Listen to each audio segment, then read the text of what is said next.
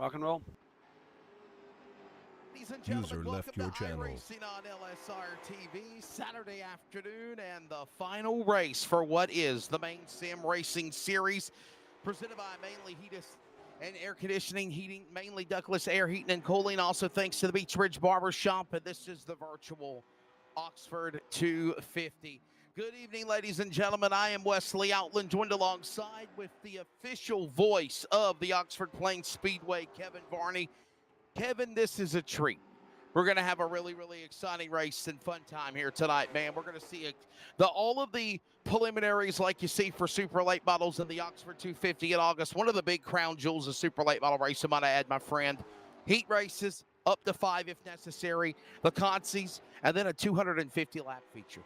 Yeah, this is kind of the crown jewel of all racing on the eastern seaboard, or New England. Certainly, the Oxford 250 is steeped in tradition, and we are in the 50th year of the Oxford 250, and guys like Kyle Busch and Kevin Harvick, and way back years ago, Dave Dion and Butch Lindley, North versus South. I mean, all kinds of just names that just ring with tradition have won this race and participated in this race over the years. So it's always an exciting time, every August at the actual speedway. And as far as iRacing goes, this is equally as exciting. I'm pumped up and ready to roll.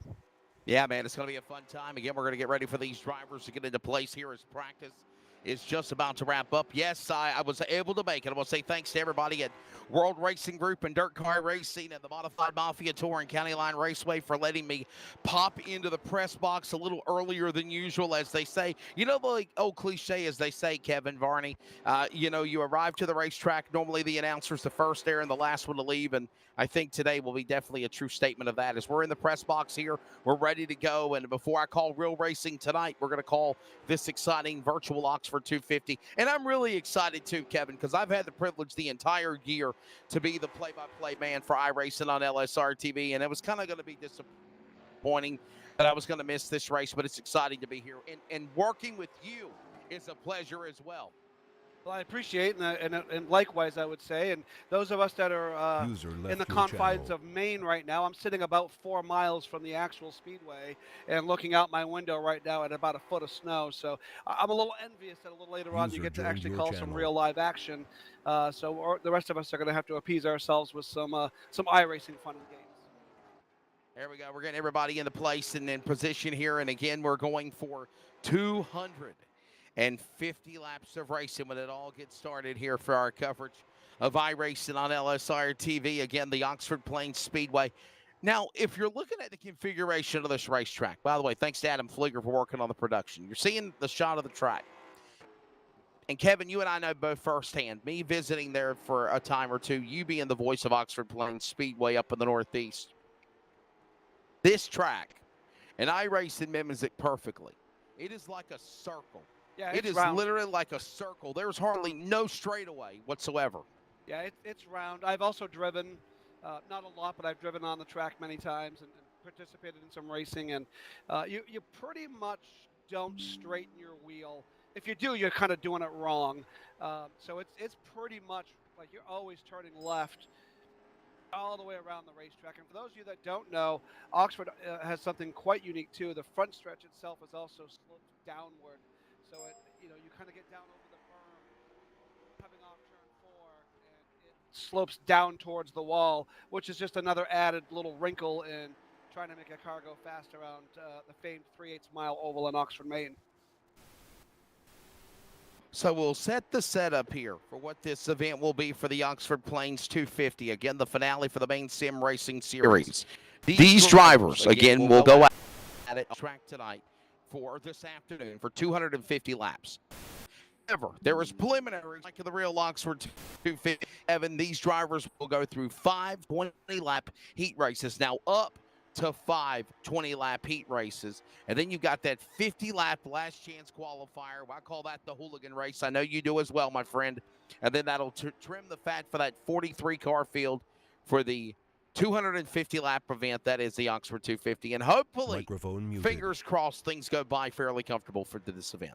Let's hope so. I mean, it's some people say that the heat racing itself is some of the most exciting part of Oxford 250 Day, and depending on car count, you can have anywhere from 5 to as many as 8 heat races, 20 laps apiece. Battling for the top 3 or 4 positions. It gets pretty heated, and it gets pretty. Traditionally it's in the heat of the day, so not always the best handling time of the day on the racetrack, and so it's a lot of crazy stuff can happen there. Then you got your consies and your hooligan race. So all kinds of good stuff. All of these good things will take place as we continue to watch some of these drivers working their way around the racetrack in what will be their final practice session. Devin Landry, PJ Merrill, some of the drivers at the top of the board right now with a 15-10, a 15-14. Hey, Brandon Varney, your son Kevin, third on the board right now in practices as it comes to a close. Yeah, actually, I'm kind of surprised by that. Late models are not his strong suit. He's kind of a street stock driver on the iRacing side of things. But Brandon's pretty accomplished. He won 6 races in past mods last year. So leave it to the young kids to adapt. But I still have to say the favorite for today's race is going to be the rookie phenom out of Pittston, last year's champion at the Speedway and past winner to conclude the season, and well-known top-notch iRacer Max Cookson is in the field today, so he's going to be one to keep an eye on in later heat race action. Well, ladies and gentlemen, the field is set now as we get ready to go for the first of 5 heat races on the grid here. Is right now 48 entries are lined in, ready to go here, and we're ready to go with heat race number 1. Dan DeSanto, Jack McKee are on the front row. That's the 86 and the 10. Devin Landry in the 40, followed by Lloyd Moore in the number 25. That's row number 2. We're also going to find Jake Plummer in the 21, Trevor Ward alongside of the 26, and Jake Plummer again, Chris Burgess in the 47, Tyler Conley in the 31, as well as Scott Tapley, Brian Conover, and Eric Drew. So there you go. The first lineup of the first heat race, Kevin, about to get underway here at Oxford Plains Speedway. Someone to kind of keep an eye on is number 13, Scott Tapley. He is noted as a well-accomplished race director here in New England for both the American Canadian Tour. Also works at, I believe, Stafford and Thompson. Lives right here locally in Poland, but travels all up and down New England as a race director. Does a fantastic job. Keep your eye on him. We're ready to see how this will all transfer here now for 20 laps of racing. The drivers will prepare here for the first preliminary race of the afternoon in preparation for that Oxford 250 here for the Maine Sim Racing Series. Almost $1,000 on the line, not only in purse, prize money, lap sponsor money, and more. Contingencies. The top 3 get piston trophies. It's the big one for the Maine Sim Racing Series Saturday afternoon. We're underway here at Oxford Plains. And on the jump to Santo, getting a nice jump on the green over everyone else as they go to the back straightaway now, Kevin. Yeah, they enter down into turn 3. They're going to come up off turn 4 and slide down that front stretch. And looks like it might be a little bit greasy out there as they complete the first of 20 laps. It is a 20-lap race, and it looks like Dan DeSanto will be the man that'll go these drivers. DeSanto, the man out in front. Look at these now, 2 or 3 cars right there in the pack, right behind one another. There's a nice battle going on for position as these drivers work their way to the backstretch. That is between now Devin Landry, Jack McKee, Jake Plummer for second spot. They're trying to get to the leader, DeSanto. They can't as they come back to the line for another lap of the board. Jake Plummer is a noted thunderstock driver at the Speedway, so he's got a few laps around here in real life, but this is probably a little faster than he's accustomed to. Battle heating up for the lead, side by side. They rub paint coming off turn 4 as they complete lap 3 of 20.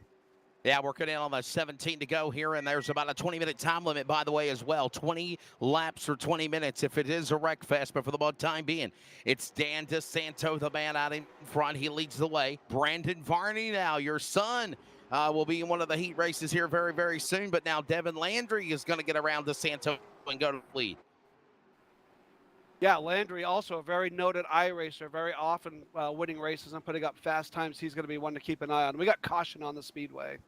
Yeah, we got a caution on the racetrack. We'll find out what happened here as the yellow flag flies over the Speedway here on the quick 4 or 5 laps into this heat race and 17 to go. Let's take a look at the replay to find out what happened here. to put us under yellow flag. Landry and DeSanto on the front. This happened in the back. Kevin, oh my goodness, Oh, look my. out. One in the fence. And upside down, over he goes. Yeah, we're going to have to call in the medical team on that one and extract him out. Yeah, I believe that's Trevor Ward of the 26, as well as possibly Phil Richardson of the 307, or actually Chris Burgess of the 47. Those are your drivers that were involved in that accident there. As one more look at it one more time.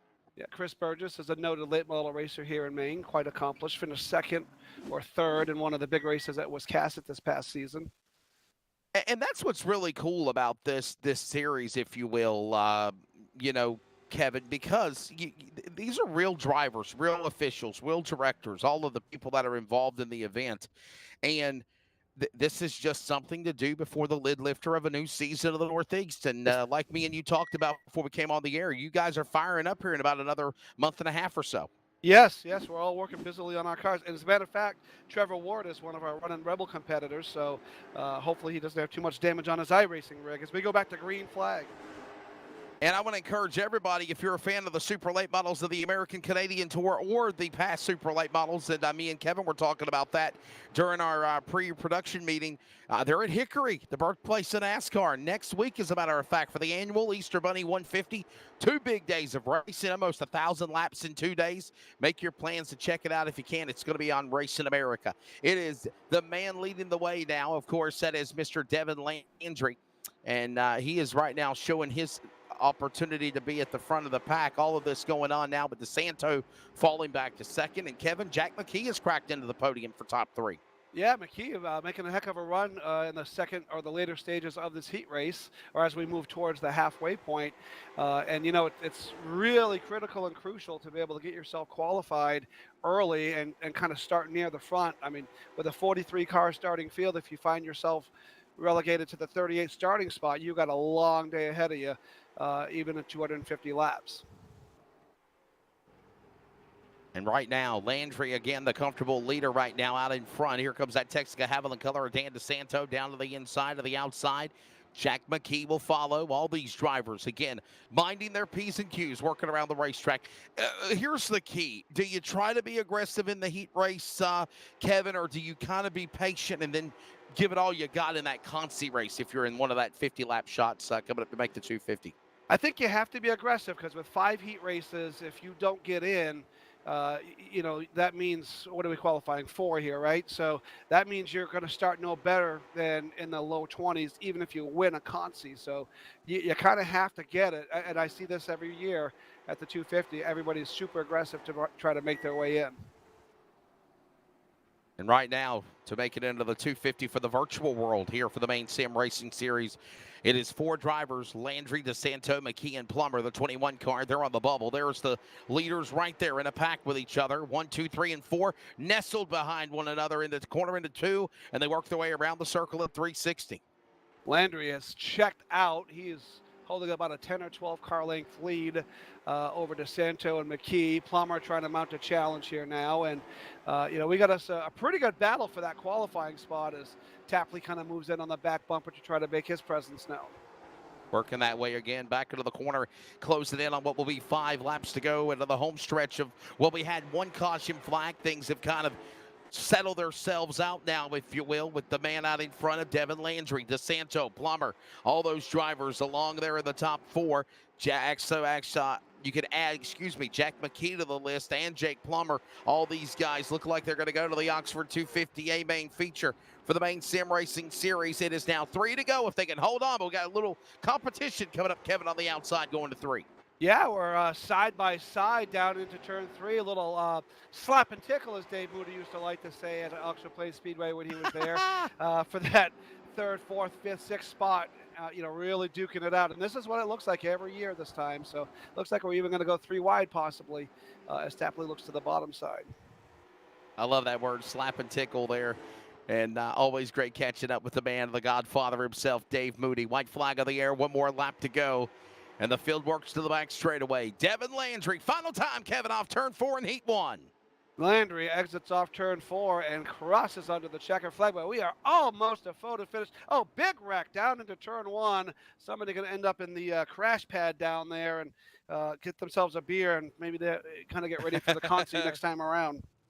And by the way, isn't that literally a crash pad over there at Oxford Plains, right Yeah, there in turn 1? That's what used to be known as the beer garden. We named it affectionately the crash pad last year. So, which makes sense. We hope that all the crashing happens on the racetrack and not on the way home. So, Well, but that's what we call ladies it. and gentlemen, yes, sir. Well, ladies and gentlemen, we're getting ready for heat race number 2. The voice of the Oxford Plains Speedway, Kevin Varney. If you want to give us the starting lineup, look at timing and scoring. It's the cars that have a number beside them.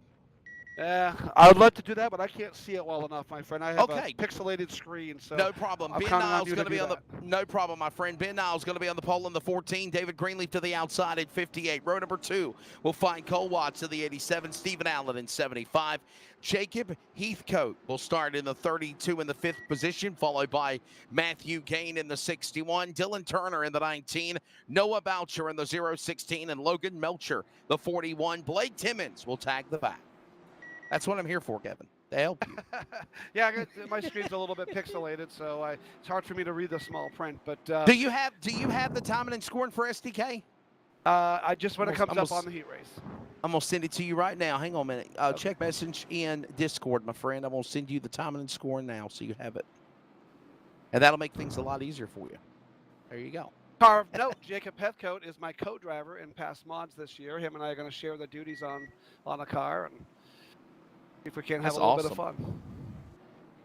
Well, we're ready to settle this here and go green flag racing as the pace car is dropping onto the pit lane. Heat number 2, another 20 laps, top 4 transfer to the virtual.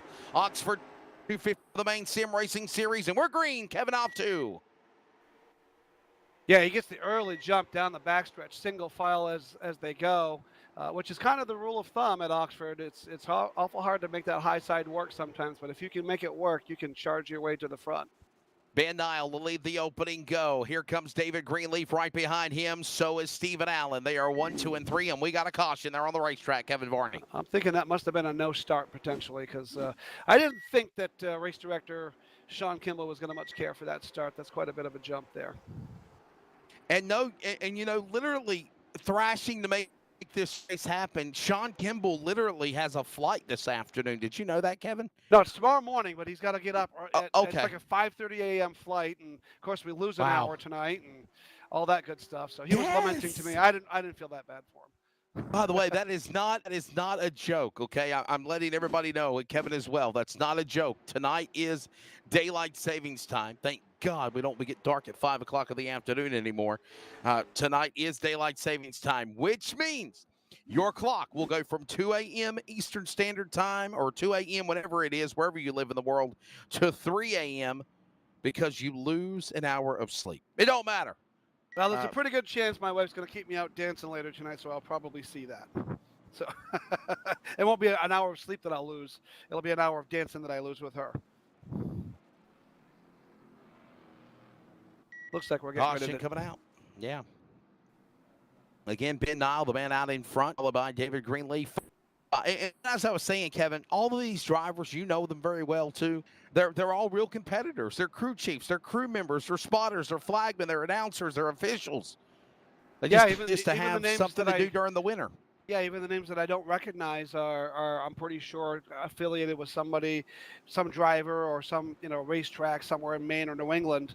So it's kind of it's kind of neat to have something to do like this during the winter, and then kind of finish the whole off season off with the best race in New England. And we are back to green flag. Yep, Ben Nile ready to bring the field to the green flag. Of course, Greenleaf along. That is to be snapping. Some drivers that have had highs and lows this year on the Maine Sim Racing Series Tour. Moving into the culmination of this all-star event for the final event of the season. Working off turn 4. Nile, big lead over Greenleaf, about a car length there, Kevin, to turn 1. Yeah, they're down the backstretch they go. Now we got a little bit of a 2, 3, 4 car length lead as they enter turn 3 and up off turn 4. Looks like the top 3 are going to stretch themselves out just a little bit and give themselves a little bit of room to breathe. The real battle is going to be for well, 5th, 6th, 7th on back as they really start to duke it out to try to make their way into a qualified position. All of this going on as they work their way back to the start-finish line here at the Oxford Plains Speedway. The leader again is Niall. There's a battle now heating up mid-pack behind the top 5.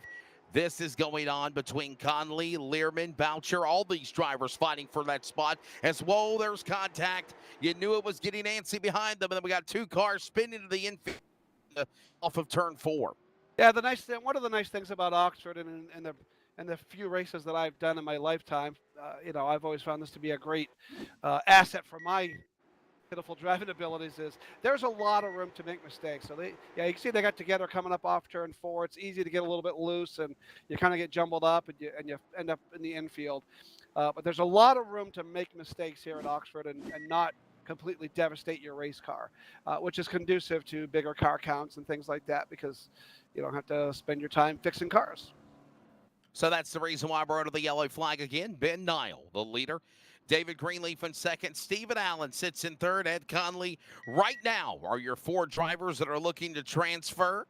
As we'll try to go back to the green flag here and try this again as, again, the field being reset. If you notice the timing and scoring going cattywampus, if you will, that is because caution laps do not count. Green flag laps only, and it totally resets your timing and scoring monitor.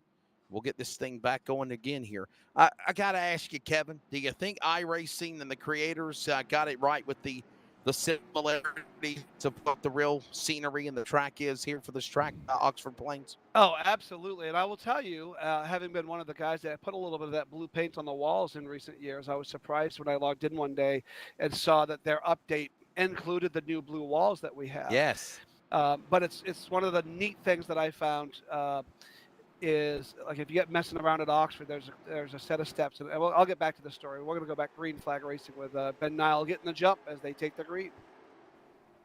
Yeah, we'll go back to the green flag here and get everybody back up going and organized as there's the top transferring. The leader, Niall, pulls away again on Greenleaf.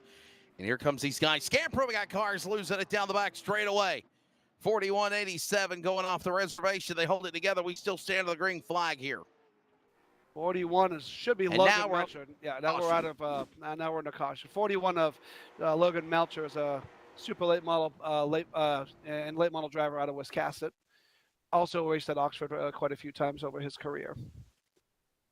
Logan Melcher and Cole Watts, again, putting us under the yellow flag as we go to yellow here with, it looks like 7 of 20 laps, 13 to go in heat number 2. Tell us your story, Kevin, as we watch on board with Cole Watts going around. So if you get, kind of get out on the racetrack by yourself down there and go down the front stretch and you look at where we pull down the steps, there's those steps are made by a little company called McCann Fabrication down in the Gloucester, Maine.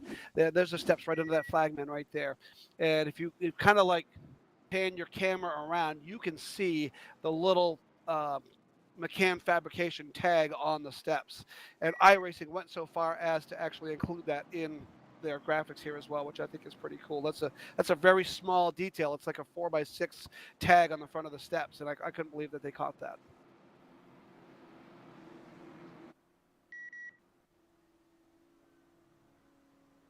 Looks like we're going to go back to green here. Ben Niall going to take the green, get the jump one more time. He's going to race hard down into turn 1.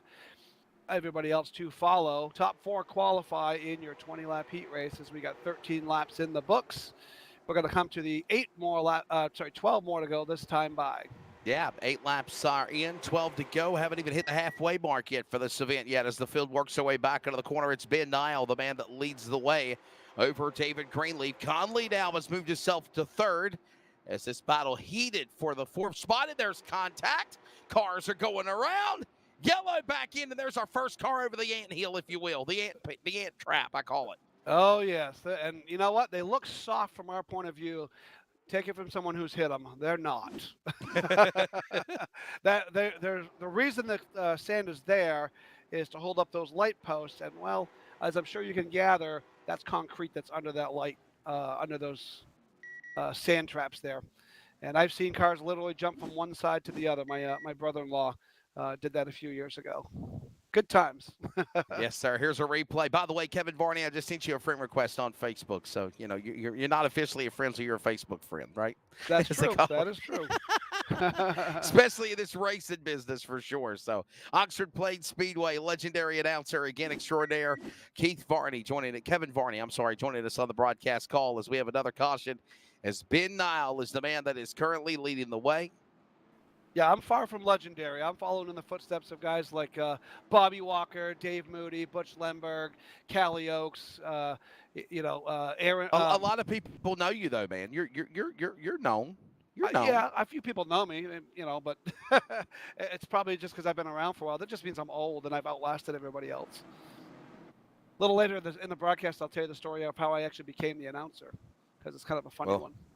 Here we go. Let's try it again. The restart with Dial, the leader on the inside. Green flag of the air. We're going to come up on halfway next time by. With 10 down and 10 to go, but they come to the line right now. Ben Nile, the man that's been strong out in front, and this has been a pretty heated heat race, but right now things hopefully can settle down and we can get to the second half as we do finally come to the cross flags here, Kevin. Yeah, 10 down, 10 to go. Oh, no. We have trouble down in turn one. Looks like the 111 goes around. That's Conley. Yep, Ed Conley, a noted street stock driver here in Maine, goes around, and we're going to get our third caution of the heat race.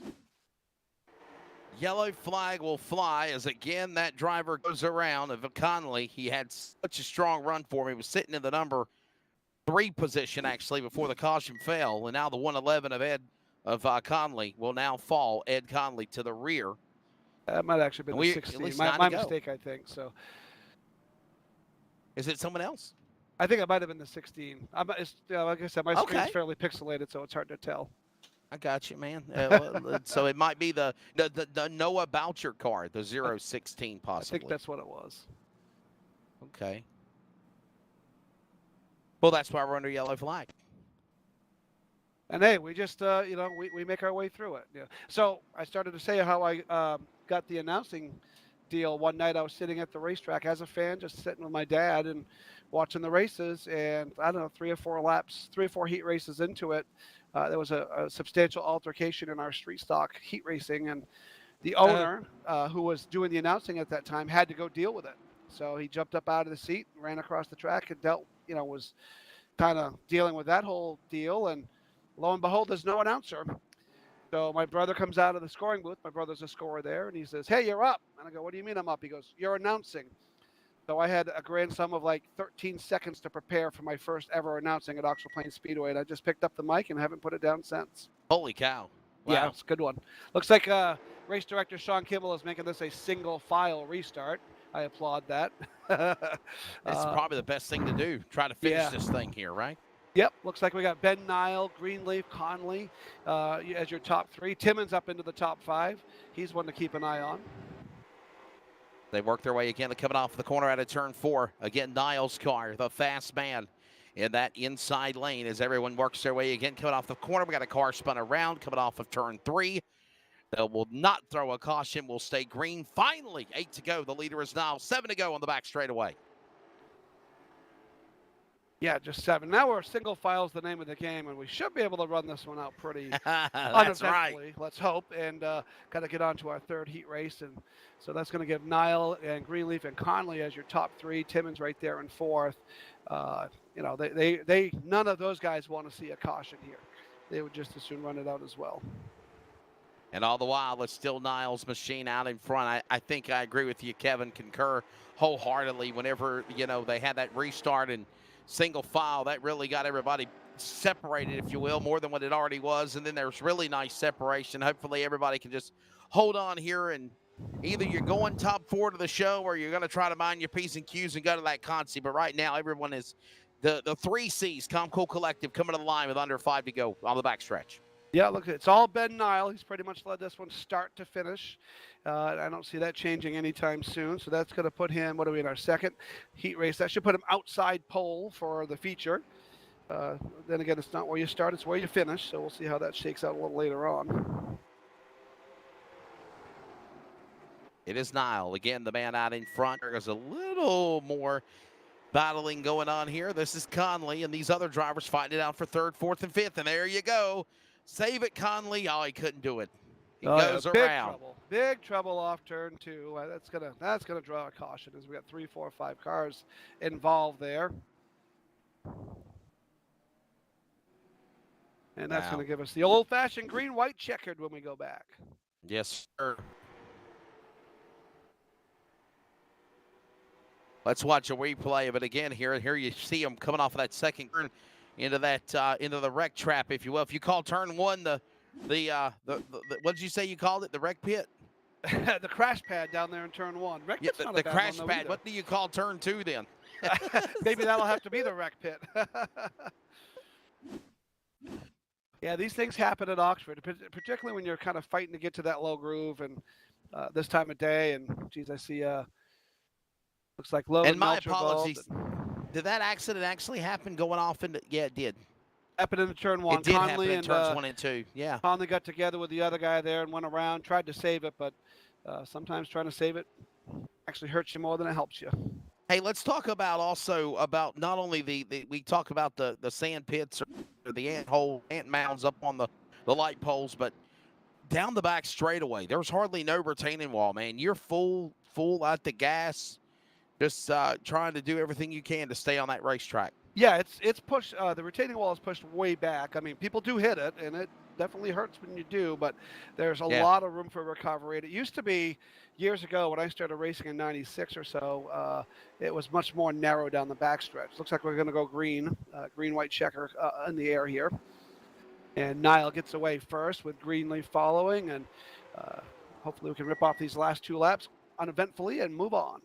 That's right. Right now, Ben Niall, the man out in front, leads the way. Greenleaf for that second spot. Everyone to come into the line. It'll be the white flag here. 1 more lap to go. Kevin Varney to the back straightaway. Final time in Heat 2. Yep, Niall enters down into turn 3. Looks like he's going to have about a half car length lead up off turn 4. Your heat race winner is going to be Ben Niall of heat race number 2. He'll be your outside pole sitter tonight. Somebody, oh my goodness, well off turn 1 and up over the sand pile and down into the old 3-bay garage, as we say down there. As we get ready for heat race number 3, I'll let you call the lineup for that one. All right. Ladies and gentlemen, heat race number 3, another 20 laps. Top 4 transferring into the virtual Oxford 250 for the Maine Sim Racing Series, as Kevin reiterated on. Jason Rickard, the number 9. He's on the pole to the outside, the 00 of PJ Merrill. Here's your son, Brandon Varney, the number 1. He'll be on the row 2 inside to the outside of Corey Bubar, the number 12. Nick Morton will be in the 99 to the outside. Rick Thompson Jr. in the 70. Followed by Nathan Barth in car number 37 to his outside. Dominique Current in the 82. Cody Billings in the 23. Nick Rayberg in the 16. And Kevin Cross in the 0 in the number 2. So there's your lineup. Lots of stories in this one. Jason Ricker is a very accomplished crew chief here at Oxford Plains Speedway and has now taken on a role of head tech for the Pro All-Star Series Tour and as well as the Speedway. He was actually a crew chief last year on Brandon Varney's Pass Modified. So we'll be interested to see if Brandon takes a little swipe at him there. I don't think so. Nick Morton, a very accomplished racer throughout the Northeast here. PJ Merrill, a limited sportsman racer, right here in Maine as well. So a lot of good stories in this particular heat race. All right, so there's your lineup here. A couple of preliminary laps, and then they'll get ready to go to green flag. Jason Ricker, one of those guys that, man, he got snaked, if you will, in that All-Star event, man. And I also think of Greenleaf, too. Pretty good, solid finish for Greenleaf when he got done. But all of this transpiring here as we'll get ready for another preliminary lap. We'll take green, and again, we'll get ready to go for 20 laps. This is, by the way, heat race number 3. Kevin Varney from the Oxford Plains Speedway joining me alongside Wesley Outland. Kevin, did we even tell them that I'm in a real race announcer press box right now at County Line Raceway? No, I don't know with you before real races tonight. I don't know if you did tell them that or not. I think that's pretty cool. Green flag is out. Ricker's going to get the jump over PJ Merrill. They're going to race side by side down into turn 1. Varney going to try to follow through up on the bottom side. Top 4 under a blanket, top 6 under a blanket as they come up off turn 4 to complete the first of 20 laps. Yeah, 20 laps to distance. But yeah, like Kevin reiterated on, and I just mentioned, I am in a press box at a racetrack high above Elm City, North Carolina's County Line Raceway, getting ready for the icebreaker. And of course, nobody on our crew or anyone else was available, and luckily it worked out where Dirt Car Racing and World Racing Group County Line would let me set up my equipment and do this race before doing the real deal tonight. So right now, Kevin, we got a great heat race going on, heat number 3. Your son trying to go to the show. He's right now behind Ricker in second. Yep, like I said, Jason was a crew chief on Brandon's past mod last year, and he's moved on to become a tech man. So kind of looking at the other side of things, and but we'll see how they do on the old iRacing here. I suspect they will keep themselves nose to tail until at least maybe they can break away. But third place runner there is no slouch in his own right. So he's there's quite a few accomplished iRacers in this race as well. Rick Thompson Jr. is a limited sportsman racer here at Oxford. Corey Bubar, very accomplished super late model racer here in Maine, finished. I think he was in the top 3 last year or the year before in one of these big races. So we'll see how they do. And all the while, we still have 15, now 5 laps in, 14 to go. Jason Ricker is the man out in front. Brandon Varney in second. Of course, Corey Bubar, Dominique Currett trying to get down to Rick Thompson's level to get past him for that spot. I'll say this, and I don't want to jinx anything, Kevin, but a pretty comfortable heat number 3 so far. I was thinking it. I didn't want to say it, but I'll say it. As rough as Heat 2 was, is as smooth as this one is going so far. But we'll probably jinx that if we're not careful. I don't suspect those top 2 will do anything to jeopardize this. They're going to be pretty content, I suspect, to simply try to drive away as they both are. And if I know Brandon and Jason pretty well, if they continue with that gap with about 3 or 4 to go, Brandon's going to try to go around, but Jason's going to know it's coming because those two have talked strategy a lot. But whether or not the other guys can close in will determine how aggressive they get in that particular last couple of laps. Working off the corner, back to the line. Again, a nice strong run continuing here for the driver of Jason Ricker, the number 9. Brandon Varney follows in tail behind him. So there's also Corey Bubar, Rick Thompson. No change in the top 4. We're halfway home here. 10 down, 10 to go. Now 9 to go in heat number 3. Yeah, past the halfway point, so that's a good thing. Top 3 are pretty well, I would say, content to ride it out. The big battle is going to be for 4th. Thompson looks like he has it. Currett wants it. Currett's quite a driver in his own right. He's a limited sportsman driver here in Maine and pretty accomplished iRacer as well, so I don't expect him to take that laying down. Nathan Barth there up to the 5th spot, won a couple of races in our Mad Bomber division this past year. So, like I said, a lot of drivers with experience in particular at Oxford. Oxford is very, very tricky. Old Bobby Walker used to say, oh, Jason Ricker slips up off turn 2. Varney looking to the bottom side. Contact your 2 leaders. Around goes Ricker. He saves it. Oh, Ricker and Varney both costing themselves top 2 qualified spots. Oh, my goodness. That is a shocker. And the caution will come out here now with 8 laps to go here in heat number 3. A pretty comfortable race. 12 laps before the yellow flag flies. And Kevin, you saw it break loose to put us under yellow. Here's a look at the replay. Yeah, it looked like at one point Jason got a little wide coming off turn 2, and Brandon stuck his nose in there, and they made a little bit of contact going down into turn 3, and around they went. But actually, I don't think we're under caution. My apologies, no, Kevin. We're still green flag. My bad, everybody. We are. And Jason and Brandon are struggling towards the back at this point, so they are going to be a couple of guys that are going to go to the consolation round, I'd say, and or Jason is at least, and they're going to really struggle to try to make it in the show. 3 to go at this point, though. 3 laps to go again right now. Bubar currently now the man that has showed his opportunity to come to the front of the field. Corey Bubar getting around. Dominique Currett there falling in behind him. Rick Thompson 3rd. Brandon Varney, though, he's got to hold on. Son's got to hold on there, Kevin. He's right there in that 4th spot now. Yeah, I'd say he probably might have burned up his tires a little bit there trying to hold everybody off. So he's got one more trip around. Oh, looks like Bubar slips up off too. We're going to have a battle for the lead as they come down through the white flag. Side by side down into turn 3, up off turn 4. Side by side across the line. So they'll come to the line. It looks like Corey Bubar is going to take the heat race win. Of course, second spot's going to go to Dominique Currett. And I believe your son is going to transfer into the race by fourth. I think he did make that fourth and final transfer spot. If not, we'll see him in the 50-lap last chance qualifier like everybody else. But again, that's heat race number 3. Oh, no, we got a consolation round before we got the hooligans race, I think. I'm not sure the format of today's race, but hey, send you a message on Messenger, Wesley. Oh, okay. Well, ladies and gentlemen, we're ready to go now. We're heat race number 3. Max Cookson is on the pole in the number 39 to the outside. Mario Ercolini in the 44. That'll be row number 1. Row 2 will find Ben Burgess as well as Charles Briggs. Then it's going to be Kyle Mooney in the 90. Gleason Smith in the number 5. Blake Wallace in the 56, followed by Arthur Jordan in the 4. Alex Berry in the 67, Tyler Jordan in the 29, Chris Fortier in the 11, and Chris York.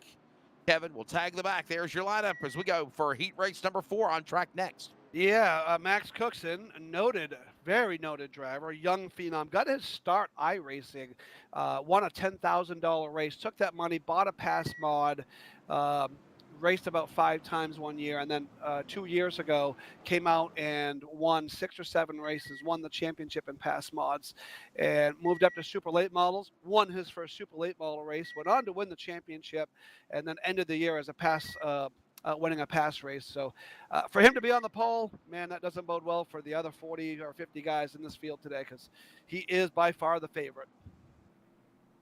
All right, so we'll see how these get ready to go as the field gets ready to come to the line here.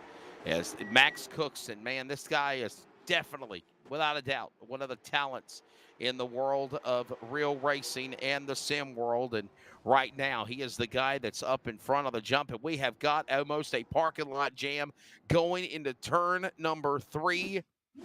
Big trouble over there, Kevin, as the caution comes out in the early going. Man, that's just right out of the box. Oh, around. Oh, yeah, we got cars over, and yeah, that's no way to start or end your day on 250 day. Yeah, what a tough. It don't matter whether it's the real 250 day or the virtual 250 day. The only good thing about these cars, honestly, Kevin Varney, is you hit the dang skip button and start over again. Yes, that's much easier than spending hours in the garage like I did today.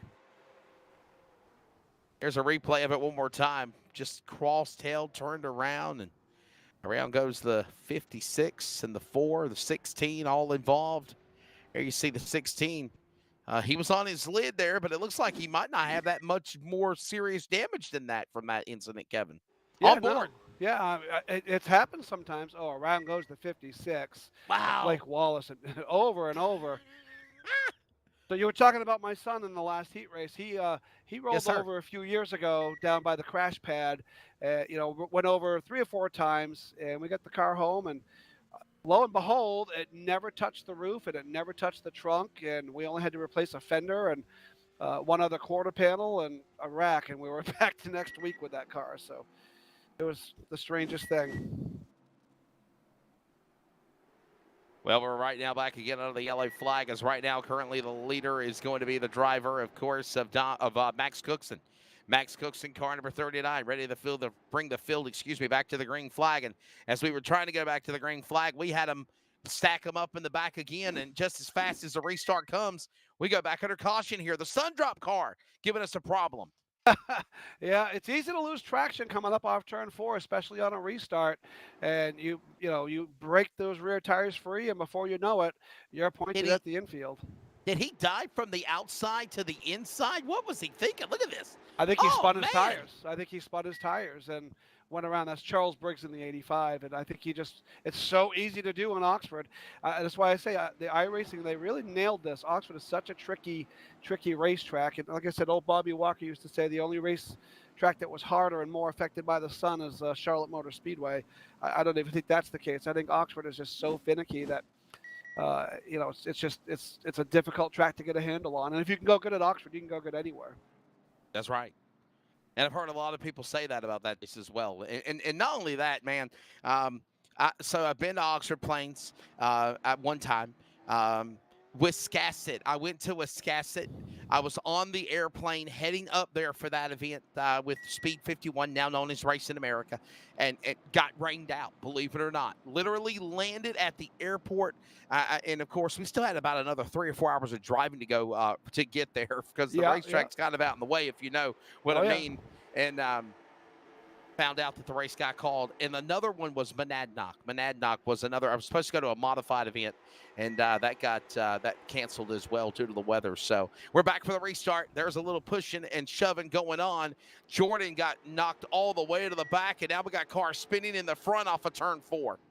Yeah, looks like we're going to get another caution. I wouldn't be surprised if race director Sean Kimball gets these guys into single file action here pretty quick. Sean's been a race director for a few years now, and he doesn't really put up with a whole lot of guff.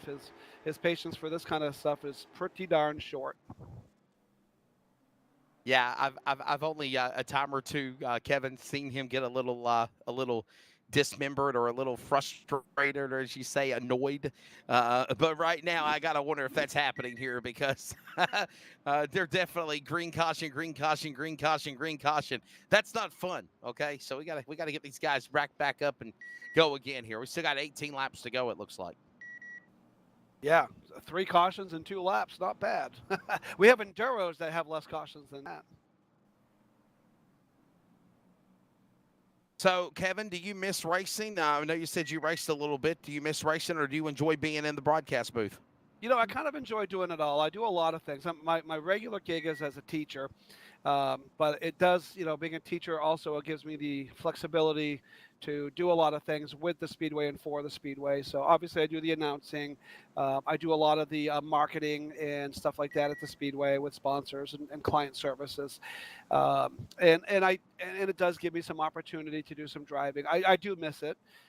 It's but I don't miss it enough to want to do it 15 or 20 times a year. I'm a guy that's really content to race 6 times a year, and I'm okay to race at the back of the pack. It doesn't bother me to Gotcha. battle for 17th in a 17-car field because I just like to go out there and go fast and stay out of the way and have fun. So the question I have is do you have that same philosophy in announcing? I mean, I've always heard that, you got to love what you're doing. If you don't love what you're doing, why the hell are you doing it? That's why I'm in the press box here at County Line Raceway calling a virtual sim race before I call a real race because I love announcing and I love racing. Oh, I And tell people I guess all the the same time. thing's got to be for a driver.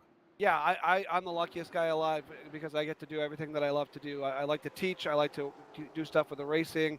I like to drive. I like to do it all. And I'm lucky enough to get to do it all. So it looks like we're back to green flag here. We got 4 laps in the books now. See if we can string this one off. Top 4 got strung out, so that's going to be helpful. Kyle Mooney sitting there in the 2nd spot. He's a very accomplished go-kart racer at the Speedway years ago. You see that little track on the infield down the backstretch there. And Kyle won a whole lot of races as a go-karter probably 10, 12 years ago. So right now, as it stands, it's Ben Burgess, the leader. Kyle Mooney in 2nd. Mario Ercolani is in the 3rd spot. Charles Briggs for that transfer spot. We got cars going around in the back. That's going to be Logan Melcher, I believe, just got tangled. Devin Lint, no, correction. Oh, man. Chris York, I think, might have just got a piece of it. Yeah, that was Chris York that went around there. And yeah, man. Here we go again. Just got started, and around we go again. I think Alex Berry might have also been involved in the 67. We'll look at the replay here. And it was Berry in York. Yep. Here's your look at it here. Hey, I gotta ask you a question. We got them ant mounds on the light poles, as you mentioned, in the infield around Oxford Plains Speedway. I gotta ask you, Kevin, what's the wildest wreck or accident you've ever seen where a car went over those ant mounds? Well, I mean, I've seen a number of guys hit them and roll over. Over the years, I've seen at least a dozen of those. I saw my brother-in-law literally jump up one side of him down the backstretch and land down the backside of another one. And his helmet flew off when that happened. He was just a kid at the time. He was 15, 16 years old. Completely destroyed his race car, so we spent the whole next week putting it back together. But every year there's and it seems inevitably somebody will knock a light post over because they just hit it that hard. Particularly the front wheel drive guys, because front wheel drive guy, they start to get sideways, and those guys just gut it. to try not to spin out. Well, I did see a guy last year gunned it, and he knocked out a light post good and good and hard. And we all kind of thought it was funny. The owner didn't much care for it because he had just put that light up there that day. Yeah, Kevin, again, yellow flag coming out there for the driver of Burgess. And again, looking to take the top 4 here to the Sim Oxford 250 here, as Burgess, Mooney, Ercolani, and Briggs are currently your top 4. I got to think, though, Kevin, as you being an announcer / driver, your son Brandon racing, you just got to be patient, basically, right? I mean, this is not the aggressiveness. I mean, obviously you want to make it to the top 4, but if your car is not going to be able to come to the front, you've got to just kind of pace yourself, if you will. Work on this. Use it as a handling practice session to prepare for the consi, if you will. Well, and you got to have a good position there because your consies are lined up by where you finish in your heat. And Cassius Clark, who won the race a few years ago, won his consolation round. So all is not lost to go to the consi, but starting pole in your consi and starting last in your consi are 2 different things. And so you really, if you can't qualify, you want to be as close to it as you possibly can. We are back to green flag racing here. We are. So. We're going to try to hopefully get this one to the finish as we're still 13 to go. Ain't even got the cross flags out yet. There might be a time constraint for this one here, as there's another heated battle going on for this spot with now Ercolani going at it here. All these drivers fighting for position. It is, of course, Ben Burgess leading, Mario Ercolani, Kyle Mooney, Tyler Jordan. That battle going on for 2nd, 3rd, 4th. Guys, you're going to the show. Don't be driving so hard into the corner. Yeah, anybody who watched Brandon Varney and Jason Ricker in heat race number 2 should have figured that one out. But sometimes it's hard when you're a competitor. It's hard to resist to race the guy in front of you, even when it makes the most sense. All of this going on as they work their way into the corner. Burgess, Ercolani, Jordan, Mooney now 1, 2, 3, and 4. Briggs on the outside looking in. 48 starting to show a strong car in the 11. They work their way to the back stretch. And finally, Varney, we are halfway. Yes, 10 down, 10 more to go. Oh, Mooney gets a little wide up off over the corner there. Working their way up again. Yeah. Go ahead. Sorry. Go ahead. No, I was saying, oh no! I was about to say there's contact here, and they did. They made each other take each other out, and then of course one got the short end of the stick there. Kevin, we're back under yellow. Yep. And this does happen. This definitely does happen on 250 days. So it's not the biggest surprise in the world. What doesn't happen is the single file restarts, but I got a feeling Sean's going to probably make that the case at this particular point. All right. 9, make it 10 laps to go here. Burgess, Ercolani, all these drivers trying to go to the show. We're 10 down, 10 to go. Kevin Varney, the voice of the Oxford Plains Speedway. By the way, don't forget you can follow Oxford Plains Speedway on official social media.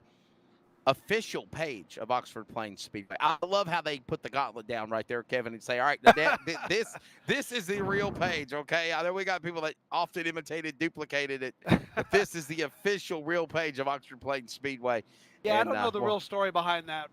My suspicion is that it probably had something to do when the ownership changed about 10 or 12 years ago, and some passwords got lost, and who knows what. But hey, how can you mess around with the official page of Oxford Plains Speedway, right?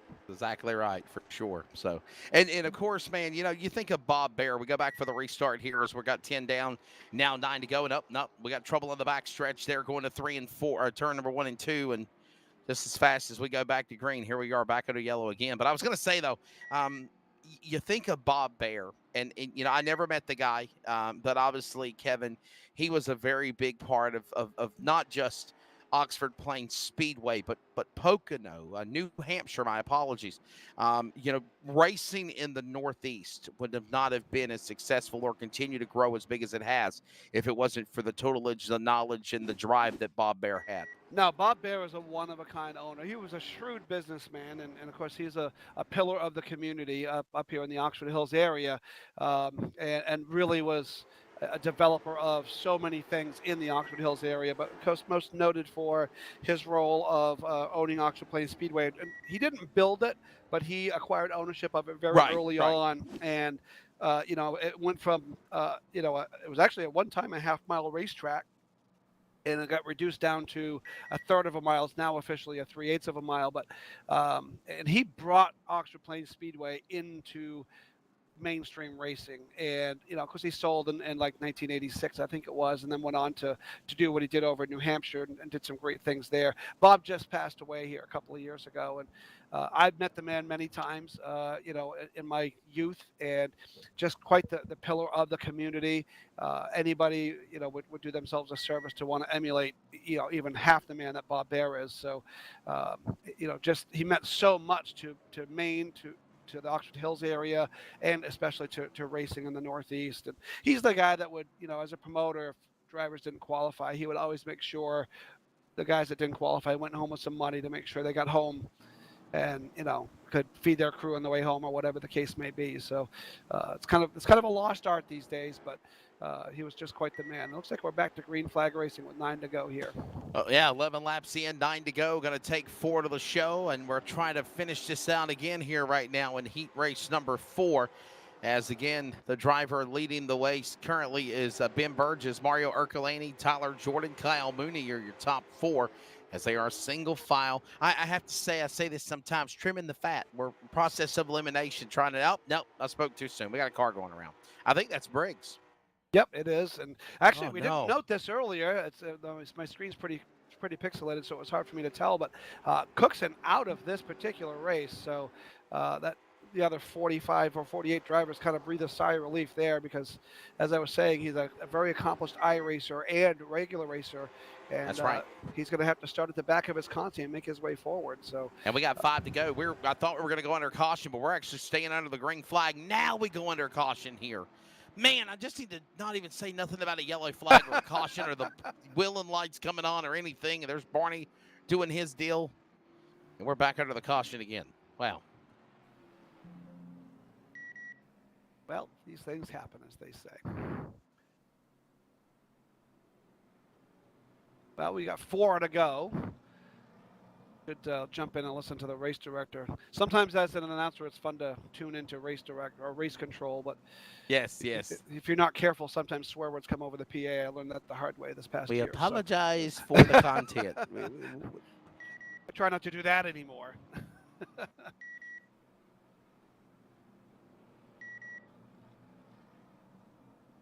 So the caution is out, of course.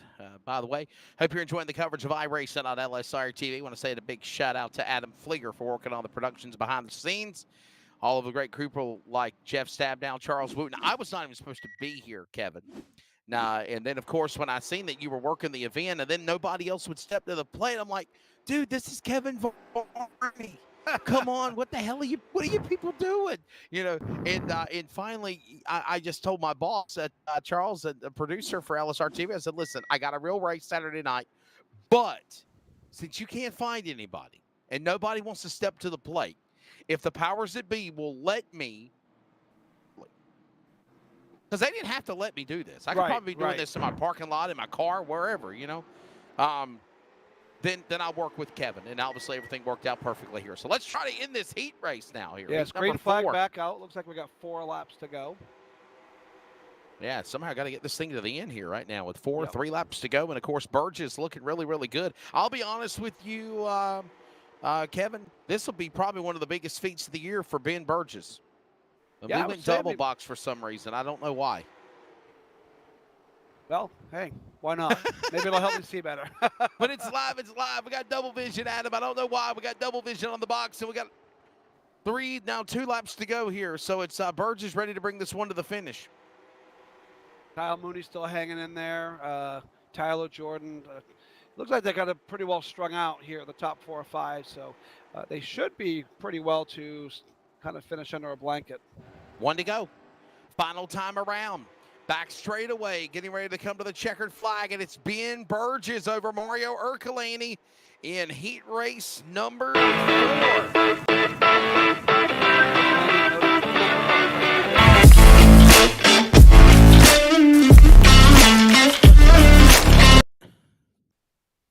There we go. Okay, for some reason I'm seeing a commercial and everything on my end, but it looks like we're done. We're good here. So it looks like heat number 4 just concluded, Kevin. And again, Ben Burgess will pick up the heat race win, and just as fast as we show you the results, man. The next group is lined up, ready to go. This is heat race number 5. Okay, 20 laps, top 4 transfer. That I can't complain about. Making it quick. That's right. Now, Arthur Jordan is going to be on the pod. Had a couple of cautions, quick restarts, quick cleanup, and back going again. Arthur Jordan in the number 4. Kui Bubar, they're outside, front row in the 12. Logan Melcher in the 41. Brandon Varney will be in the number 8 machine, followed by, of course, Brian Conover. And then it's going to be P.J. Merrill, Tyler Conley, in the 31, Jason Ricker in the 9, Scott Tapley in the 13, Nick Morton in the 99, Eric Drew in the 69, Nick Rayberg in the 16, Chris Burgess in the 47, Trevor Ward in the 15. Now, I got to ask you this question. We're seeing names now, Kevin, that are popping up that we've seen earlier. What do we got going on track now, you think? Well, my guess is this should be a consolation round of those that didn't qualify. So my guess is some guys got some DQ. I wouldn't be surprised if Brandon, for instance, got a DQ for his actions in his heat race. I didn't ask the race director or Brandon, but that is my guess as to why he's in here. Now, can you get back into the show from this consi?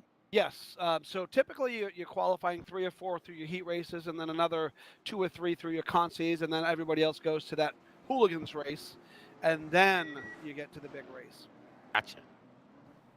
Gotcha. And I was telling somebody, and this is absolutely what I love about the Oxford 250, hands down. And I'm not taking anything away from the Winchester 400 or the All-American 400 or the Snowball Derby, which is events that I've worked all of them, crown jewel races in my career for announcing, Kevin. But at the Oxford Plains 250, man, on Sunday morning, after that church service, high noon, just after 12, when that green flag flies, like the green flag comes out for this consi, when that green flag flies, you are going nonstop. It only stops when there's a caution, and then you're cleaning the track up. And when that race clears, the next track's coming on. The next track's guy hasn't. I'm sorry. When that race clears and they exit, the next race is coming on track, and vice versa. And it's a very well-oiled machine that they've done. As you'll be celebrating 50 years doing it, the golden anniversary this year. Yes, exactly. We are underway, it looks like here. Yes. And Oxford is well known for running off all their race events, even right down to their regular Thursday and Saturday shows. It goes off without a hitch. Oh, around goes Jason Ricker off turn 4. Oh, what a tough day for the new Pass Tech Inspector. It's a little loose, you can see there coming down the backstretch. Yeah, here's the replay of it. And Ricker blue car on the outside. He had help. He had some help, or it was Netco, though, Kevin, one or the other. Yeah, he got tagged a little bit there down in the middle of the corner and just went around. I couldn't tell which it was either the car on the bottom side or the car behind him that got him, but no, we should see here. See, he's a little loose up off the corner and kind of goes down in, and it looks like the 69 just got a little piece of the left rear quarter, and around went Ricker. He's going to have his work cut out for him to make his way up into the top 3, or he's going to find himself into the hooligans race. And I am noting that the lineup actually was changed. Brandon Varney is not in this heat race, so I think we had a glitch in our system that showed him originally, and he is not there now. Yeah, I thought you transferred into. I thought he transferred into the top 4, unless something happened that we didn't know about. I thought he did too, but it showed him there, and then it wasn't. So, where iRacing, I don't know. iRacing might have been out pretty late with me last night, and I told iRacing at about 3 a.m. it was time to go home. You're drunk, and I think he's still feeling the ill effects. So now, do you, Kevin? You said you have an iRacing rig, right? So do you race on any series or leagues or anything, or you just do it for the fun of it? I just jump in for the fun of it here and there. Brandon tells me, and Jason and all these guys tell me it'll make me a better driver in real life. And since I'm about a half a second slower than Brandon most of the time, I try to do a little racing to make myself a little bit better, just so I can try to keep up. We are back to green flag racing here. We certainly are, Kevin Varney. Yes, sir. And we're back to it again with 3 laps of 20, I believe, 20-lap consi races. Mr. Kevin Varney just mentioned down the back straightaway. We got Brian Conover, the man of the leader. P.J. Merrill in second. Conley third. Now, what do you do? Are you in the top 2 transfer in here? I think it is top 2 or top 4. It's either top 2 or top 3, I believe. I didn't quite get the format.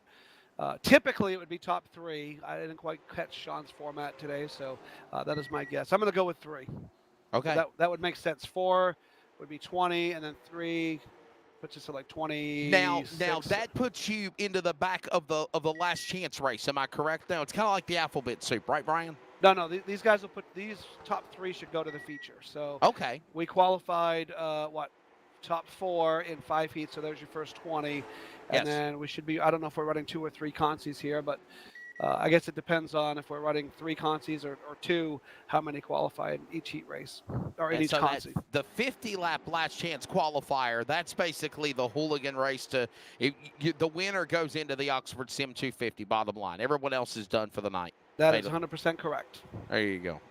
It usually pays pretty well too. It pays, the same as last place money, but everybody always takes they don't take the money. They go to the race because nobody goes to the Oxford 250 to make money. They go to the Oxford 250 to race at the Oxford 250. Yeah, the history, the prestige, no doubt about it. That is the Oxford 250. Of course, the 50th running of that event will be coming up in August. Was it the third weekend of August? Ain't it the Fourth before week. Labor Day weekend? No, 4th week. It's August. Try to remember the exact dates right off the top of my head. 25th, 6th, and 7th. Okay. So coming right up, it's. So it's right before Labor Day. Yes, that is correct. And honestly, I remember a couple of years ago, Kevin, nice days, warm days, but then there are other times when that nightfall settled in, brother, you need to have a jacket. There are times. I have stood in Victory Lane in shorts, and I have stood in Victory Lane in a winter parka. Yes. I prefer the shorts. Well, right now, the leader, of course, is P.J. Merrill. Merrill, the man up in front of the 00 to the outside. Of course, Brian Conover. And those drivers 1 and 2 on the racetrack. Of course, Conley and Rehberg battle each other in this consi, taking the top 3 to go to the Oxford Sim 250 here on LSRTV's coverage of iRacing. Kevin Varney, the voice of the Oxford Plains Speedway. I'm Wesley Outland, high above the press box at County Line Raceway. The Icebreaker coming up later tonight. And, of course, racing season getting underway in the South. Poor Kevin's going to have to wait about another 2 months. Yep, unfortunately, I'm sitting in my iRacing rig looking outside at the snow on the ground. I'm about 6 miles from the. Don't be saying speedway. nothing about snow. We don't know nothing about snow, right? We got lucky this year, believe it or not. Had a couple of cold nights, a couple of chilled nights, but other than that, didn't have any deal with snow this year, so that's pretty good. You're quite lucky. I'd prefer because we have another big storm coming on Tuesday. So. You keep that stuff up there, my friend. Yeah, I'd just as soon not have it. We got 4 to go here. So it looks like we're going to transfer us 3 more. But yeah, it's starting to get heated for the lead here. Oh, yeah, wow, oh boy. Turn 3, oh, and no. around goes Burgess. And we're going to go caution with 3 laps to go. Yeah, that was a little aggressive there. It looks like the yellow flag will fly, and you had a feeling it's starting to get a little aggressive, and that's exactly what happened there. Coming to 4 to go. Kevin, what happened here? What's going on? A little punt? Yeah, it looks like they just it's easy to do, too. The backstretch is so wide at Oxford, you can kind of stick your nose up in there, and then you get down into the corner, and there's a curb there, and it's just hard to squeeze your way in there, and you hop that curb, and around goes somebody else, unfortunately. Looked like it was Burgess this time that went around. And the caution going around again here for Merrill, Conover, Conley, Drew, Morton. Top 5, 3 are going into the Oxford Sim 250, of course, here at the Oxford Plains Speedway as we continue on with our rock of the race. Rocking and rolling, surviving. Yeah, I guess that's the thing, too. It's survival, ain't it, Kevin Varney? You got to survive to be here at the end. Certainly, too. And once you get to the actual 250 itself, you have to survive. A few years ago, Cassius Clark, he won the race. He started pretty deep in the field. But he had a skirmish. He had an altercation in the middle of the race. So all the Victory Lane photos show his caved-in right side door, and he just I don't remember exactly what happened to him, but he just escaped it. We're going to go back to green with 4 laps to go here, and we're underway. Down into turn 1 they go. Single file for your top 3. Closest action on the track is that battle for 4th as those 2 go side by side down the backstretch. Neither of them in a transfer spot, however. Top 3 break away. Yeah, still got to somehow survive and hold on here. Merrill is now the man that's showing the opportunity to be in the strong set, if you will. Merrill, Conover, they're 1 and 2. Conley, 1, 2, and 3. as it stands now, as they work their way to the line, coming to the end of this deal here. There's the white flag. One more lap to go. Kevin Barney, bring us home here. Yeah, one more lap to go. PJ Merrill's going to race down the backstretch, ease his way off into turn 3, and transition into turn 4. When he comes up off turn 4, he's going to find Chief Starter Steve Craig waving the checkered flag as we have somebody up on the sand pile down the backstretch. But your heat race winner is going to be PJ Merrill, Brian Conover, Tyler Conley, your qualified cars. Can we say the virtual flagman, Steve Craig, over there? Yes, right? yes. I don't know where Steve Craig is today. They call him Barney the iRacing flagman. I don't know where the hell that name came from, but that's where they call it Barney the iRacing flagman. But you call it whatever you want to, Kevin. Yeah, Steve Craig is our regular flagman, and then we've got the Pro All-Star Series chief starter Dave Sturgis. So it could be one of either of those guys, or it might even be me. I flagged a race last year. As a matter of fact, Brian Conover was in that race. It was well, I'd never done it. I've done about everything at one time or another at the Speedway, and I said, I've never flagged a race before. And so the race director that day happened to be Jason Ricker. He said, hey, when I got done with the victory lane, he goes, stay right down there, grab the flags, you can do the next race. So I did the truck race, and it's the first and the last time I'm ever going to flag a race. It's not any fun. So here's the deal. No lie, Kevin. When I was young, I wanted to be a flagman. I wanted to be a flagman. I wanted to be the next Dole Ford or Harold Kinder, like NASCAR had. Yeah. And then I realized they don't make no money. No.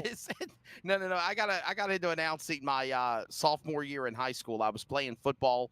Asked my coach a question about a football play. The next thing you know, he said, "Man, you got a great voice. You ever thought about announcing?"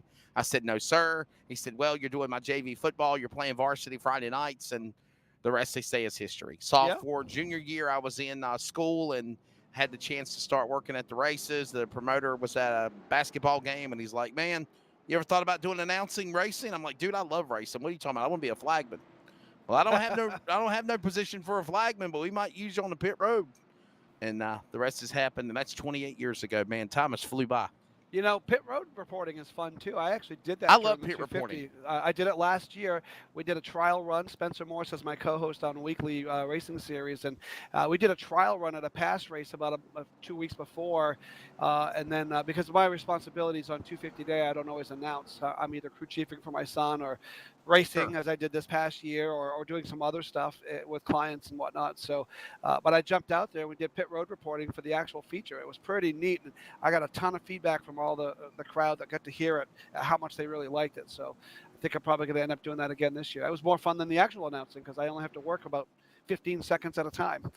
Yeah, that's the biggest thing you got to remember about being a pit reporter. Get on and get off fast.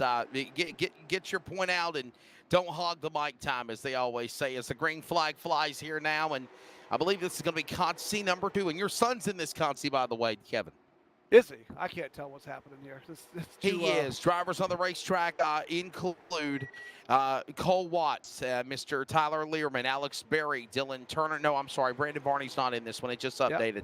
Yep. Dylan Turner, Charles Briggs, Stephen Allen, Chris Fortier, Logan Melcher, and Max Cookson, along with Ed Conley, Jacob Heathcote, and Arthur Jordan, Chris York, Noah Boucher. Those are your drivers that are in this Consi. Keep your eye on Cookson, starting deep in the field. We'll see if he can make his way up into a qualified spot. There is nobody more qualified in this iRacing gigs than he is. So, and I guess I'm going to have to kind of keep an eye on my co-driver, Jake Heathcote. He's going to be driving my mod with me this year, and we're going to share we're going to split the 14 race schedule down the middle, and he's going to do 7, and so am I. And probably neither one of us will finish anywhere other than last, but that's okay too. You right now watching these drivers. Watts out in front. Learman, Berry, top 3 are going to transfer into the Oxford 250. We got cars getting loose in the back. I think we just. Oh yeah, there it is. Yeah, we're going to go caution. 5 down and 15 to go, and we're going to go caution here. Couldn't quite see what happened, but several cars got together. Oh yeah, the 85. He comes, kind of gets down across the front of the 75 there. Takes the 11 up off the corner with him. They all go around, and 85 drives away. That's probably the 3rd or 4th incident he's been involved with here today. The old Sundrop car having a rough day. I'm a fan of Sundrop. I love Sundrop. I don't know if we even have it up here in Maine. Really? I don't know. We don't have a lot southern drink, I guess, right? We don't have RC Cola up here either. Are you a fan of Pepsi, Kevin? Oh yeah. I'm drinking Diet Pepsi right now. So listen, the new Peeps Pepsi is really, really good. I've never even heard of it. I'll have to check it out. It is the new Pepsi that has marshmallow Peeps in it. It's delicious. I don't Yes. know if I don't know about that, man. I'm just gonna take your word for that one. And yeah, I promise you, I've got about 2 of them right now beside me in the broadcast booth. They're really, really good. Today's Oxford 250 brought to you by Peeps Pepsi. Yes, sir. And payday candy bars. Yeah, I like those. I definitely like those. All right. Well, we're getting ready for the restart now. The conclusion of the first constant and Consi number 2 in the Oxford CM250. Kevin Varney, I'm Wesley Outlet. Adam Flieger, the man pushing the buttons on the broadcast. Charles Wooten, Jeff Stab now. Everybody that makes it happen for iRacing on LSRTV. The green flag comes back out. Here we go. We almost got a stack up going for the restart. The 3 wide into 1 there, Kevin. Yeah, it looks like Watts is out front. Lerman, Barry, and Dylan Turner is your top 4. So those are the ones to keep an eye on. But they are stacking them up deep in the back of the pack here. I'm not going to be surprised if we catch another yellow here before this is all said and done. Yeah, they're trying to hold their P's and Q's here somehow, some way. Consi number 2, top 3 transfer. You don't want to go to that hooligan race, man. That's honestly, and to be honest with you, the Maine Sim Racing Series, Kevin, I mean, they're trying to follow what is the real format that you guys do for the Oxford 250 in August. Yeah, and that's, I've talked to Sean a lot, and, he's trying to do exactly what we would do, and this is how it works, and it usually is determined when you have 5 heat races, you always have to decide if, we got trouble off turn 2 there, a couple of cars getting together. I think, no, we're going to go caution. You could always go 2 or 3 consies when you have 5 heats to begin with. Usually 2 is the rule of thumb, so I'm kind of assuming that's what has happened here. There's a look at the replay again of what happened. And put us back under the yellow flag. We'll show it from one more angle again. Yeah, it looks like the red, white, and blue car just got a little bit loose there in the 67. Just kind of had nowhere to go, and a little bit of, I guess the 67 might have started it initially, but there was a little bit of room there. And at Oxford, when there's room, you put the nose in and you go. There's a look at it again. Right now, top 3. Look at the transfer in include Cole Watts. And these drivers trying to hold on to their position here. My apologies. It actually just updated. Timing and scoring is cattywampus. If you're watching the broadcast, you're seeing the upper left of the TV monitor with the timing and scoring jumping up, jumping down, jumping up, jumping down. Well, I promise you, Kevin, ours is doing the exact same thing in the broadcast booth as well. So that's what we're seeing, and we're trying to pinpoint which car was which and where they're at. And by the way, I'm calling off of a TV. I'm usually, Kevin, used to calling off of a big 42-inch TV monitor for these races, and now I'm calling off of like a 16-inch laptop screen. So we're trying to make sure we get these car numbers correct. Learman, Allen, Conley. Those are your top 3 trying to transfer, and we're back underway. Allen on the outside.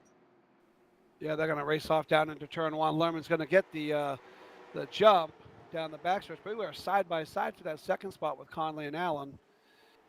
Coming to the halfway point this time by. 10 laps are down, 10 more to go. Lerman comfortably out front. Up on the outside there is the number 75, and he is digging for all he's worth to try to hold on, but it's going to be to no avail, I would say, at this point, as Dylan Turner kind of moves it. Oh, we have trouble up off turn 3 and 4. A couple of cars go around. Yeah, another multi-car accident here. We'll try to re-rack and restack them again, Kevin. These things happen. I'm about to be like Sean here in a second. Come on, guys, man, come on here. Well, these are one seriously of the last shit, and this is what it's like. One of your last opportunities to get into the big show, and you kind of got to do what you got to do to get there, and sometimes that just means accidents happen, as they say.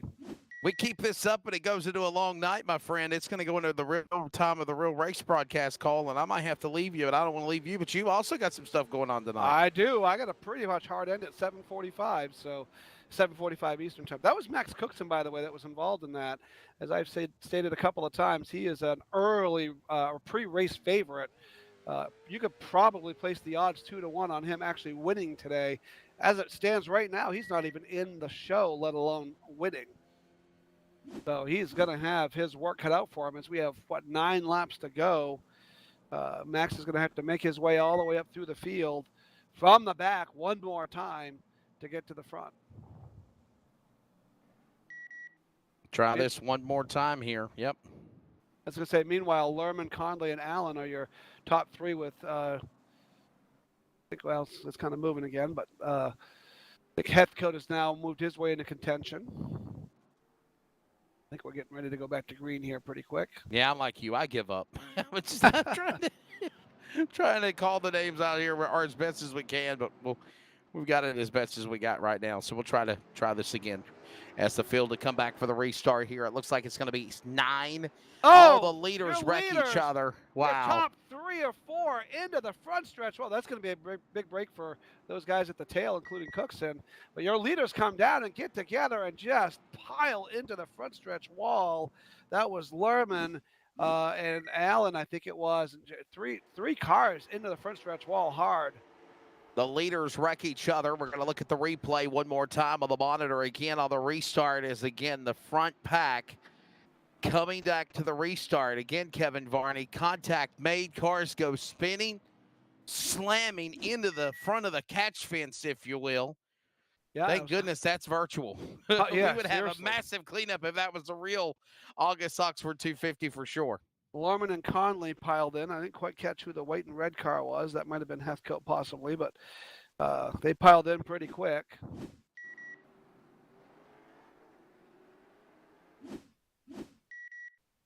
Trying to watch on my phone at the same time. Yeah, I thought we froze up here for a second. I think we're trying to go back into rewind here and look at what happened on the restart. Is we got a couple of cut about a half a lap ahead, and there it is. What happened right here on the restart? Here they come to the green, coming out of turn number 4. Did we have another accident after the accident on the front stretch? I think that's what they're looking at on the production truck, Kevin. Well, here it is. The here leaders it is right come here. Down, yeah, and they got, and that is the 19 of Dylan Turner, also another accomplished racer. He gets caught up in that as well. So 3 of your top 4 cars that are pretty much in the show have that was Tyler Lieberman and Conley. Yeah. Tyler Lieberman and Conley were the cars that were up in the fence, then the 19 of Dylan Turner. Pretty much, honestly, the top 3 cars that were going to go to the Consi, to the feature of this Oxford CM250, just took each other out, if you will, going on that restart. Yeah, big break for a lot of the guys in the back, like I was saying.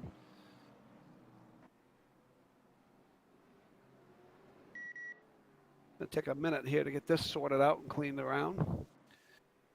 Scoring still showing those guys up front, at least on my end of scoring it is, and that might have been a no start, so yeah, it does look like it was going to be a no start. So lights are off on the pace car, Lerman, and so we're back to the original start, it looks like.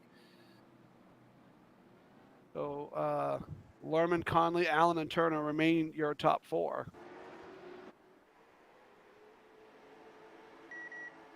And we go green flag as Lerman gets the jump. They're going to race hard for that second spot off turn 2, just about 3 wide down the backstretch. Conley trying to hold off a couple of hound dogs right there for that second spot. That gives Lerman an opportunity to get well away and to kind of cruise out by himself and on his own. He's going to pray that there's no yellows from this point forward. Yeah, you're back at it again. Here is we were just going back to green, and now we got another caution. Yellow flag is out again. Caution out over the speedway. Looks like the Sundrop car, and something off turn 2 there. Oh, Max Cookson went around off turn 2. That youngster having a very tough day.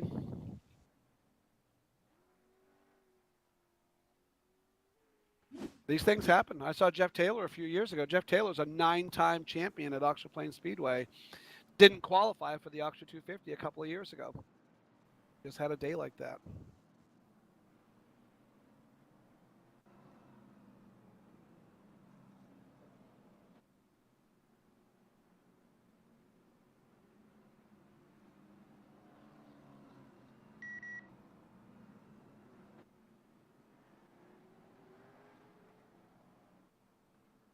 Seven laps to go in your consolation round. 4th caution of this particular race. Tyler Lerman continues to lead the way. Ed Conley there in second. Dylan Turner are I believe are your qualified cars so far. Steve Allen, Jake Heathcote, Logan Melcher, Chris Fortier, Blake Wallace, Cole Watts, Charles Briggs, all round out your field. Max Cook's in back there. Gonna have his work cut out for him.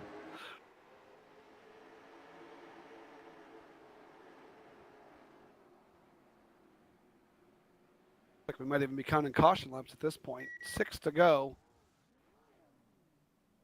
And it looks like, oh no, 7 now. 1 to go to green.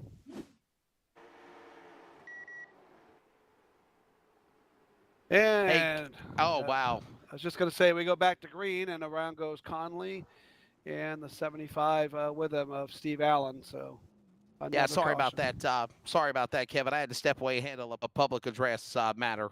As I am at a real racetrack, and things are livening up just before 5 p.m. Eastern time, and asking for people to get lined up and make sure you get pill drawed and make sure you go through technical inspection and you the rigmarole. Oh, we've done the whole deal a few times. And well, yeah, you're a man of many talents.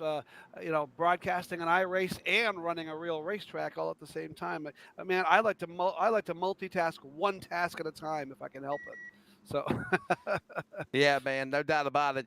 And by the way, in addition to that, the other business that I own as co-founder and president of Community Radio Network, in about an hour, about 30 minutes from right now, buddy, I also got to check in and make sure that the pregame show and the tip-off for a basketball pro league basketball broadcast goes well on CRN at the bottom of the hour as well. So yes, I do wear a lot of hats. I do the same. I work for our local radio station, selling some advertisements there too. So try to keep busy. It looks like we're going to go green with 6 or 5 laps to go.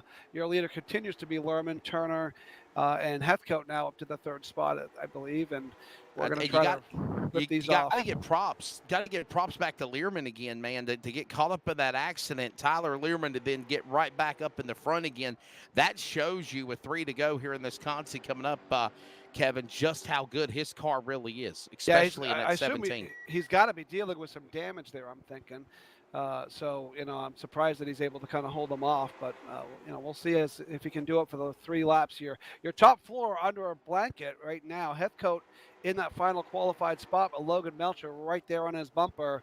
I know personally, if it's up to me to get into the 250, I'm sending the guy on the last lap. I'm going to wait to the last corner, though, so he can't get me back. So we'll see if he does that. We'll see if Logan does that on the white flag lap. Oh, we got another caution. Oh, my goodness. We're going back under caution again.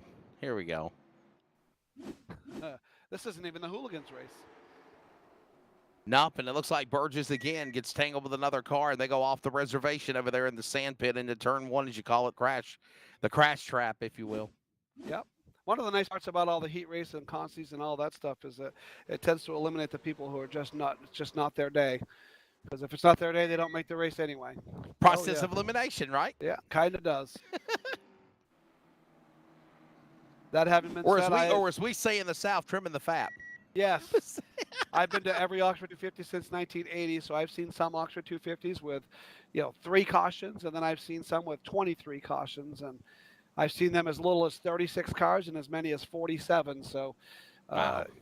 47 cars on this track is really not all that fun to watch because it just turns into a wreck fest. They really would start 47 cars for a last chance qualifier, like if they had no other choice. In 1987 they did that in the feature. Jeff Stevens won the hooligan race. The outlaw Jeff Stevens won the hooligan race. Started 47th on the field in the 250. Led at the halfway point to collect the halfway money, and then he wrecked about 4 laps later. But yeah, that was something else. Yeah, that sounds crazy, man. It was. 40-ish cars is plenty. 41, 42 is for a 3/8 mile is still kind of too many, but we make it work. Green flag flies, and we got a couple laps to go here. And we're single file. Hopefully that'll make it go to the end of Concy number 2. Yes. Concy 3 coming up next. Yeah, you got that your top 50-lap last chance race. Yep, got your top 3 down the backstretch. Tyler, Lerman, Turner, and Heathcote coming to the white flag. We'll see if Logan Melcher puts on a move as they take the white flag. Oh, we're gonna go down into turn 3. Your leader gets a little wide. We're gonna be side by side up off turn 4. He does hold on for the win. Your top 3 remains. Yep. And then may he goes off qualify. track and he flips the car in the sand pit. Probably did that on purpose. Noted non-qualifier Max Cookson, still not in the show. Wow. That There's is your results, of course. that is akin to Kyle Busch not qualifying for the Cup race. Yeah, I that's don't definitely know if we have any provisionals today. I didn't ask that question. Typically speaking, we do have some past provisionals and things like that, but I don't know that there's actually any for an iRace. Well, it looks like we're getting these drivers back on track here. And I think we're having a warm-up session, if you will. So this is a warm-up session. Well, let's give us a chance to step away. We'll take a break, and when we come back, we've got the, if you will, continuation of the Concy races.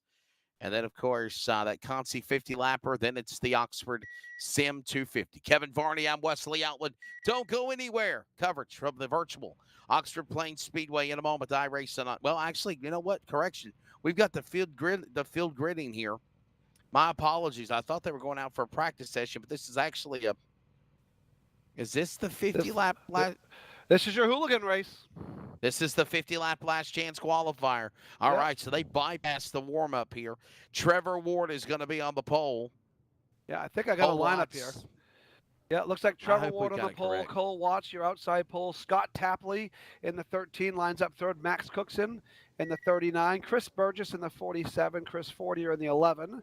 The 16 will be Nick Rieberg, the 85, Charles Briggs. Alex Berry will go off from the next spot in the number 67, Kevin Cross in the number 2, Arthur Jordan in the 4. Jason Ricker got a long ways to go in the number 9, and Phil Richardson in the number 307. And looks like Ed Conley. Oh, yeah, there we go. Ed Conley in the 111. Steve Allen in the 75. Should be your field there. 50 laps is going to be the distance. I believe only your winner is going to transfer. Is it going to be Scott Tapley? Can Trevor Ward hold on from pole? How about Max Cookson? How about can Jason Ricker make his way up from the back of the field? Jason's a pretty accomplished iRacer. Chris Burgess, a pretty accomplished racer. A lot of guys in here that got some work to do. So the hooligan race is upon us. The last chance qualifier. It is 50 laps. One driver is going in. The sparks are going to fly here. I have to say there's going to be fireworks in this exchange. No doubt about it. There will be fireworks, no doubt. There are, and one of the things you don't want to be is the leader with 2 laps to go with second and or third on your bumper. We are green flag racing already. Oh, no. Yeah, they're not wasting no time as the green flag flies. The last chance qualifier for the Oxford Sim 250 is underway here, and they work to the back straightaway. A field of 20 hungry cars now taking one to the feature, and that is it. Yep, Ward gets the early jump, but don't look now. Here comes Max Cookson up to that second spot. The rookie phenom out of Pittston making his presence known, roaring up the outside. He is already side by side with Trevor Ward for the lead. And Kevin, I got to step away, buddy. I'll be right back, bud. You go right ahead, my friend. I'll keep calling the action. Ward doing everything he can do to try to hold off Cookson, but Cookson probably going to prove to be too much. They are still side by side, however. Cookson does have the nose out front. Ward trying to hold on tight. And farther back in the pack, Jason Ricker trying to make his way forward, along with Scott Tapley, Alex Berry, Kevin Cross, Charles Briggs, all trying to race their way in at this point. Side by side for the lead. Now, Cookson does have his car all the way out front. We'll see if he can come down across the front of the 26. Oh, around goes Ward. That gives the lead fully to Max Cookson, and that might be the pass for the win. We are going to stay green as Trevor Ward drives away. Cookson now enjoying a 3-4-5 car length lead over Cole Watts, Scott Tapley, Nick Rieberg, and Jason Ricker now up into the top 5. But it might well be all over but the crying at this point. Green flag is the name of the game. Still 50 laps is a long ways to go. You can certainly be affected by things like tire wear and even driver fatigue at this point. You've been on the racetrack for a couple of heat races or a couple of consies, and at this point, if you're this far in the game and you're not in the show yet, you're having a pretty crappy day. So you got one chance to make up for it, and this is it. 9 laps in the books already. This race going off without a hitch.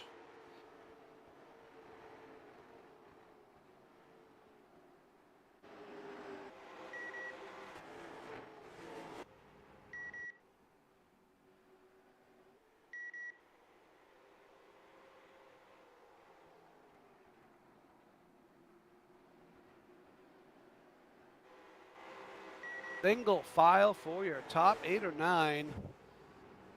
The biggest side-by-side action is farther back in the pack. You're going to have to start making your way to the front if you got any hope at this point.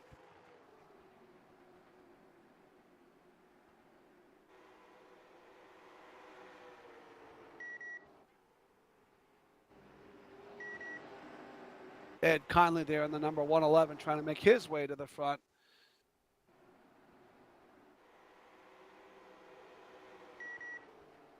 Cookson is your leader.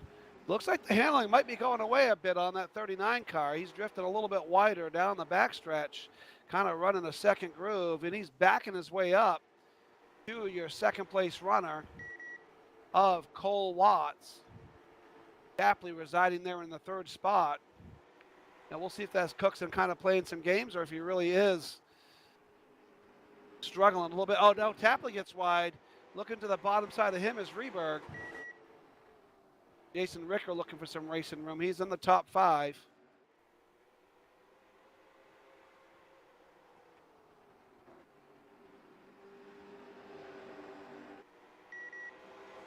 Cookson enjoying about a 3-car length lead now as we log lap number 16 of 50. Now Rehberg gets the position on Scott Tapley down the backstretch. Tapley acquiesces to the faster car on the bottom line. Rehberg, your new 3rd place runner. Ricker not able to capitalize. That's going to give Tapley an opportunity to tuck it back down in and retain the 4th spot, keep himself in the running.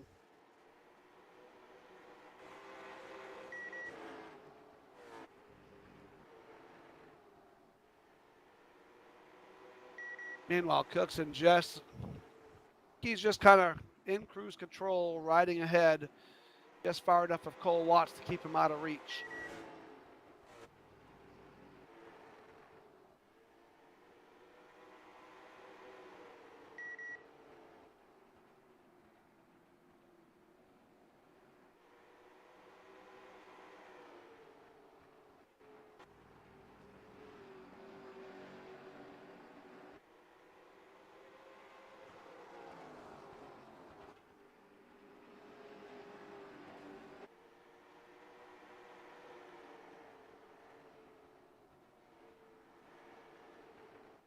Hey, Kevin, I'm back, man. And right now we're working into this Consi 50 laps that is here in Consi, the last chance qualifier.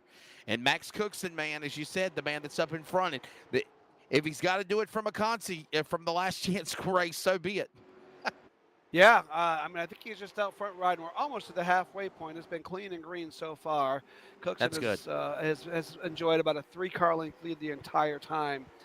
And I suspect he's just kind of riding there and maintaining his lead because, as I've said a couple of times today, no one, Cookson is as good as anyone on iRacing and anyone in the nation. There's only a few guys that I know can even keep up with him, and they're not in this race. So he was definitely my early race favorite.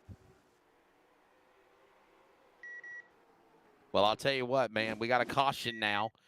Go figure, man. I stay away. You handle it. Caution free. I come back. Caution comes out. Yeah, I'm seeing something. And Birch is around. And the 85 goes around again. That's that Sundrop car we were talking about. Charles Briggs for sure. So I'm not sure who Charles Briggs is, but I think it comes a point in a day when it's not your day, and you retire early. Take the advice of the sponsor on the car. Have yourself a nice Sundrop and kick back on the rocking chair on the outside on the front porch. Years ago, we raced in a big go-kart race when my son was doing go-karts, and they had a zip tie rule, where if you spun out, you get a zip tie on your cage, and if you got 4 zip ties, you were gone. Well, my son was just not having a very good day, and spun out 3 times in the you know, first half of the race, and he came in for a pit stop, and that wasn't all his fault, but he came in for a pit stop, and I said, load it up. And he said, "Why? Car's fine." I said, "Because we're not going to be that guy that gets the 4th zip tie and gets thrown out of the race." So we ended our day early and called it good. Kevin Varney in the house with us. Of course, you know that voice at the Oxford Plains Speedway from the annual Oxford Plains 250 and throughout the racing season. Driver, teacher, announcer. Joining us, I'm Wesley Outland. And of course, we are down to the final preliminary before the Sim Oxford 250 for the Maine Sim Racing Series. iRacing on LSRTV. Max Cookson is the man that leads the way right now in the car number 39. And again, it's been a roller coaster ride. Struggled in the heat race, had problems in the Consi, and now there's just one more opportunity to get into the dance, and he's got to do it from this Consi last chance qualifier. And right now he's in P1 as we get ready, Kevin, to go to a restart. Yeah, I think I'm sure he's quite capable of pulling this off. This is the only time he's really going to have to worry as we go green flag. I got a feeling he's going to maintain his lead the best that he can, and once he gets away, he's just going to maintain that. So the field works to the back stretch into turn number 3.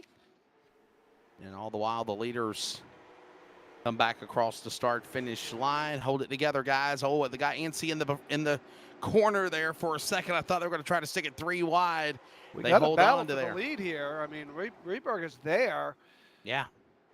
They are side by side. Cookson gives him the bottom line. Rehberg is on the bottom. We might well have us a new leader here. We come up off turn 2.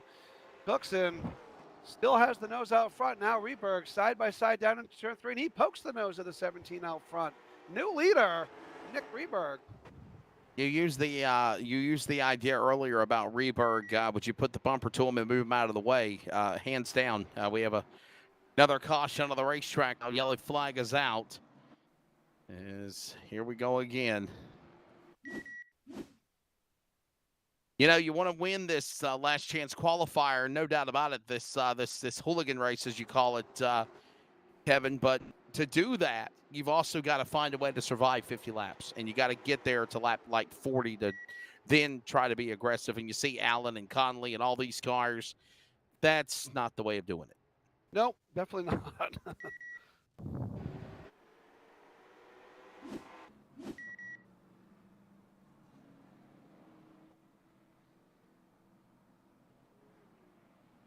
So under a yellow flag again, we'll try to work on resetting one more time.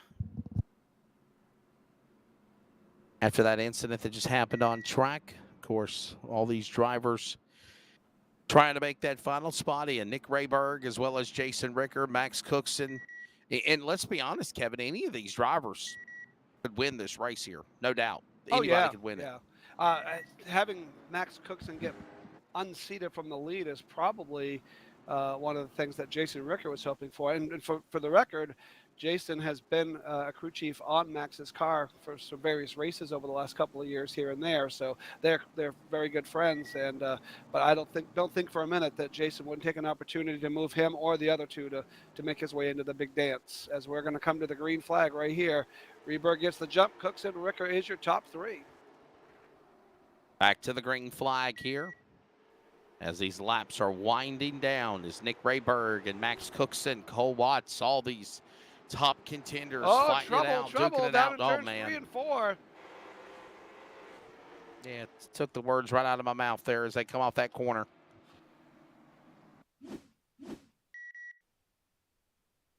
Cars everywhere. Is that Tapley that's going around there?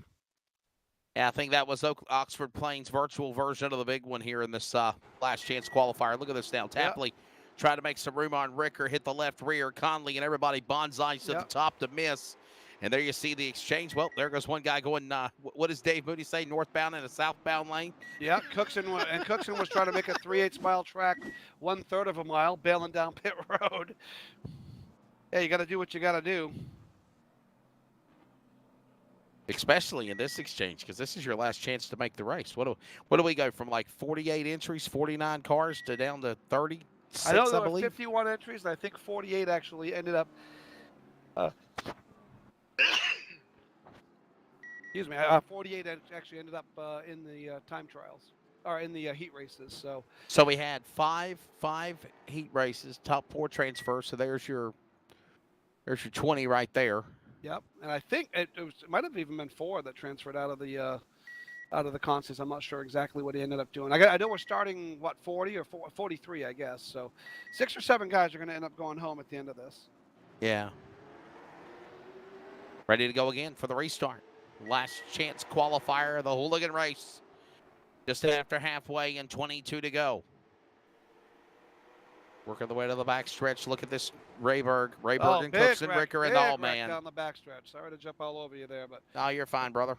thought I saw Tapley go around and several cars around down the backstretch, and these are the things that can happen in a hooligan race. Can you say retaliation, maybe? It might have been.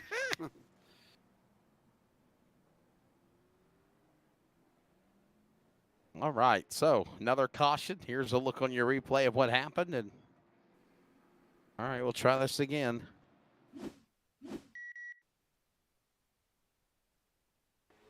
Yeah, I saw Tapley went around and cars just scrambled everywhere, and yeah, that happens. Cars go left, cars go right, and you just hope that you pick a spot nobody's at. So we'll try this again here. Another accident. Big thanks again to Beach Ridge Barbershop, the American Canadian Tour, the Maine Sim Racing Series, mainly Douglas Heating and Air Conditioning. Yeah, that's Mike Harnish. He's quite a guy. He's the excellent guy that sponsors this series all the time. He's the guy to call if you need any help with your any ductless heating and air, any of that kind of stuff. Call Mike Harnish at mainly ductless heating and air. We are green flag racing with just a few laps left here, or 20 to go. It is 20 laps to go. 30 laps into the last chance qualifier. We're taking one driver into the Oxford Sim 250. And the field works their way off the corner back out of turn number 4, back to 1. Rayberg, the man leading. Cooks and Ricker. When do you make your move? When do you get impatient and bump and run somebody, Kevin, as they go to 3? Lap 49 and 3/4. I'm going to rail him going down into turn 3, and I'm going to hope like heck I make it back to the start-finish line before the guy in 3rd place. Actually, the guy in the catbird seat may well be Jason Ricker. I know that, we got trouble. Oh, my goodness gracious, that was close. Oh, wow. I know that I would not want to be leading this race on lap 49 with young Max Cookson in my rearview mirror on my bumper, because I can tell you I know what would happen going down into turn 3, and I might want to be Jason Ricker in that particular moment in time. So my question is, the Oxford 250, we got trouble again in the back. A couple of more cars turned around. Come on, guys. Don't you think that in your head sometimes, Kevin Varney? In real life or reality, you just get a wreck fest and you just think to yourself, come on, man. I'm not one to have much of a filter in the booth, so I sometimes just say it. I told you before, like I got my start by accident, and literally by an accident. Because of the accident, I got my start announcing, and Yeah. I'm not officially trained other than doing some college DJ stuff. I always make the joke that I have a voice for print, but yet people still pay me to talk, and I don't know why, but it's I have fun doing it, and I mentioned earlier I'm a teacher. I do a lot of marketing and stuff. I do stuff that I love to do.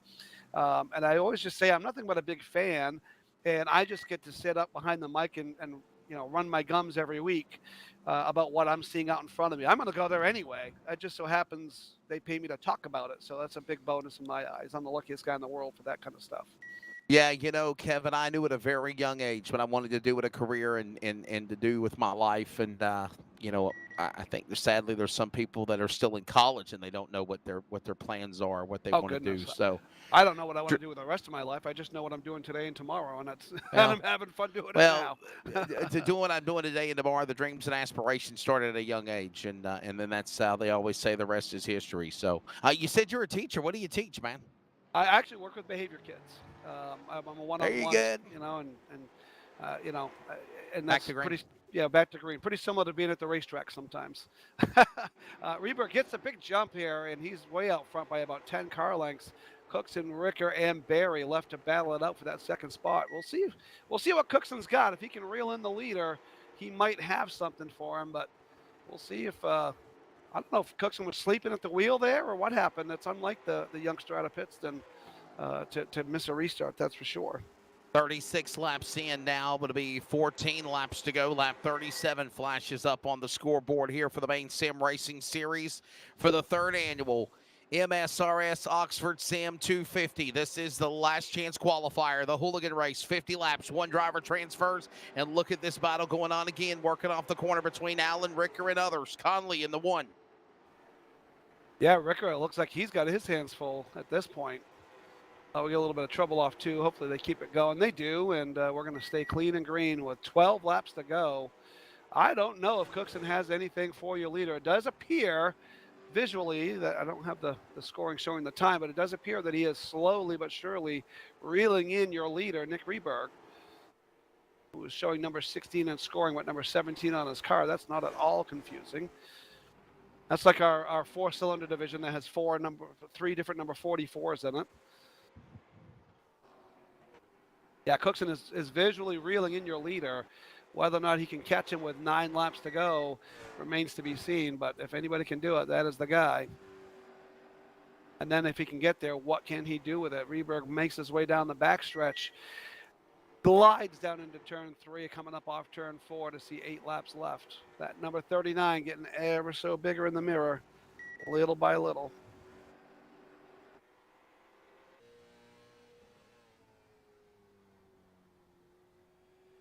In car of Max Cookson here. Get to show the master at work. Oxford being such a tricky oval. And look how quiet Max's hands are. That is not a normal thing that happens. It's I like that, Max. Oh, yeah. Is he fighting the wheel, Kevin? Do you think is it abnormal? What's going on there with the steering wheel? My guess is he's probably a little bit tight, but he's such a smooth driver. And not really. Oh, he's there. He is at your leader. He knows what he wants in a race car.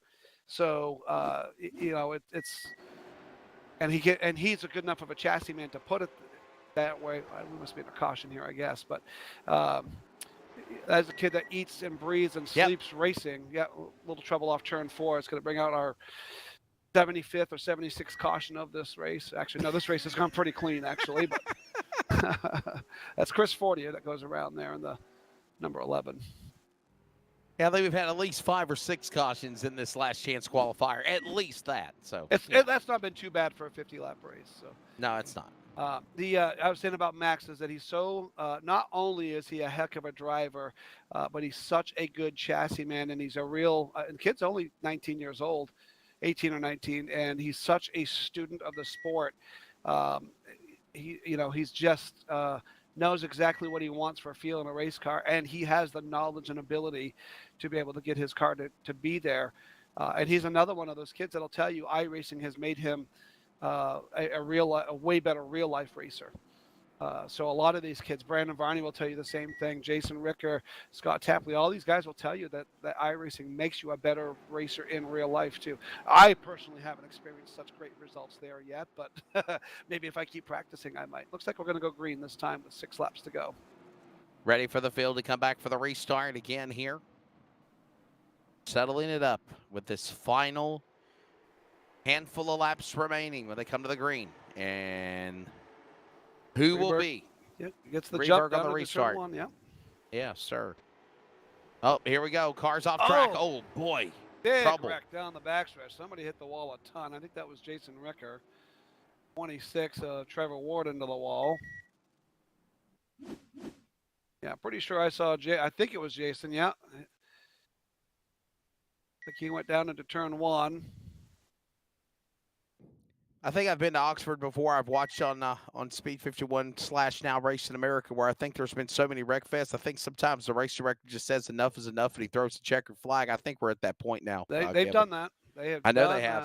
that. Oh yeah, yeah. A little contact from the guys in the lower lane, and Jason just nowhere to go, and up off over the quarter he goes. And once you get in this position, you're going to hit that wall, and then you're going to hit it a ton, and he did. Jordan Russell did that in real life last year, completely demolished his race car. A couple of guys have done that. Oh, and around Scott Tapley goes. Another bad day.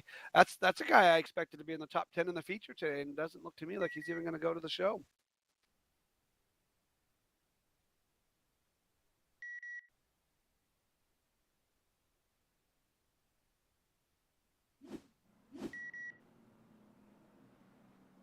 All right, so we're back under the yellow flag here, and again, as Kevin mentioned, we're down to what will be the final 5 laps in this race. Yeah, 5 to go. Reberg, Cookson, Alex Berry now, your second row with Kevin Cross, Conley Watts, Burgess, Trevor Ward, and we're underway. Back for the restart here at the virtual official page of Oxford Plains Speedway. That's a mouthful, isn't it? It Reberg is. gets the jump, and the 67 of Alex Berry going to get the jump on Max Cookson. It is not going to be Max's day. This is groundbreaking news for him not to be in the show. The race isn't over yet, but caution again. Oh, man. Can't seem to get to the end of this still here. Here's a yellow flag with 3 to go.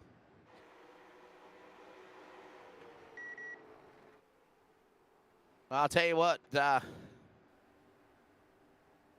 think the Oxford 250 caution laps count. We better have it count. Hopefully we have a long green flag run, right? I mean, come on. It doesn't typically, but we'll see. I don't know what the race director. That's right. The Oxford 250 is green flag laps only. You're right. It is. In the history of the 250, it has been, an independent race. It's been a NASCAR race. It's been an ACT race, a pass race. So it kind of all depends on what sanctioning body has controlled that race at that moment as to what they'd like to do. But right now, under Pro All-Star Series rules, it is a 250 green flag laps. That's right. Which means I'm assuming this is the case with Virtual World as well. Pit stops will come into play at some point. But we'll talk about that when we get to feature time. What do they got, Kevin? Twin 150s at Hickory next week, don't they? The Pass and Series starts its year with twin 150s. You got the St. Patty's 150 on Friday, and then you got the Easter Bunny, which I think is like the 18th or 19th annual Easter Bunny on Saturday.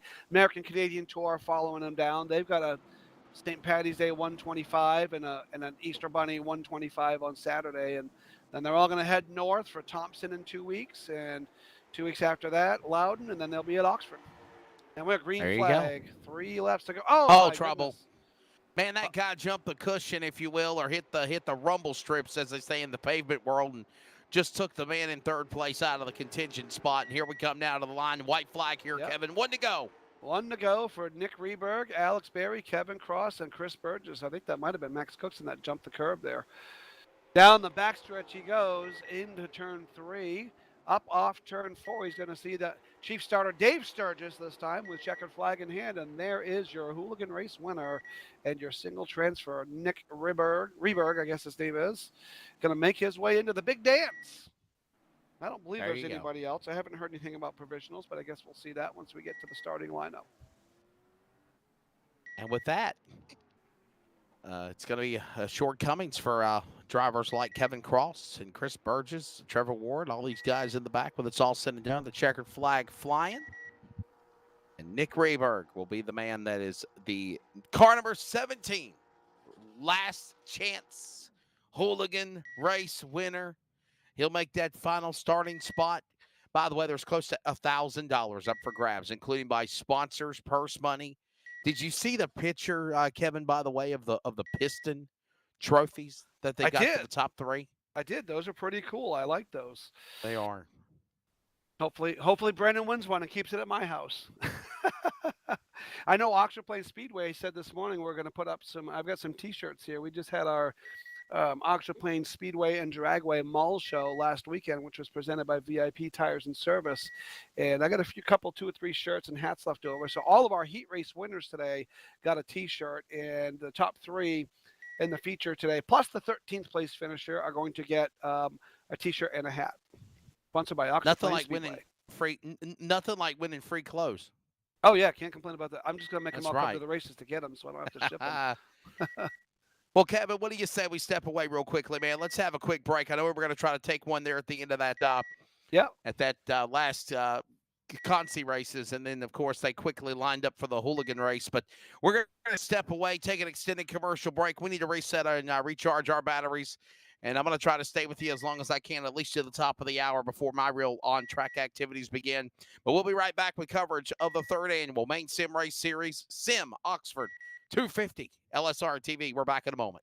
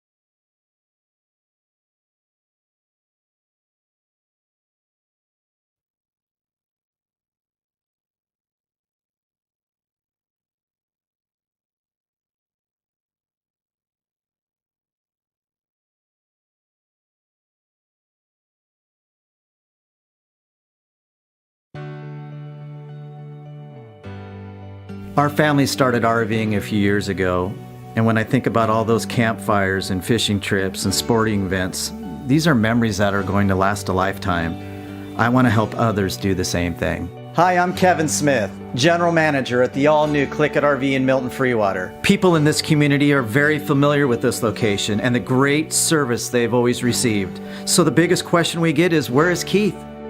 The great news is, Keith is still here. I've seen a lot of changes. I've seen a lot of things come and go. Through all the changes that we have seen, one thing that has not changed for us is the quality of our service. Buying an RV is a big purchase, but it should be a fun and happy experience. So whether it be in sales or service or parts, our mission is simple: be the best. From our team here at Click It RV in Milton Freewater, we invite you to come down and experience the difference.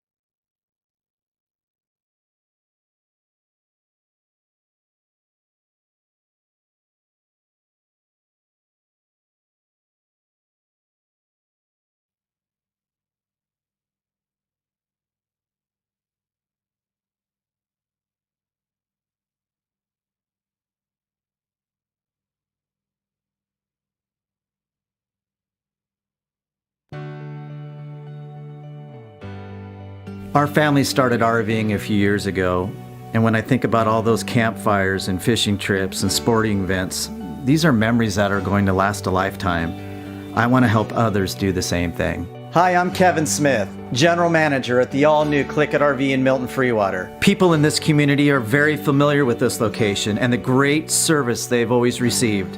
So the biggest question we get is, where is Keith? The great news is, Keith is still here. I've seen a lot of changes. I've seen a lot of things come and go. Through all the changes that we have seen, one thing that has not changed for us is the quality of our service. Buying an RV is a big purchase, but it should be a fun and happy experience. So whether it be in sales or service or parts, our mission is simple: be the best. From our team here at Click It RV in Milton Freewater, we invite you to come down and experience the difference.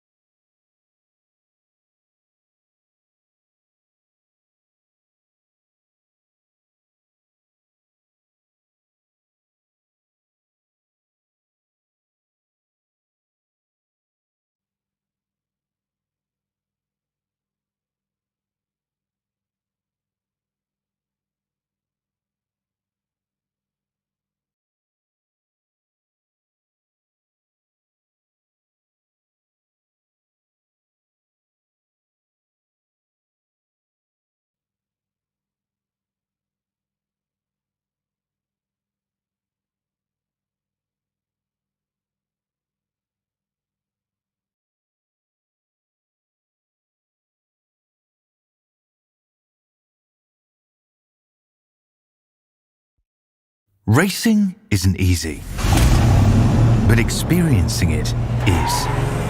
iRacing puts you in the driver's seat with the industry's leading sim racing game. Drive on laser scan replicas of the greatest racing circuits from around the world. Go head-to-head against other drivers chosen by skill-based matchmaking to ensure competitive racing at every level. Compete across all your favorite series. In officially licensed cars, engineered to deliver the most accurate driving experience possible.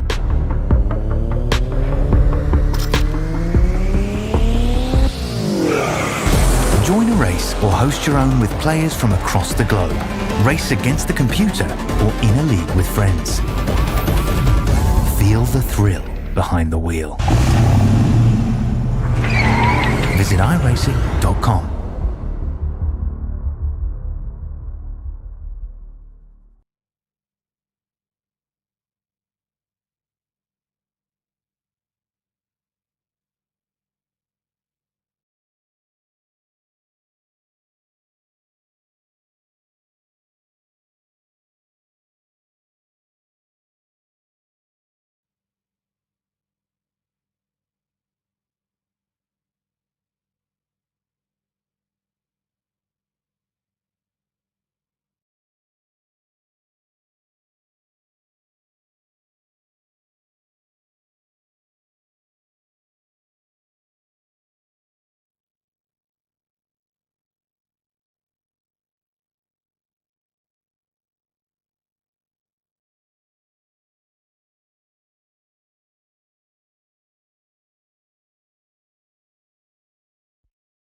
Racing isn't easy, but experiencing it is. iRacing puts you in the driver's seat with the industry's leading sim racing game. Drive on laser scan replicas of the greatest racing circuits from around the world. Go head-to-head against other drivers chosen by skill-based matchmaking to ensure competitive racing at every level. Compete across all your favorite series. In officially licensed cars, engineered to deliver the most accurate driving experience possible.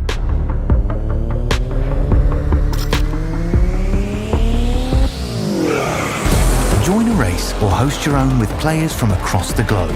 Race against the computer or in a league with friends. Feel the thrill behind the wheel. Visit iRacing.com.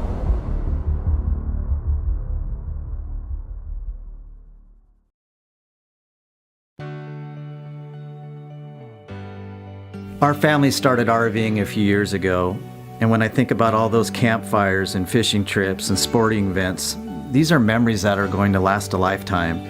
I want to help others do the same thing. Hi, I'm Kevin Smith, General Manager at the all-new Click It RV in Milton Freewater. People in this community are very familiar with this location and the great service they've always received. So the biggest question we get is, where is Keith?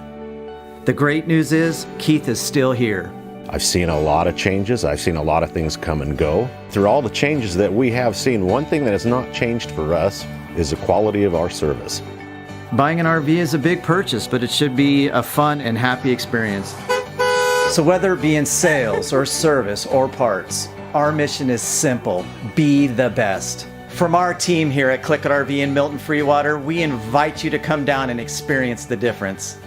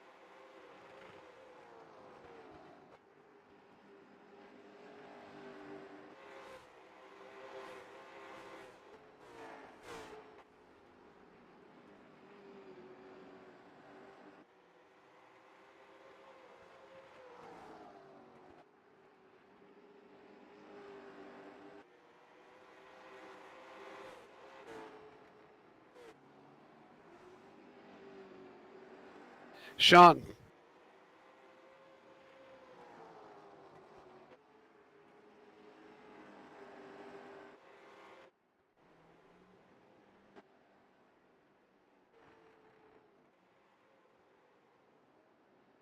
Welcome back to coverage of iRacing on LSRTV. Our coverage continues of the 3rd annual Maine Sim Racing Series event. That is, of course, the User was moved out of your channel.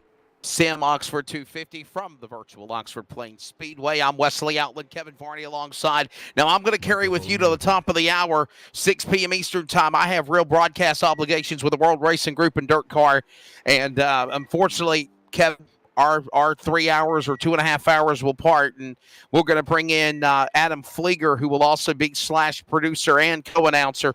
And well, we've trimmed the fat, if you will. Everything has been whittled down to what, 40 cars, and now we're getting ready for the virtual 3rd annual Oxford 250. What's your thoughts of everything so far for the day? Well, I think it's going to be a heck of a race. I'm hoping for I'm hoping all 43 drivers remember to be patient, and you certainly can't win it in the first 50 laps, but you sure as heck can lose it. So you know, if they kind of keep that in mind, you know, we should go relatively smooth for the first half of the race. If we don't, then well, it might be one of those races where I have some commitments after about 7:30. We might be without an announcer after that. So make poor Adam Flieger have to call the races as well as doing the production and everything all by himself at the same time. I hope that doesn't happen. No doubt about it. As right now, rocking and rolling, of course, with our final preliminaries. They're doing their final on-track activities before the 3rd annual Oxford 250. And again, we want to get everybody lined up into position, ready to go, and we are set for what will be 250 laps. It's going to be over $1,000 going to the winner of this iRacing extravaganza. That is the 3rd annual Oxford 250 here at the Oxford Plains Speedway. And without further ado, ladies and gentlemen, here is your official starting lineup for the 3rd edition of the Maine Sim Racing Series Spectacular. Devin Landry is going to be the man on the pole of the number 40. Ben Nile to the outside, row number 1. Dominique Curran in row number 2 to the outside is going to be Ben Burgess. Row number 3 will find David Greenleaf and Corey Bubar. Row number 4, Mario Ercolani and Jack McKee. Noah Boucher, Rick Thompson will make up row number 5. There's your top 10. Tyler Jordan in the 29, and the 21 and Jake Plummer, row 6. Row 7, Blake Timmons and Brandon Varney. There's your son there, Kevin. He'll start 14th. Kyle Mooney and Matthew Gain will make up the 16th, 17th spots. Nathan Barth and Cleason Smith also in the lineup. There's your top 20 with PJ Merrill and Brian Conover. Now we're just going to quickly run out the names from the back of the pack from the top 20 on back of the 32 starters, including provisionals and consi winners from the series winners of this race in the past or by the series points of the year. That includes Tyler Learman, Tyler Conley, Jacob Heathcote, Logan Melcher, Nick Morton, Nick Rayberg, Max Cookson on provisional, Jason Ricker, and Scott Tapley of those drivers, along with Chris Fortier and Lloyd Brown. So there you go, Kevin Varney. There is the drivers for the starting lineup for the 3rd annual Maine Sim Racer Series, Oxford 250, 250 green flag laps. The Piston Trophy's on the line, over $1,000 purse. There's lap money up every lap. There's money on the line. Man, this is going to be really, really fun, no doubt about it. Should be a heck of a show. Since the first time since 1977, we've had a driver sold his starting spot. Chris Fortier is going to be starting in place of, and I can't remember who it was, but we are green flag for 250 green flag laps. Getting the early jump down the backstretch is Devin Landry, Ben Nile, Dominic Curran, and Ben Burgess follow in line. Hopefully to rattle off a few laps here right away and see if we can't get a few laps under the in the books. Out of the box here. But Devin Landry and Ben Nile, your early leaders. Single file. Lap number 2. Yep, yeah, 250. I'm sorry about that, Kevin. We're stepping on one another. Single file again with the opening go. It's going to be the man out in front, of course. The key is with now Ben Nile, Devin Landry up in the front, you want to knock off the green flag laps. Am I right, Kevin? You want to get a nice 65, 75, maybe 100 lap green flag run here. Yeah, that would be good. Devin Landry just busted off the fastest lap of the race so far at a 15.32. You can't win it in the first 50 laps, but you sure as heck can lose it. So if you just kind of mind your P's and Q's and kind of take the opportunities when you get them, don't push too many issues, you can kind of log some laps. It sounds kind of silly to say when it comes to short track racing, but 250 laps is a long ways, and a lot can happen in that amount of time. I've seen guys start last and be leading by the halfway point, but they don't do that by being a bull in a china shop. They ease their way through the field, and the one that's going to be interesting to see is how Max Cookson deals with that. Young, aggressive rookie has been known to use his bumper when need be, and he started shotgun on the field by virtue of being a past winner of this race. He got a provisional, as did Scott Tapley and Jason Ricker. They got points provisionals, or as I said, head tech and race director provisionals to make the field. That third annual Oxford 250 now about to work about 10 laps into this event. Devin Landry is still the man that leads the way. Again, this race, 250 laps on this 3/8 mile. Ben Niles second, Dominique Curran third, Ben Burgess, David Greenleaf top 5. Everybody just kind of, for the most part, out of 51 entries to the 48 attempted starters this Saturday evening, are minding their P's and Q's. They know this, no doubt, Kevin, is an endurance race. To win, you must be there at the end, and they are knocking these laps off one by one, single file. Yeah, you got your first 10 laps in the books. So we are 1/25th of the way complete of your Oxford 250. Third annual, mainly deckless heating and air, virtual Oxford 250. Devin Landry, your leader. Ben Nile riding there in second. Your top three, pretty much Dominic Curie, they're pretty much content to log some laps. In fact, I'd say the same thing about, looks a little bit about the top 15 or so, content to kind of sit there and ride. And you got to look a little further back in the field to find any side-by-side action. Max Cookson, Scott Tapley, Jason Ricker, all towards the back of the field, try to inch their way to the front.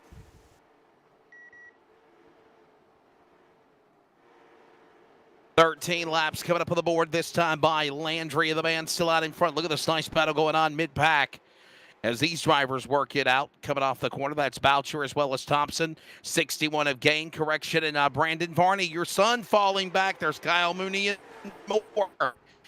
Yeah, 15 next time to go. Brandon and Kyle used to race go-karts together on that little oval that you see down the backstretch right there that they're going by. So they're no strangers to racing together. They're behind the lumberjack, Matt Gain, in the number 61, one of Maine's legendary street stalkers. He's been around the racing scene for a long time. Brandon Varney actually happens to be the all-time go-kart wins leader at Oxford Plains Speedway too, but Kyle Mooney isn't too far behind him. So those two have had lots of battles over the years. Back up front, Devin Landry continues to lead the way. He's clicking off laps in the 15.2, 15.5, 15.6 area, lap after lap. It'd be interesting to see how the lap times fall off as tire wear becomes a factor. Yeah, again, right now watching to see what these guys can do is 17 of 250 on the board. One of the things we didn't really hit on that much throughout the preliminary races, if you will, Kevin Varney, was the weather. The virtual weather here tries to mimic what it is right now. It looks like it's kind of like later on in the afternoon of the day, and it kind of is going to try to follow that same type of format where basically you're going to race into the nightfall. Night settles in when the race finishes, kind of like from dusk until the night. And usually, that's the way the Oxford 250 feature ends on Sunday night whenever you run in August. Yeah, it usually starts in dusk area. The sun's out, and but it's kind of falling behind the trees there, and then by the time you hit the halfway point, the lights are coming on the racetrack, and at the end, not that it goes on for hours and hours on end, but traditionally speaking, it kind of starts in the late day and ends at night, which makes it very, very tricky. You end up with a lot of comers and goers. And by the way, we are in the lap traffic already. A couple of cars went down a lap there a couple of laps ago already. And that happens pretty often with this many drivers on the racetrack. Devin Landry setting a torrid pace. So he's going to be approaching lap traffic very quickly. So again, right now, 22 laps on the board in this event. That is the third annual MSRS, which stands for the Maine Sim Racing Series, presented by Maine mainly heating and air, mainly Duckley Heatus and Air Conditioning. Thanks again for him. Beach Ridge Barbershop, all of the sponsors we've had all year. And Devin Landry is right now the man leading at 25 laps into this event with now 2:25 remaining. Long way to go in this race, but again, you just got to pace yourself to be here at the end. No doubt about it. Yeah, there sure is a long ways to go. And I'm trying to tell up front there, is that Max Cookson that Landry's approaching? Those two have iRaced a lot over the years, and two very tough competitors. Again, another story to be putting Max Cookson down a lap this early in the 250. To do that, that's a big player. Maybe I'm putting too much stock in the young driver out of Pittsfield, but usually he's as good as they come in this stuff. So I'm a little surprised to see him running towards the back like that.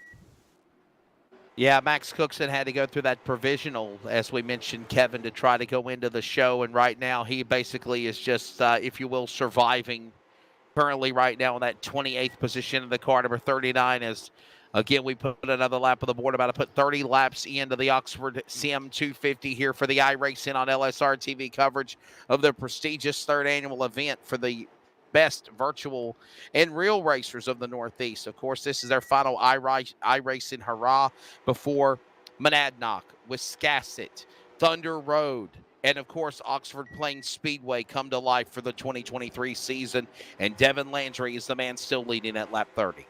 Yeah, if you're really anxious to see some real racing, Pro All-Star Series kicks off their season next weekend at Hickory Motor Speedway. Oh, we're under caution. We are under caution. Let's see what happened here.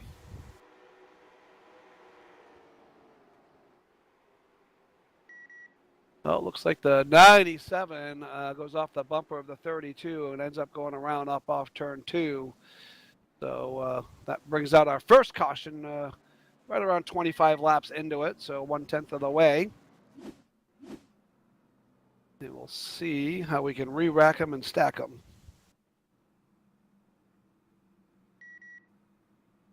That'll tighten up the field. Kind of a big lifesaver for Max Cookson there too, so he didn't go down a lap. Well, Kevin Landry, buddy, it's been an honor, my friend Kevin Varney, joining you in the booth for the last couple of hours, man. Unfortunately, it's time to get to real business on the racetrack. Adam Flieger is going to come in and handle production, and joining Mr. Kevin Varney for the rest of the way is J.R. Nods, Kip Thompson, and myself will have the dirt car racing coverage of the Icebreaker.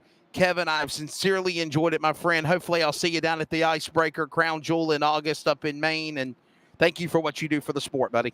I appreciate it.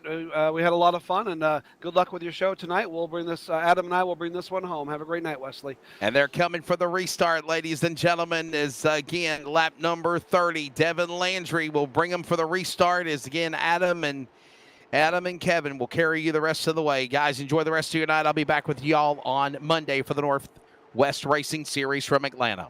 You too.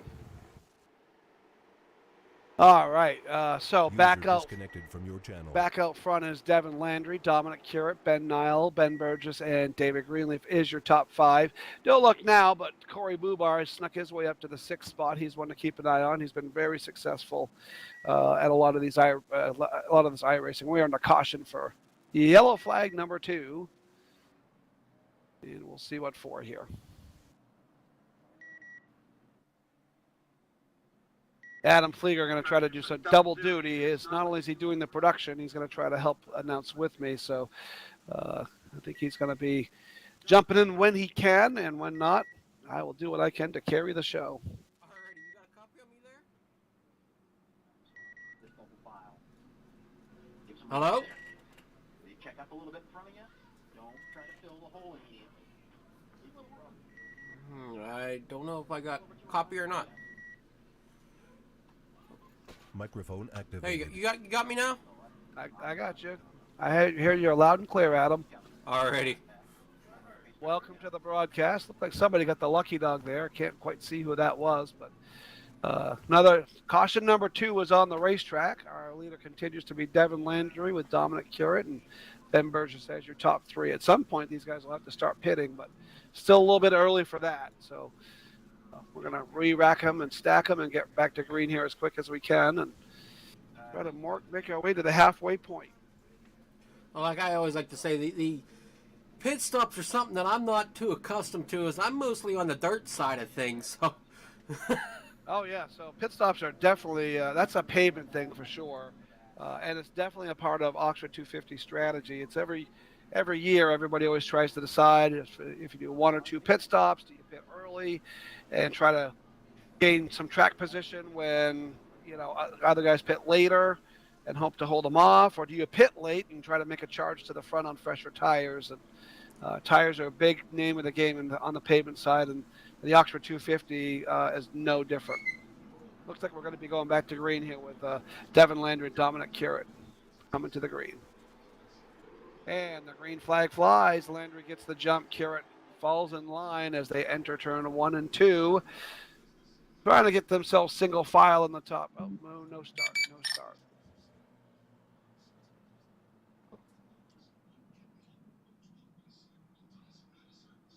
And they're under caution again. Yeah, I think that was a no start, potentially, or not sure what they threw the caution for again, but. Do we need to stop this to let the pace car by?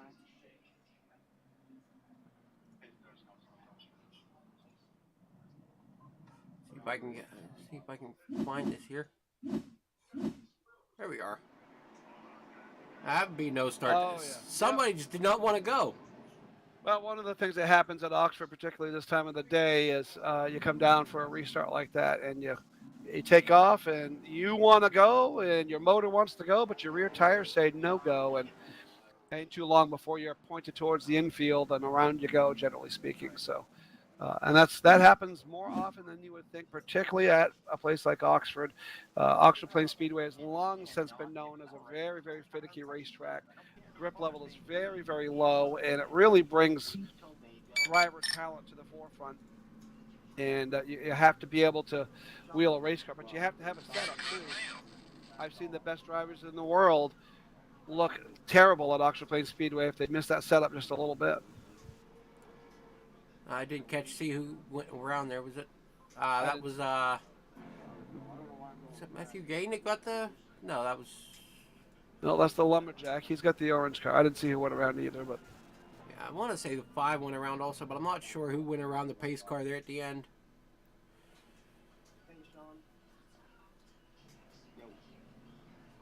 There's Max Cookson, still residing towards the back of the field.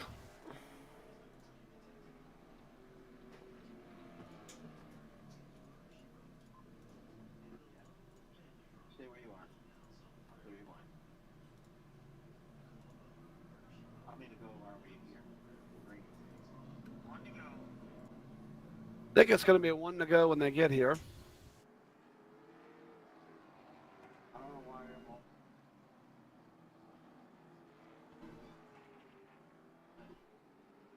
Oh, where's...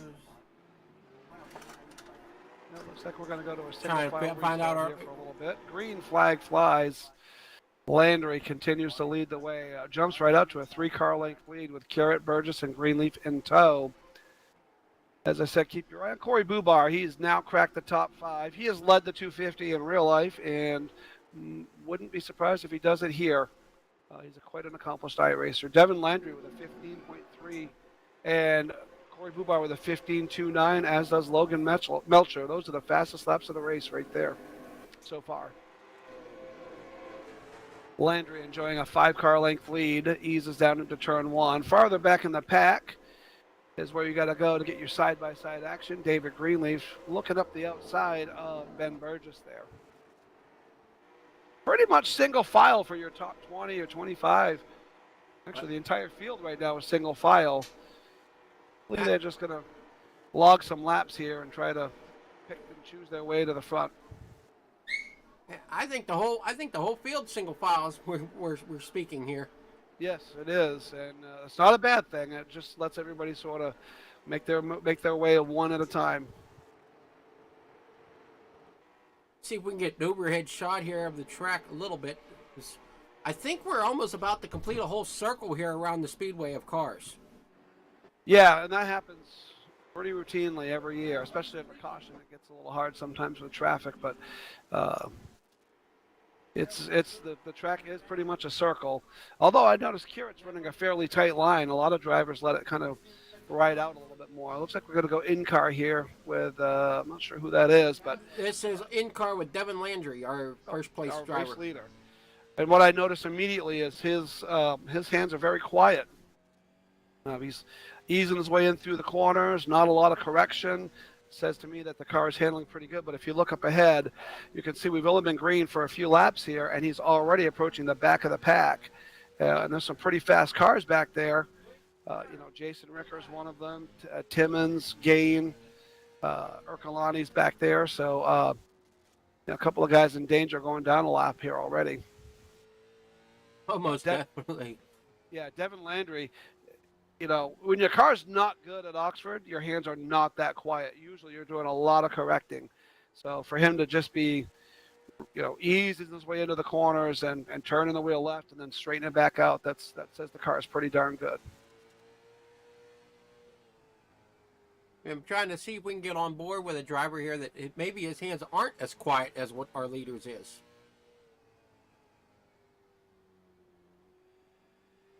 Maybe that's just me when I drive. That could very well be the case. Devin Landry continuing. We're on board with Kyle Mooney now. Kyle Mooney's a little deeper in the pack. You can see his hands are pretty quiet though as well. We got a caution. Third caution of the feature displayed onto the racetrack now.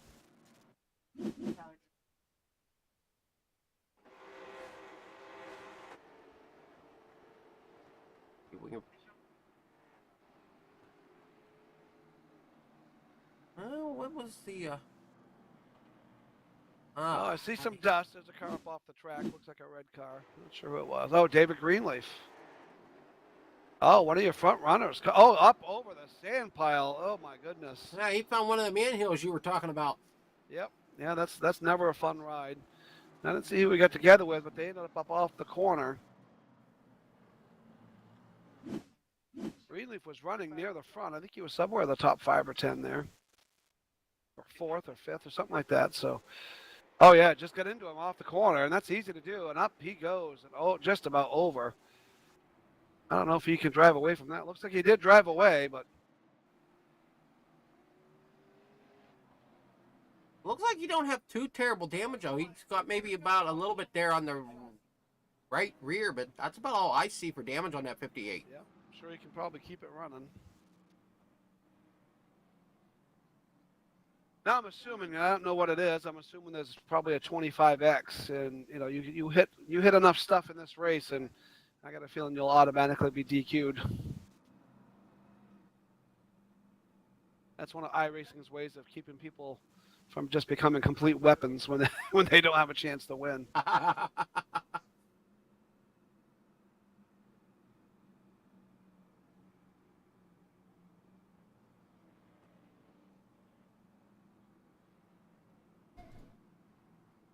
So Devin Landry is going to continue to be your leader. Now he's racking up the lap leader. I think I read somewhere that this pays $1 a lap. So it's certainly in his best interest to keep on leading here and putting some money in his pocket. Nobody's getting rich doing iRacing, but most of these events don't pay a single nickel. So to put anything in your pocket is a cool thing. Lucky dog that time looked like the number 5.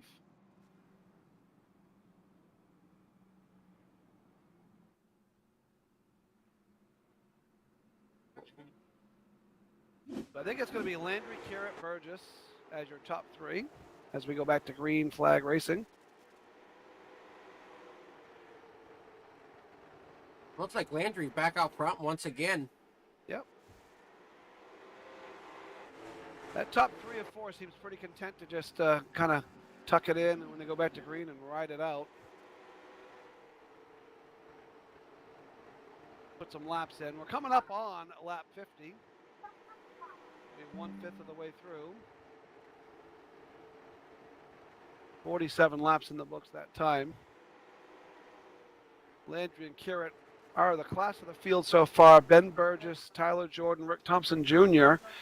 Rick Thompson Jr. cracks the top 5. He's having a heck of a run.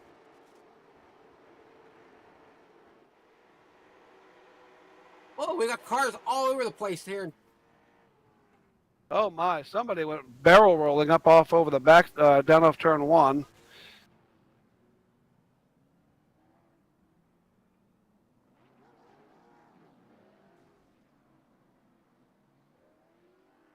I didn't see what happened there, but there were cars everywhere up off turn 2. Let's see if we can get a closer look at what happened here. Somebody went, oh, Heathcote goes around. He is up over, but then they stacked him up behind him.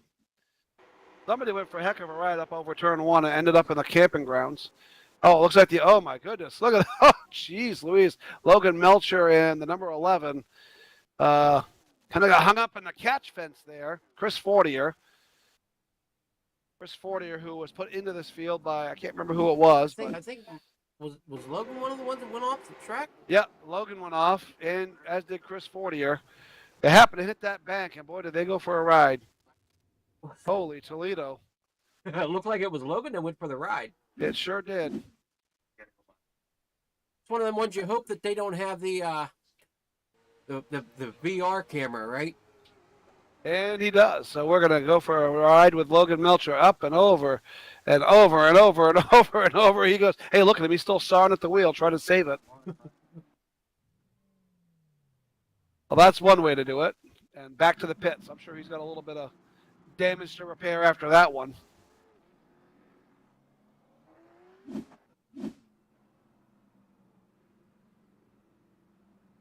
Happen to look up, and there's just all kind of craziness going on in that turn 1.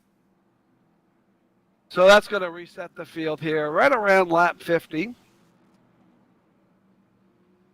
I've been hearing you talk to Wesley all night about that turn 1. It has its moment. Well, there's beer down there. Of course I'm going to talk about it. That's our beer garden he almost crashed into. No wonder Logan wanted to go down there.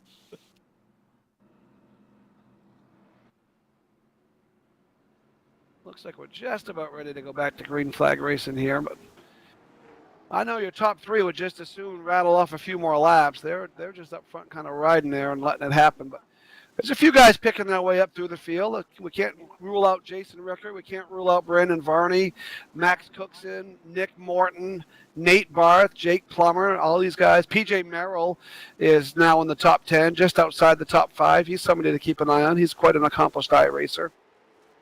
And real-life racer. We're back to green flag racing with Devin Landry, Dominic Cura, and Ben Burgess as your top 3. Oh, okay. So trying to adjust my mic so it's not picking so much up. Devin Landry with the fastest lap of the race right there, a 15.26. I think he's just getting himself out front by a couple of car lengths and then settling in. And it seems like Dominic Curran is quite content to, every time they have a restart, just tuck in behind. Now Curran betters that to 15.25. He just tucks in and lets it ride.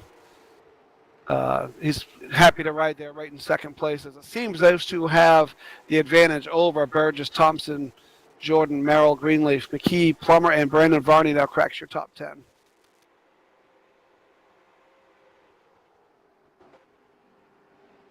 One thing I find interesting is before we started the broadcast, I just had to do a little bit of test driving around this track myself with this new car. And one thing I noticed was, like I said before, I'm with Dirt Track, and yellow flag's back out once again. Yeah, we'll see what happened there.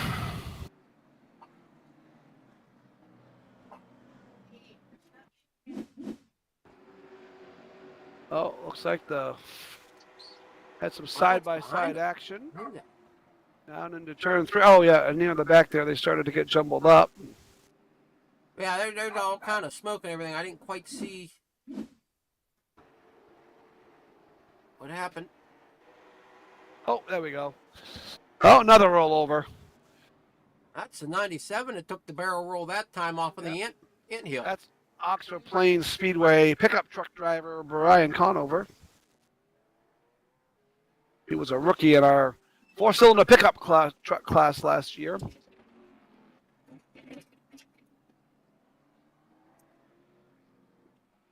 One thing I'm noticing, it seems like these cars will roll pretty good, and they can still let the drivers keep rolling. Yeah, a little unrealistic on that aspect of things. I haven't. The only guy I've ever seen roll over and roll over twice in one race was Lenny Thompson, and he rolled his car over in a feature, and then came back out and rolled it over again in the same exact spot. And figured at that point he probably ought to call it a day. He just wanted to make sure that, what his mistake was. Yeah.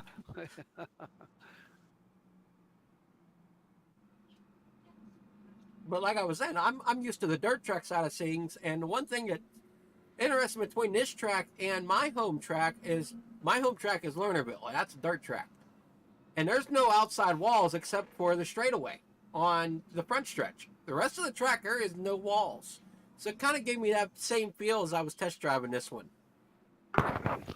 Yeah, I was saying earlier, one of the things that's nice about Oxford is that it's very forgiving. And you can kind of bail up off over the corners if you really need to escape something and not completely destroy your race car. Well, yeah, that's the one difference between here and Lernerville. Lernerville, you can't go across the banking where you are destroying your car. Yeah. I will tell you as a driver, I've done it many times. I'm a terrible driver, so I often find myself driving into wrecks. And rather than just hit somebody, I just bail off over the corner and live to see another day. All right, looks like we're going to go back to green flag racing here. Devin Landry, Dominic Currett, Ben Burgess, PJ Merrill, Rick Thompson Jr. is your top five. We got a little over 50 laps in the books. Green flag flies, and once again, Currett tucks in behind Landry as they escape yet another restart on lap 56.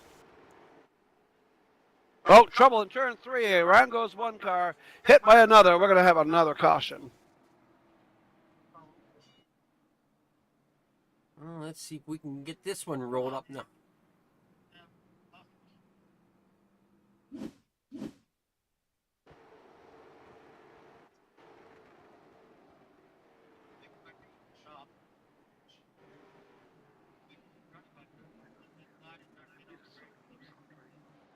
It looks like it's the 4.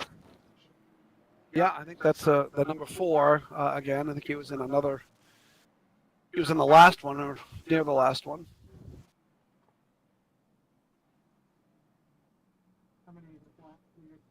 I'm in the score and keeps jumping around. I wish I had a roster that would make it easier to say who it is. Right, yeah. Some of these guys, their numbers aren't matching the number on the car, so. Yeah, that's one of them.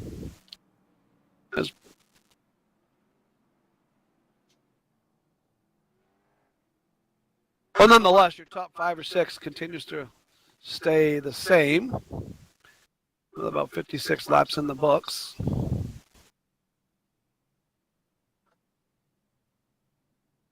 So unfortunately, I can't get us a better look at that one. That's all right.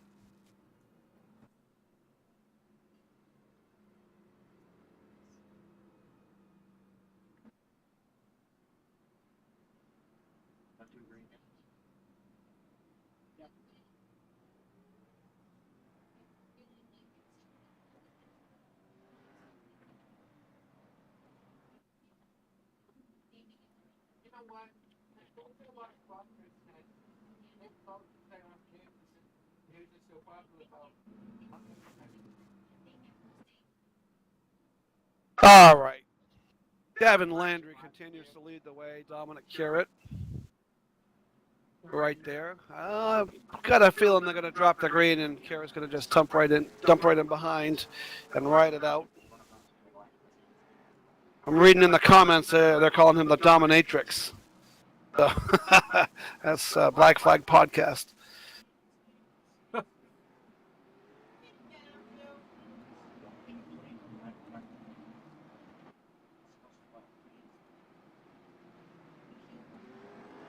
And we're underway. Landry gets the jump one more time. Dom tucks in. Battle's going to be for that third spot right there with Ben Burgess and PJ Merrill.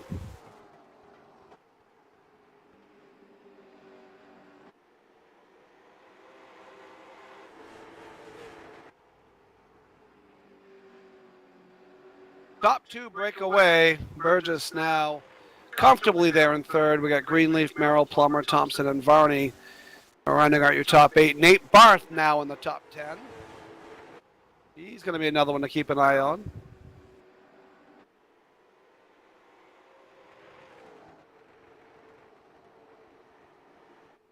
Like your top about 5 are single file. Yeah, and they're probably going to be content to do that. Don't look now. Max Cookson is knocking on the door to a top 10. He has had an absolutely rotten day so far, but I think if anybody could start at the rear of this field and make his way to the front and win it, it is that youngster. If we remember correctly, he almost went a lap down here also. He certainly did. Wire pin setup's finally coming in on that car.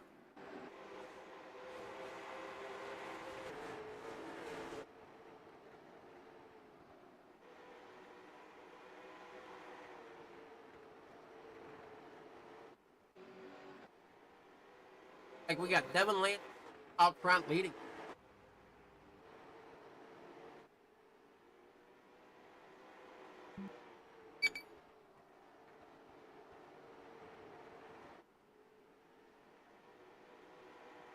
Yeah, nose to tail. Looks like Carrot now ready to mount a challenge. Oh, trouble down the front stretch. One car, I think it might have been the 58, sliding through the infield into the pit wall. That And we are would going to be go the caution. 58. Yeah, number 58 of Greenleaf. That's one way to make a pit stop, I guess. Might get caught speeding on pit road that way.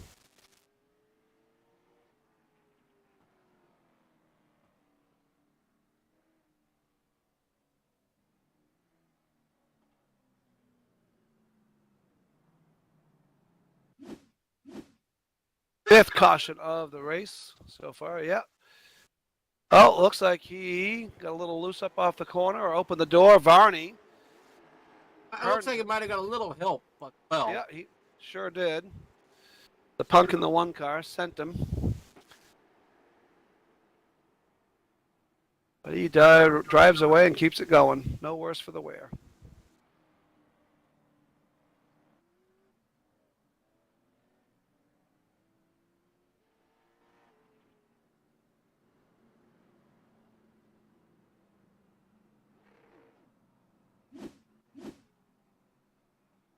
All right, we're going to re-rack him and stack him again.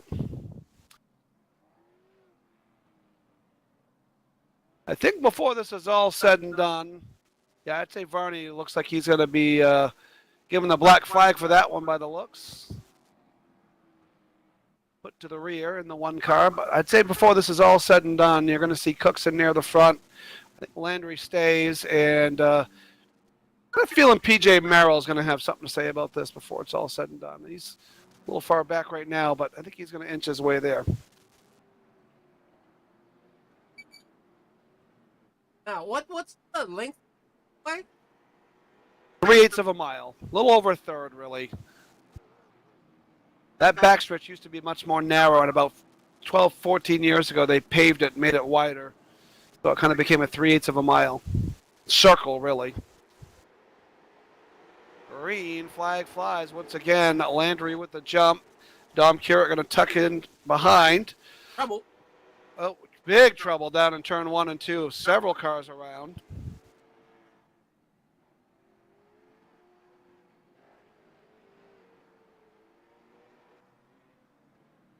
Looks like the number 11 of Chris Fortier once again involved.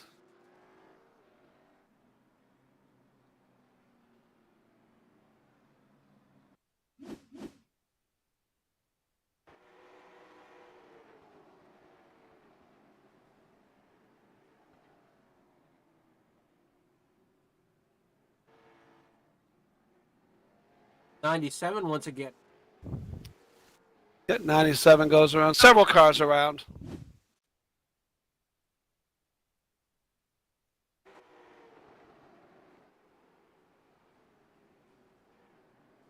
Oh my, yeah.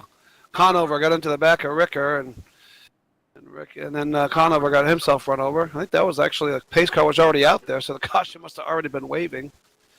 I think Varney might have been involved again, or maybe he was just picking his way through.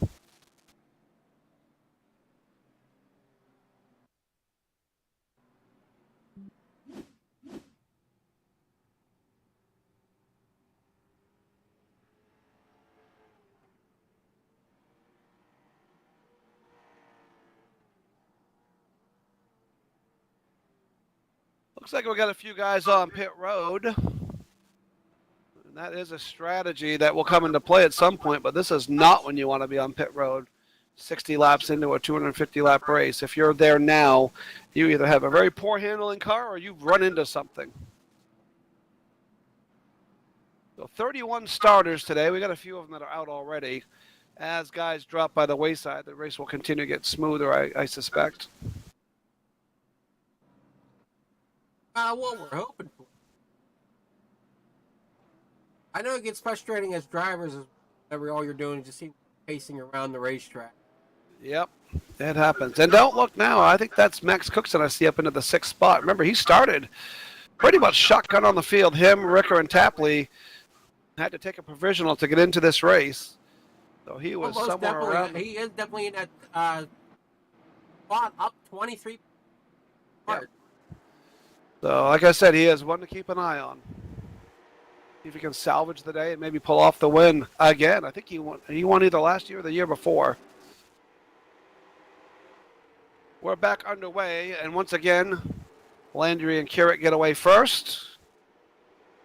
As we've seen several times already, the battle's going to be for that 3rd spot. Ben Burgess has it. Nathan Barth wants it. They are side by side up off turn 2. Down the backstretch they race into turn 3. Burgess now inches ahead, and Barth going to tuck in line behind. That's going to leave Cookson a clear path on the outside if he wants it. Devin Landry getting faster. 15.2 that last lap. That's the fastest lap of the race so far. Coming around for lap 9 now. Yeah. Cookson, the only one on the outside, daring to try to tread lightly out there. But I think even he's finding it to be tough sledding out there as he works to the outside of the number 44 of Mario Ercolani. Ercolani gets the advantage, and I think Cookson's going to try to squeeze in. Oh, a little contact down in turn 1 there. He wanted to squeeze in front of, I think that might have been Bubar possibly, and he was having nothing to do with it. Caution's back out on the speed. Oh, they've been contact again.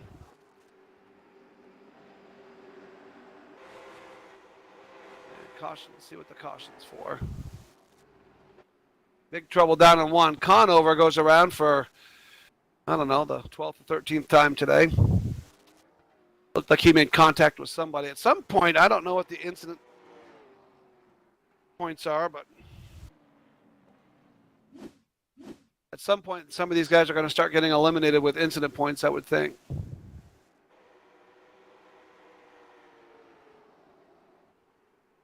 Yeah, that's not really on Conover. He just tried to squeeze in there, and the two cars coming together, going for the same spot at the same time.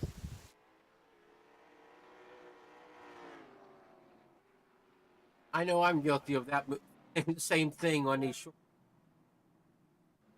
I'm not in real life. I never come off the bottom because I'm too scared. So Landry continues to lead the way, about 70 laps in the books. I do know driving in real life with my vision problem, so I do all my later. So. Yep. Garrett running there in 2nd, and Burgess still hanging there in 3rd. Bubar now up to that 4th spot. He's one of those. That Bubar. He's one of the dark horses here that I think could potentially pull this one off. We finished 2nd or 3rd in the Larry Emerson Memorial a couple of years ago, so he's no stranger to Oxford. He knows how to get around the place.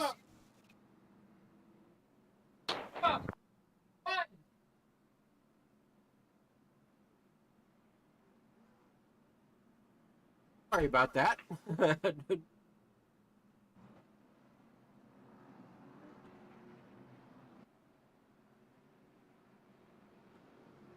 Looks like the lights are down on the Oxford Plains Speedway pace car. We should be green in 3/8 of a mile.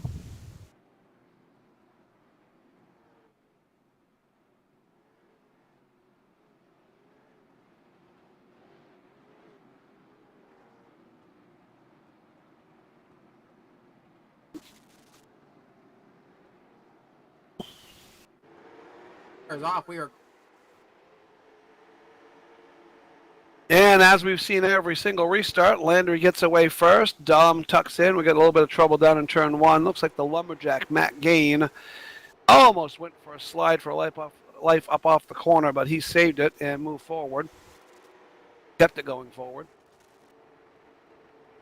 Ben Burgess, once again, content to ride there in third, and the battle's going to be for fourth. Nathan Barth is right there on the outside with it. But Jake Plummer now trying to work his way into the top 3, 4, 5, and Max Cookson. Oh, big trouble. Our Gain goes around. Several cars go around off turn 4. We're going to get to our 7th or 8th caution. A couple more drivers, find them in heels, as you call them.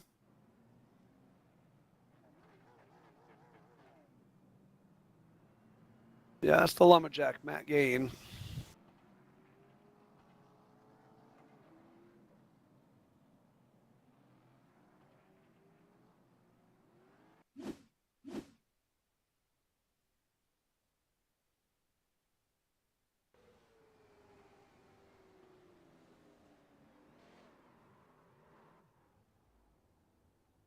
Yeah, a little in-car view. Cool looking colors on that car, though.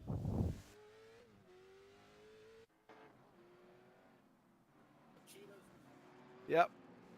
71 laps in the books. Gain is driving up the outside. I wonder if he's getting back to somebody or if maybe he's the lucky dog. Although usually you're not the lucky dog if you're involved, so. All right, we're crossing them over. We're going to get back to green.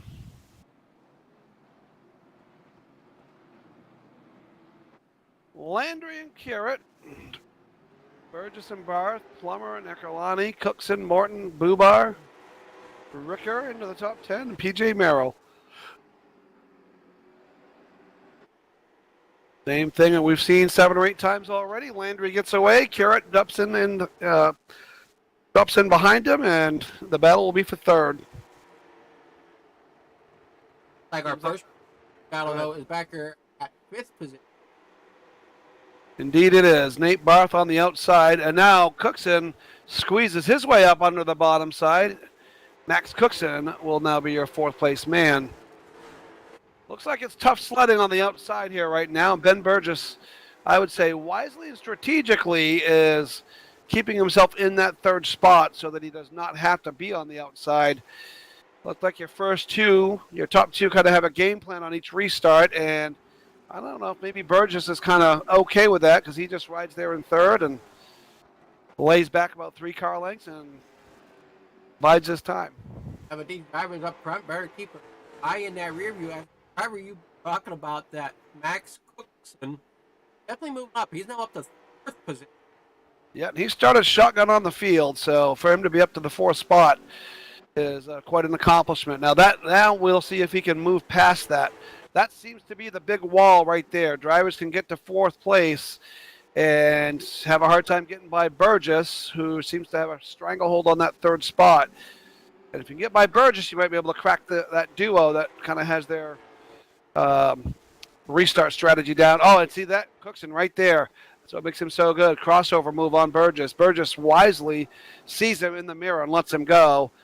Cookson up to 3rd. And now right to the back bumper of Carrot. And now the pressure is going to come on. Got 80 laps here. We're working on lap 80 of 2. Yeah, working on lap 80, and Cookson not even hesitating, jumps to the outside. That car is hooked up and on a rail. Landry has led every lap to this point. Cookson now up to the rear quarter panel, off turn 2. They are door handle to door handle, down the backstretch, down into turn 3. Landry noses ahead. Now Cookson battles back, up off over the corner. New leader this time by Max Cookson is your new leader on lap 81, and we have a caution.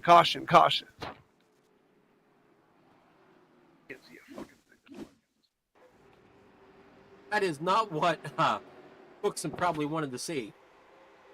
No, but that is a pretty impressive run up the outside. I haven't seen anybody able to do that today. It looks like the 17/16 of Nick Riberg, he was your hooligan race winner, went around. Looked like he was off the bumper of somebody. I couldn't see who it was there, but.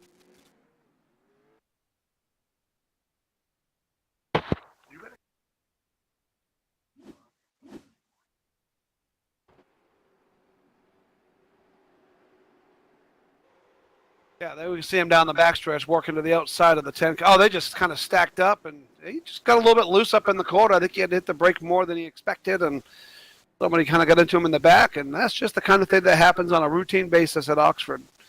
Somebody makes a mistake in front, and 4 cars back. That guy ends up paying for it.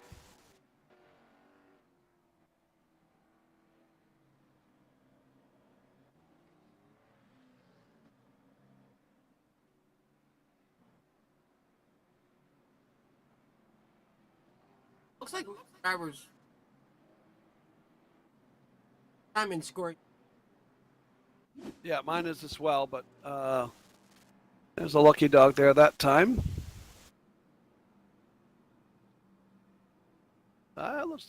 Landry must have ducked on the pit road there. We're looking at some of the other stuff because he is not on the racetrack. Cookson is your leader. We'll try to put together some of that lap money. Now, in real life here, Adam, the 250 pays $100 a lap. And so you can win a pretty significant amount of money. You can win $25,000 if you let them all. Plus the winner's purse is $25,000. So you could really win $50,000.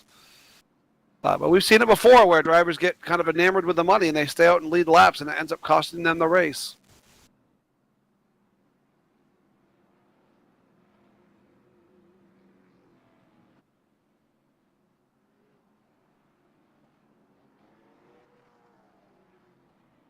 Yeah, I think we had quite a few drivers make pit stops there because all of a sudden Jason Ricker's up into the top 5, and Ben Burgess still sitting there in 3rd.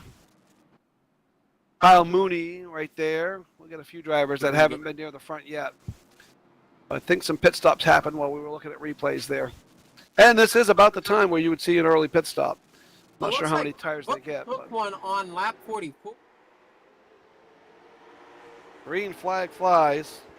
Hurt and Burgess, though, have not pitted, along with Barr has not pitted.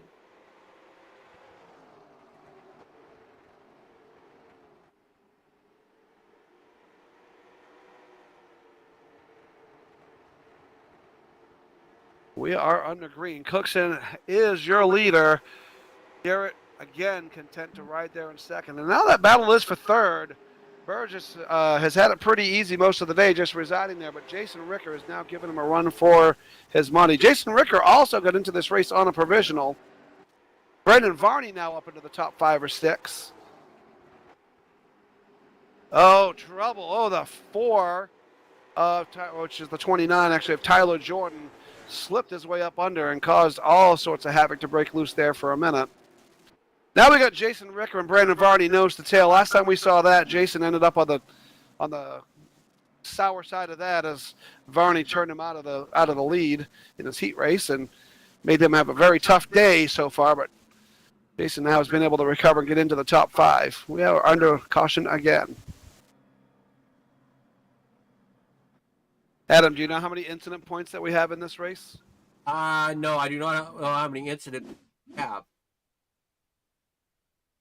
I unfortunately don't have race that type of stuff. Flag again. Where it happened.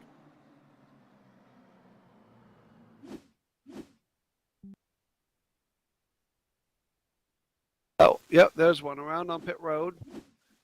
Can't quite see the number. That one's number 14.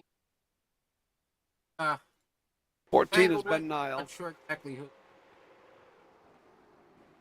Nile. Yeah, just stacked them up around with the 25 as well. Just get stacked up in the middle of the pack, back of the pack, and sometimes you just go around. That's just kind of how it works. Nate Barth went around there too. I think he must have just made a pit stop. That's the tough part about making the pit stop early. Trying to pick your way back up through the pack.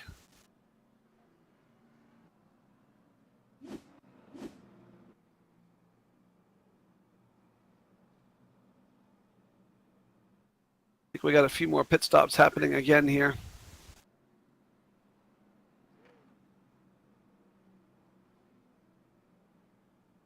Let's see. Out of the race is Heathcote, Melcher, Timmons, and Boucher. So 31 cars started today. These were down to less than 27.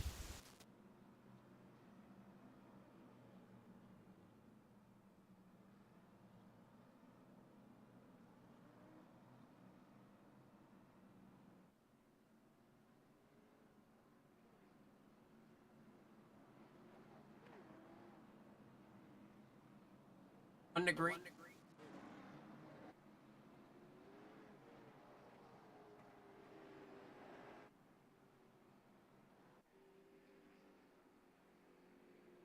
All right, we're going to get back to some green flag action.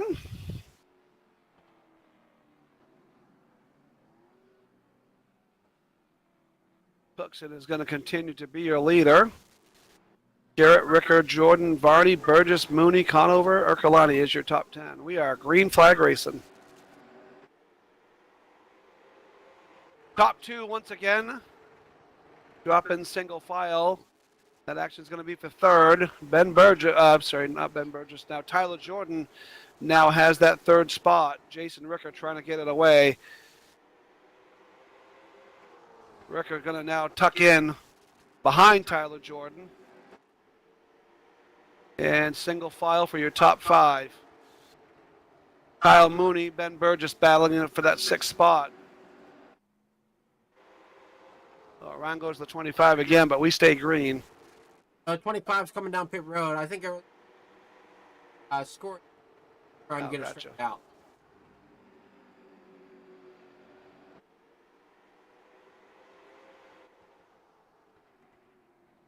Cooks it. Curate. For the first time in this race, gets a little wide. Jordan fills the gap. They're going to go side by side for that 2nd spot. Garrett had an opportunity to tuck in behind. Still there. We'll see. Interesting to see if he does or if he tries to continue to battle. And he does tuck in the 3rd spot. Ricker not able to capitalize. 92 laps in the books. Tyler Jordan applying some heat to the rear bumper of Cookson. I must say, Cook's definitely getting up there into that lead spot, starting from where. Ricker now drifts wide. Varney going to try to fill that gap. Last time that happened, Ricker went around. Ricker sees him coming this time. Lets him go. Kyle Mooney going to take advantage and capitalize and jump in there as well. Ricker going to try to tuck in behind Mooney, but not drop back any further, and he does. Top 3 have broken away. About a half a straightaway ahead of Varney and Mooney. And now most of the cars are single file on the racetrack. We got a couple of souls on the outside that dare as we are getting close to lap 100. We're on lap 96 currently. Tyler Jordan has anything for Cookson out there in front? It's starting to look like he does. I didn't know if maybe Cookson was playing cat and mouse, but maybe he is. But he's being awful brave if he is. I wouldn't let anybody near my rear bumper. And it looks visually, it looks like Tyler Jordan is a little bit faster. So we shall see.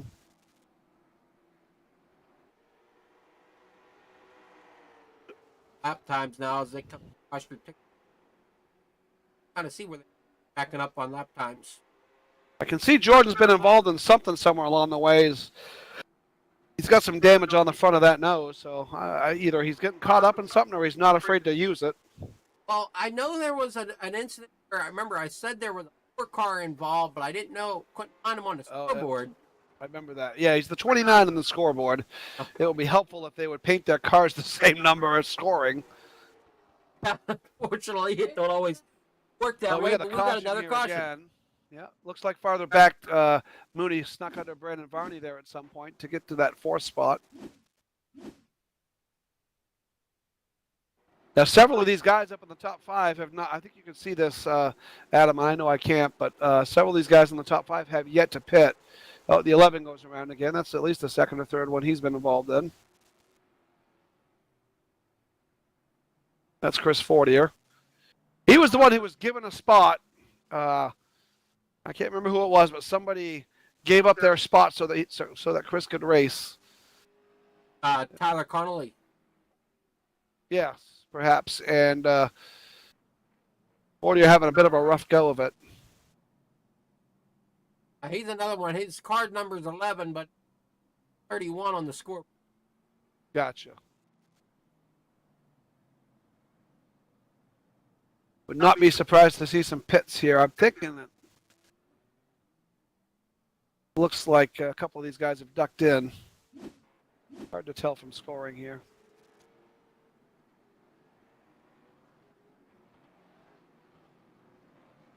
Looks like we got 2 number 11s on the track. That's helpful. In our weekly series, we have a division called the Running Rebels that literally has 3 different 44s. It's a 44, a 44C, and a 44D or something like that. Or 44X, or I don't remember exactly, but all sorts of fun. And if you know who they are, it's not that big of a deal, but if you're... Well, it would be helpful if iRacing would implement a letter after the number. It would.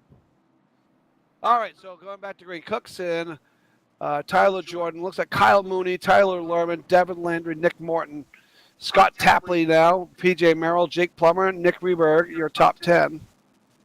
But yeah, we had some pit stops that time by, I would say. It looks to me like Varney, Ricker, Eric Alani, a couple of other guys ducked on pit road and made a pit stop.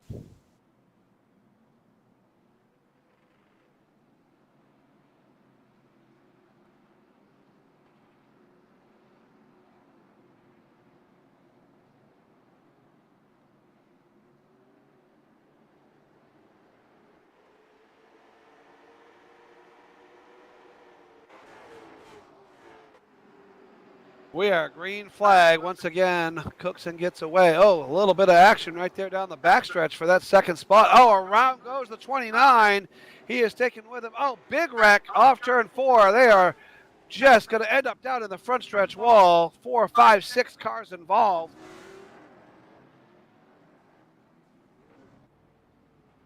Oh, they're even involved after the wreck, wrecking after the wreck. That's always productive. Yeah, the 4 was involved again. Yeah, that started down the backstretch, really, where Kyle Mooney and him started to get together. And that one just carried through the corner and up off the corner.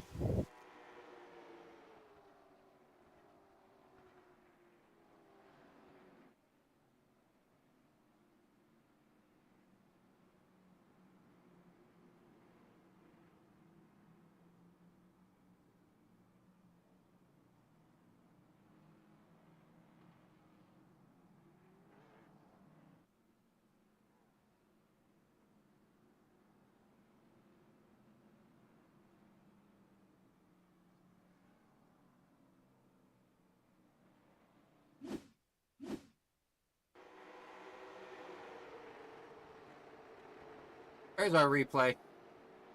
Yeah, a couple of cars came together for that third spot, and they just and then everybody, Tapley involved, and can't see who else that is. Lumberjack involved, and Nate Barth,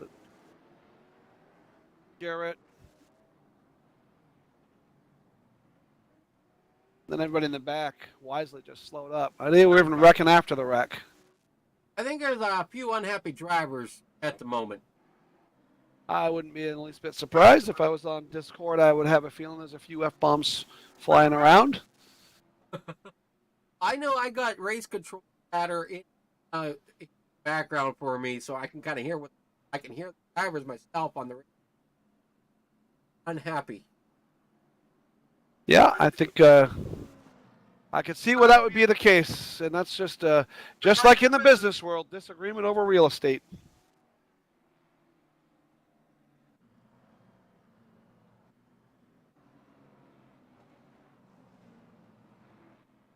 So this will give some guys an opportunity. You might see a few more pit stops. I think I just saw Devin Landry back on pit road there. Be wrong. So we're going to cross him over and get back to racing as soon as we can.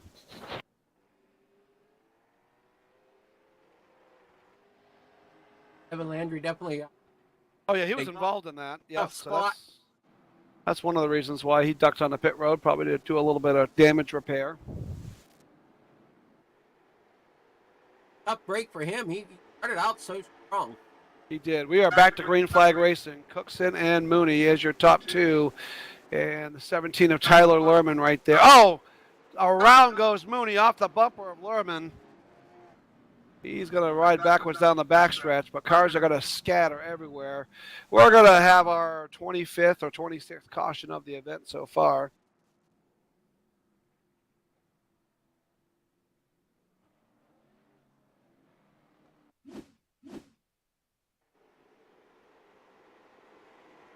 I think he definitely had help from the 17. Yeah, it'll be interesting to see how race control handles that. I would imagine race director Sean Kibble's patience at this point is wearing a little thin. Started off pretty strong. Oh, yeah, he just, probably not on purpose, but he just drilled them, and around went the 90.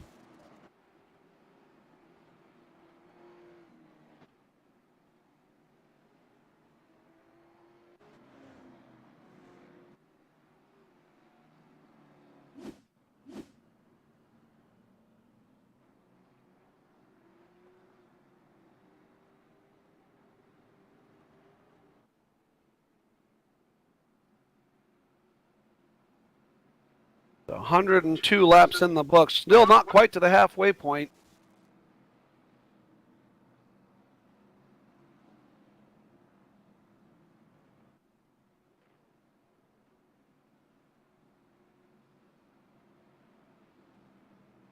All right, here we go. Cookson and Nick Morton now is on your front row.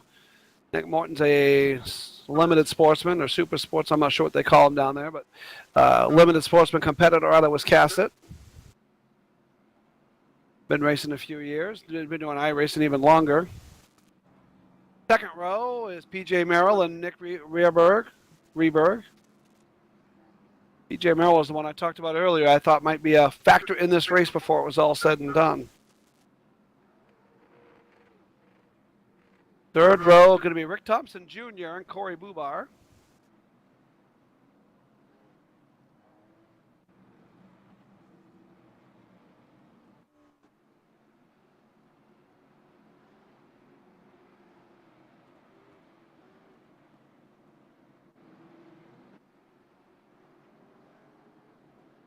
And we're going to go back green flag racing. Green. Cookson gets away. Morton tucks in. Merrill. Top four just sort themselves out very quickly into single file. And it's going to be Thompson and Bubar going to battle it out for that fifth spot. Does seem like it. Well, it doesn't seem like we can get laps in. Yes, if we can do that a little later. I'm assuming there's going to be some incident points at some point where some of these guys are going to be finding themselves having to not touch anybody or they'll be out of the race. For the uninitiated, there's usually a certain number of incident points you can have before your car is just too damaged to drive. A few laps clicking off here now. Looks like your top two are pretty well the class of the field at this moment. Cookson and Morton. A little bit of a gap to PJ Merrill and Rieberg. And then Thompson and Bubar. Morton also has been over in this race as well, as he's up 24 position. Yes, that's quite a big jump. Right now, Max Cookson leads the way with that, up 28. Oh, your top four are all big movers. Cookson up 20. Morton's up. Merrill is up 17 spots. Reinberg is up 20 spots himself. And we have another caution.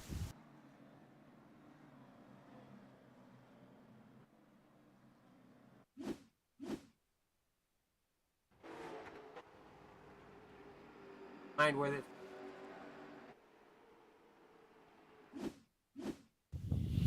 Caution is. Oh, somebody just got loose up off the corner there, and around they went.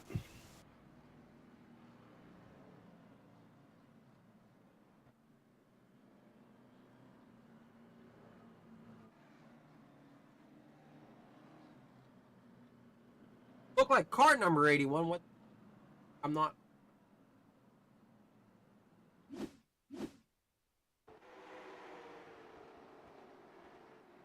Oh, it's car number 21. Okay. Oh, Jake Plummer. Yep.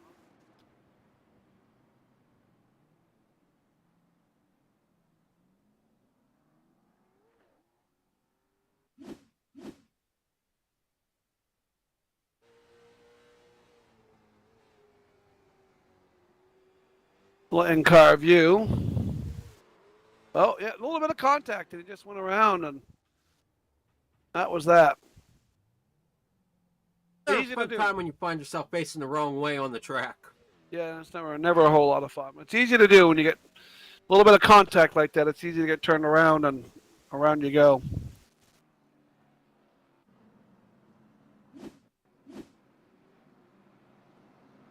All right, looks like the lights are down. We're going to go green flag racing here.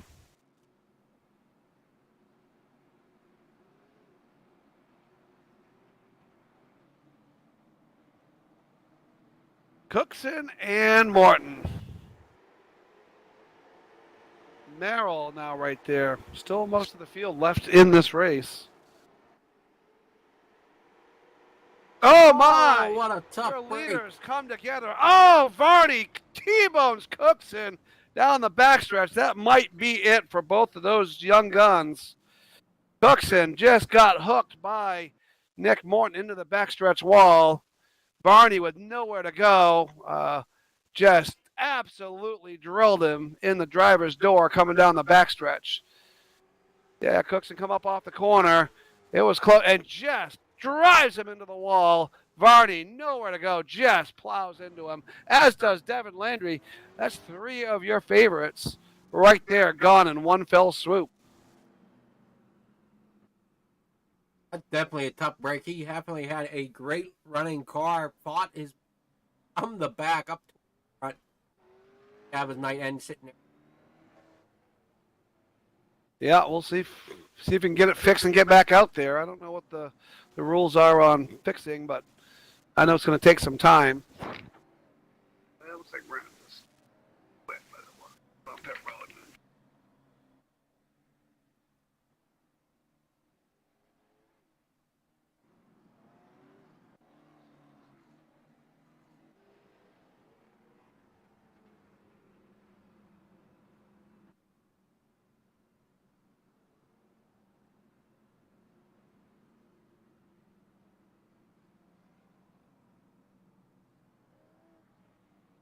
So, caution, I don't know, 45 or 46.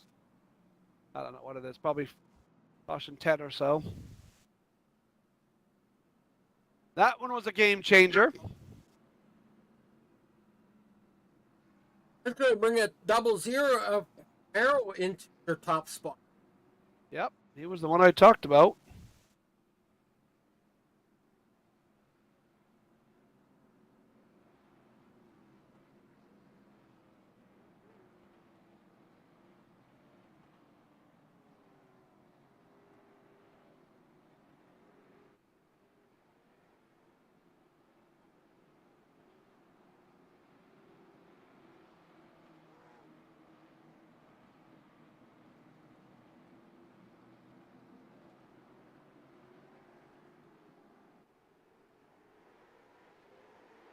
And we're back on the green. Merrill gets the jump. And your hooligan race winner, Reberg, up to the second spot now.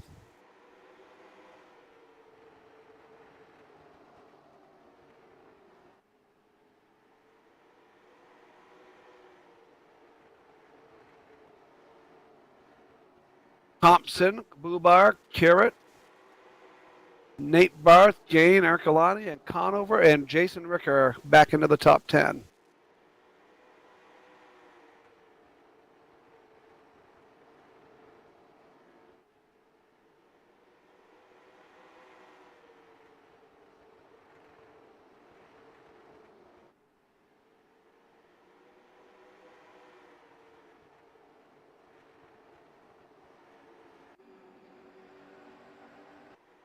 Corey still at 4th position. Thompson, Reinberg, 2nd. This would be a career run for Rick Thompson Jr.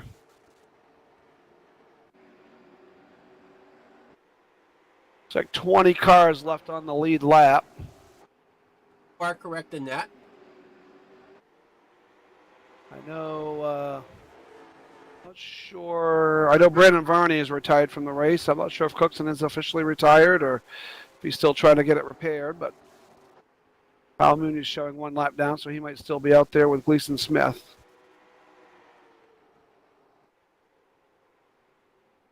Now that we've got the field whittled down, hopefully we can click off some laps. Nick Ryberg, though, he's up 26 spots since the start of the drive. So he was another one that started in the back, now finds himself up. Yeah, it's a battle of attrition at this point.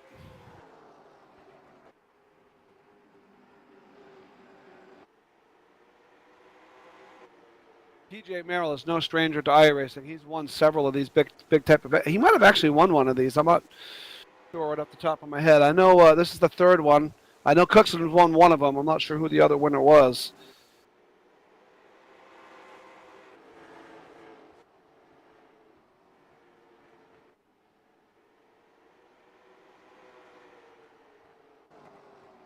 Now it seems like they're settling down. We got this time by 5 more laps until the halfway point.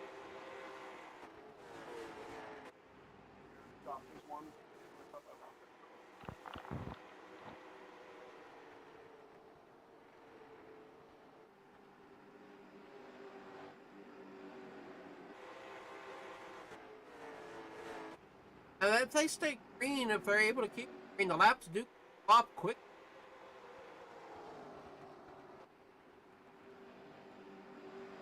At Oxford. Say that one more time. I missed that.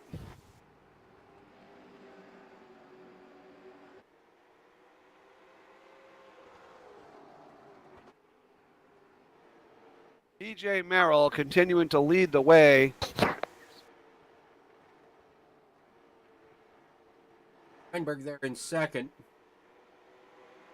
Ryberg, I don't know if I'm right or not. I'm not sure. He's somebody I'm not familiar with, so most of the people in this field I know in one way, shape, or form. That is not a name I recognize, so my guess is he might be a crew member on somebody's car that I probably know. I just don't know who it is. I know that third place driver, he's got a name that I feel like I recognize, but I can't. He is a competitor at Oxford Plains Speedway, as is his father. His father's been driving for about 20-some-odd years, but Rick Thompson Jr. is a kid who started off in Outlaws, racing with Brandon Varney, as a matter of fact, and moved up to Street Stocks last year, and then halfway through the year moved up to our limited sportsman class. And scored his first win in Outlaws a couple of years ago. That was a pretty cool day to watch someone get their first win. And that, I missed the halfway point there, but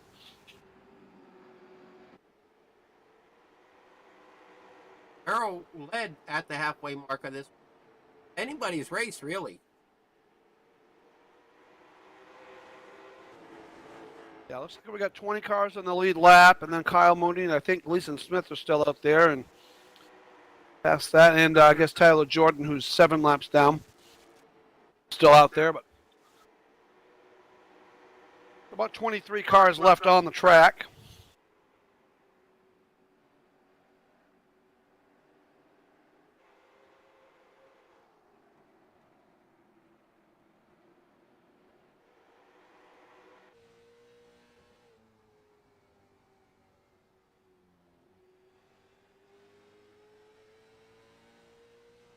It's definitely got some front end damage on the front of on that car. I don't think anybody out here doesn't have that damage.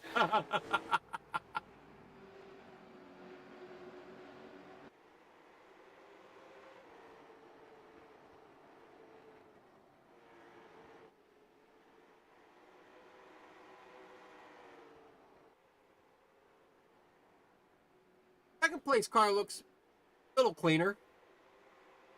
Yeah, he's been able to keep his nose clean most of the way. That's very typical of PJ Merrill. Oh, PJ Merrill, he's our leader. He does look like he's got some nose. Second place driver, though, at 70 or Thompson. His nose looks pretty. Yes, so far he has been able to keep it clean.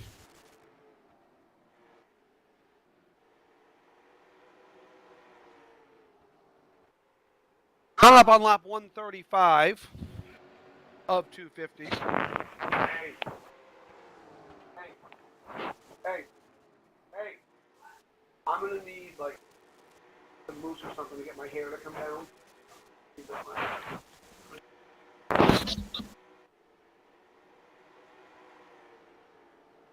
Merrill continues to lead the way. Rick Thompson second. This would be quite a win. Even on an iRace, it'd be quite a deal for that youngster out of Naples to win this race. Reberg is third. Bubar holding steady there in fourth. Dominic Currett up to the fifth spot. And Nate Barth in sixth, making his way back towards the front after a couple of skirmishes. And we got another caution.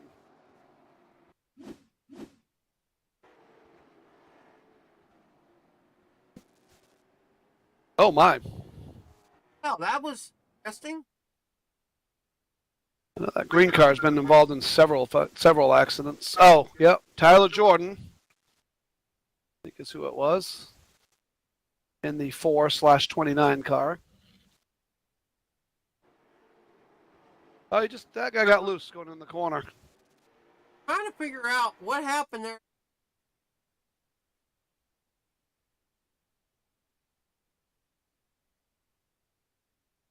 Yeah, they just got loose going in the corner. This happens at Oxford all the time. Got loose, got jumbled up, and somebody ejects. I forgot who made that right-hand turn off of the corner. I couldn't see what number that was, but I know it's the Cheetos car. oh, that would be Matt Gain. The lumberjack, they call him, Matt Gain.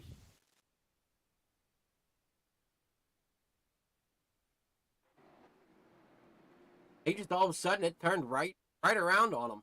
Yep.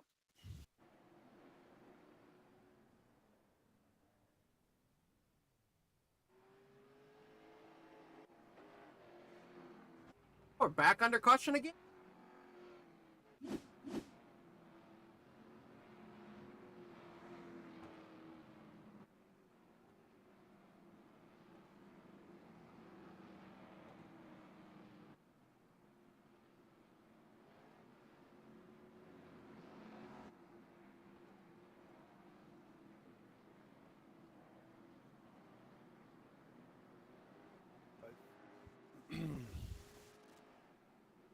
I think Gleason Smith would have been your lucky dog here, potentially.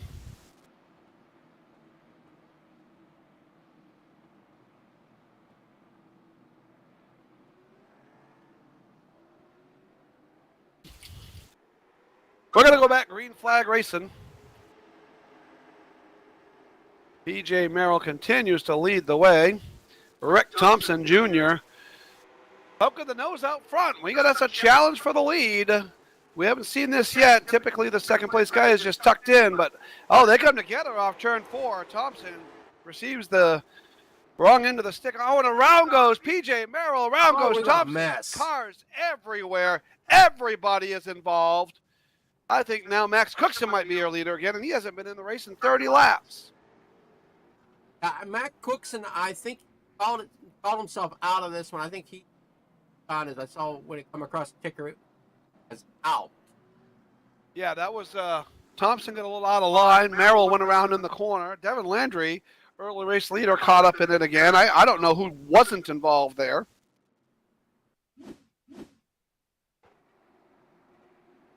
Yeah, Merrill got up over the corner just a little bit, got into Thompson. Tried to shut the door on Reberg. They go down to the turn on. He got on the curb again. Bubar made it by. He might have been the only. Oh, my goodness. Just cars stacking up everywhere. Nathan Barth involved. I don't think Scott Tapley got involved. I think he just picked his way through. About who? Tapley. Oh, and I think he got a piece of it somewhere. He might have. Not sure who wasn't involved.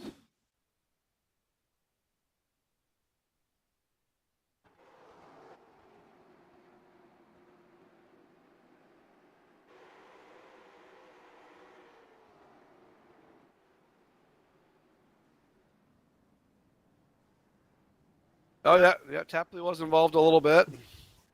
Giving the punt to somebody. I think Bubar made it through. That might have been the only one.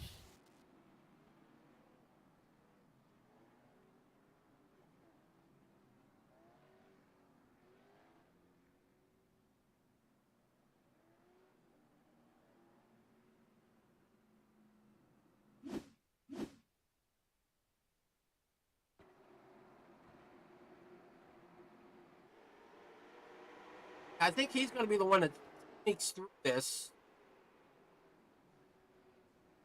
And all mayhem ends up behind him.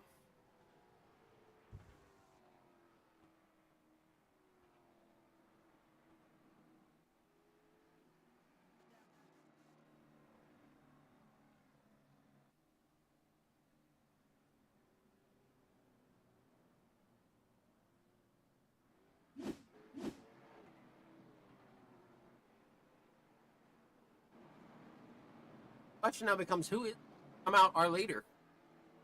Pretty sure the 12. Should be Boobar, I believe.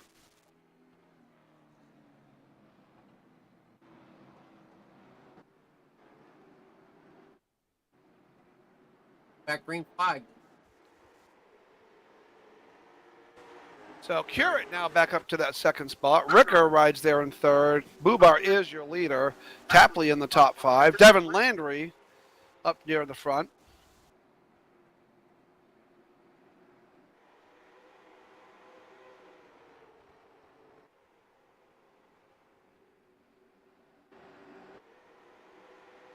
He's got back single file here. Part up.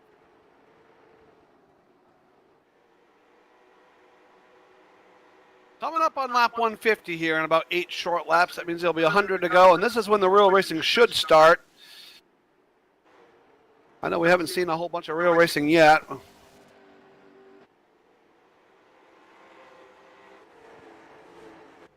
Boobar is going to be a tough one to beat, but Dom Kurek looks like he has potentially a car to beat. He has done nothing but stalk the leader all day long.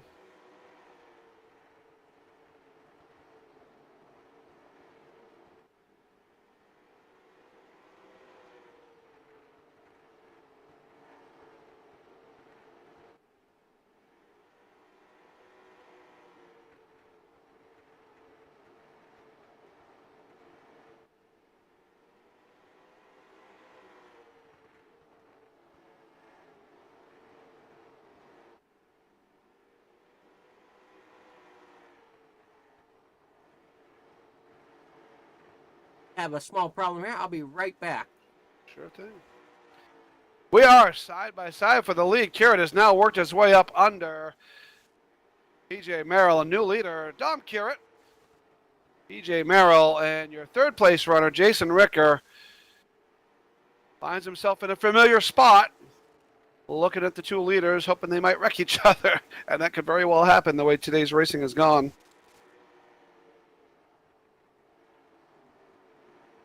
All right, I'm back. Curate, now your leader, and we have another caution. Yeah, it looks like Rick Thompson was involved in this. Everybody checked up coming in the... Oh, yep, checked up and just got run over. Easy to do. Climb the sand pile.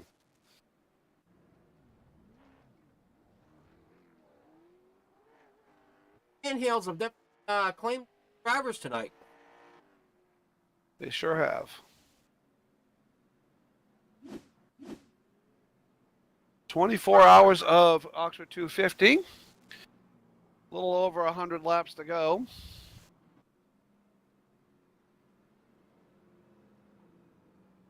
Now, is this typical?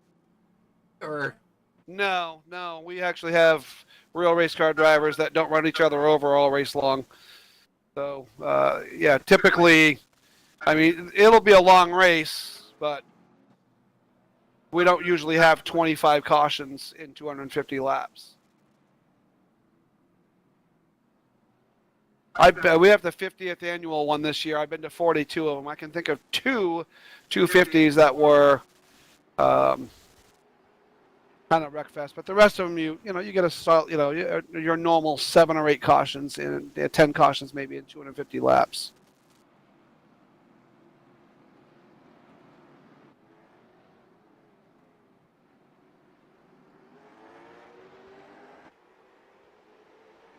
Flags away. We are underway once again.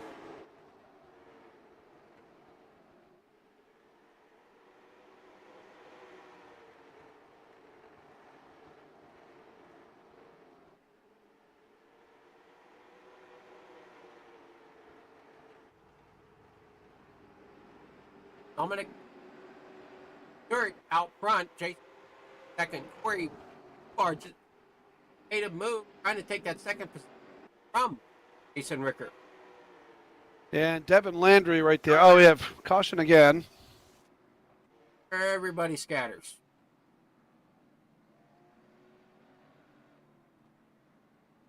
Chris Portier,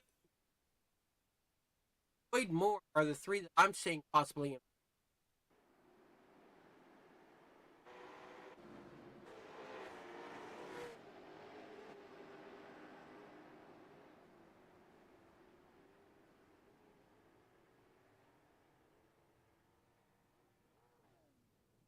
Yeah, I know if I was the race director, I'd be pulling out the black flag at this point because I think when you're involved in 5 accidents, it's time to call it a day.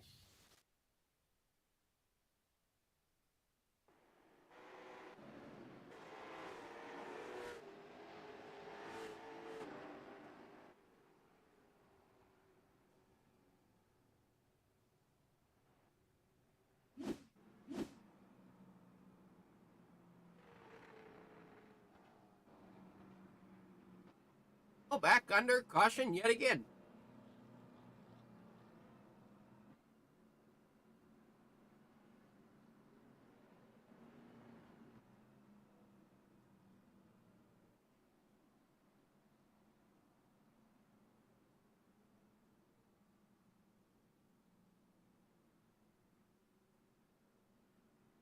Well, I made a joke off air about drinking, lining up the shots for every caution. Glad I didn't do that.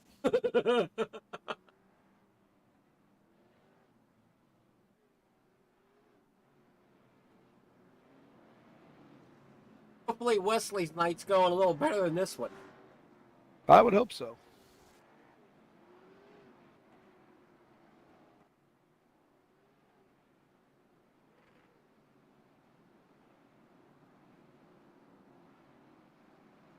Another one in for laps under.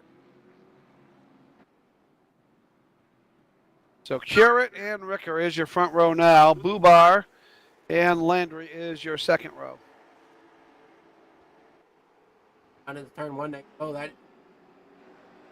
Stewart, followed by the 9 of coming to him. And we're under caution again. Yeah, I hate to tell you this, Adam, but I'm probably going to have to leave at 7:30, so you might be on your own finishing this one out. Already. Do the best we can. Up and off the front stretch or corner number 1 there. Holy smokes, big pile up down in turn 1. One thing with is everybody seems to be hey. I don't know if there's been a driver yet that hasn't been wrong direction yet. Who finished last in this race? That's the person that got the lucky break today.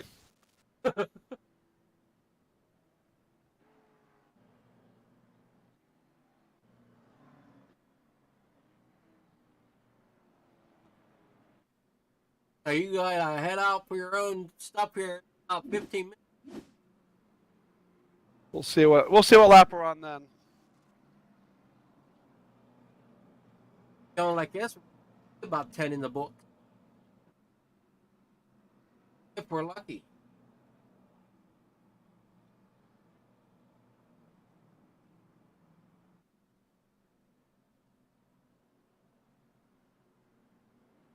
Hey, you guys were getting me off of the broadcast about my dinner. We're smelling real good right at the moment. Yes, indeed. So our front row looks like we're going to go back to green as Dom Curate, Jason Ricker. Row 2 going to be Bubar and Landry. Fairly confident the top 4 or 6 or so can keep it straight. We'll see if these guys from 10th on back can start to do so. I'd be starting to drop the black flag on people. They give me the race director reins. This will be an easy one because I'll just start eliminating them every time they spin out. Green flag is out. Ricker tucks in. Here comes Landry charging up the outside. We'll see if he can make a run. Landry led about 80 laps earlier in this race. He was a good thought. One of the ones to try to beat definitely showing it here as he's battled back up the field once again. All the chaos that's happened. So We'll see if he can make a run up the outside. He spent the last 75 laps dodging the missiles. well, we know that if a driver can get up the hook on that outside, we saw Cook go and make that outside work. Single file going to be the name of the game here. Tapley is going to try to make a go of it on the outside, but I think if he can find a slot down on the bottom side, he will tuck in and go. And now we're going to be 3 wide down the backstretch. That's probably a recipe for disaster. Tapley wisely lets up, tucks in. Settling back in now. Looks like most of the we got about 3 hung out on the outside. That's the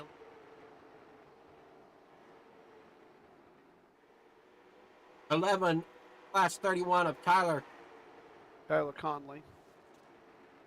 down in the turn 1. Under this backstretch they come. Top 3 or 4 seem to be good to go. Actually, your top 7 or 8 are nose to tail, more or less. Curate driving away at this point. Ricker seems quite content to ride there in second, as does Bubar in third. Landry squeaks his way up under Bubar. Landry, I believe, might have the fastest car here. We'll see what Ricker does when Landry gets there, and he will quickly. Ricker might just move aside and let him go, but I don't know that he's going to have room to tuck in behind, so he might be forced to protect that bottom line. We're under caution yet again. Of course we are.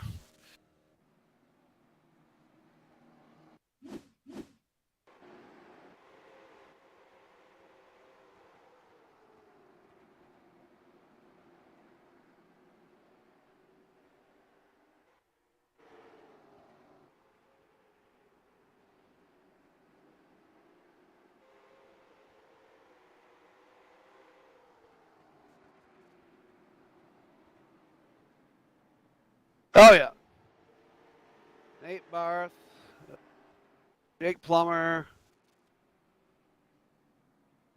Brian Conover. Chris Whittier in somewhere along the way.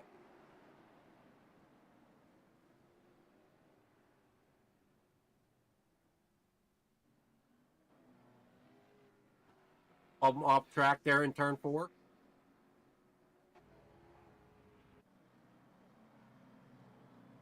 A few of these drivers were hoping to have a little bit better race than what they're turning out to be. I would hope so.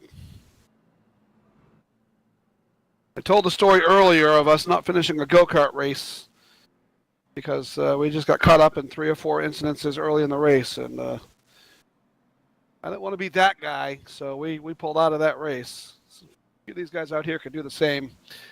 As they say on the chat, Black Flag Podcast paying attention. Gotta love the guys that wreck for last. I know. I've been known on the I participate. I don't feel up to par with it. I do pull off myself as we're under green flag again. Yes, Curate and Landry going to be the 1-2 now. Ricker tucks into that 3rd spot. I think those 2 might be the class of what's left at least. Interesting to see if Bubar or PJ Merrill can get back up there, but as far as those ones that are in the top 5, those guys are there. Ben Nile making his presence known. We haven't heard from him in quite a while, but he's now in the top 5. Nile was one of your heat race winners. Ricker's up through the as he's up 7th position part of this. He has, mostly by survival, but I think he's battling a tight race car by the looks, and I think he's going to have all he can do to hold off the likes of Ben Nile and Kyle Mooney. Nile's working his way under him now.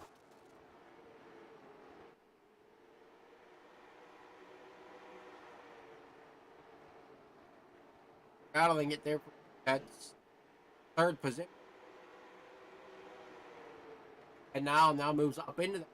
Here comes Kyle Mooney. Ricker. Yeah, I think Jason should consider himself lucky to be where he was, and he's going to fight a bit of an ill-handling race car as My guess. Look to be a little snug. Gonna tuck in right there where he can, but I think he's just in survival mode. You can Guys, see, we're riding on board with him. yeah, you can see he's not really. He's turning the wheel a little more to the left than you normally would here.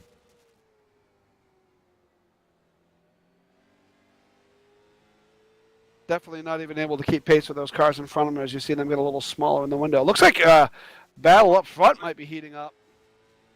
What I can see through the windshield there, it looks like Landry's applying some pressure to cure it. Maybe not, but Ben Nile making his presence known. And now, don't look now, but Kyle Mooney and PJ Merrill in the top 5. Had a strong run tonight as well. 19 cars on the lead lap. 20th is Tyler Jordan, who's gotten the lucky dog 3 consecutive times. He was 7 laps down at one point. And don't look now. Oh boy, here we go.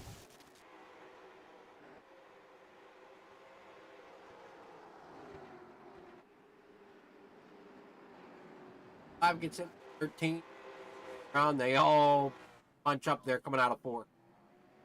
I mean, you know, 14th place pays a lot of money, so you got to twist the guy in front of you for that.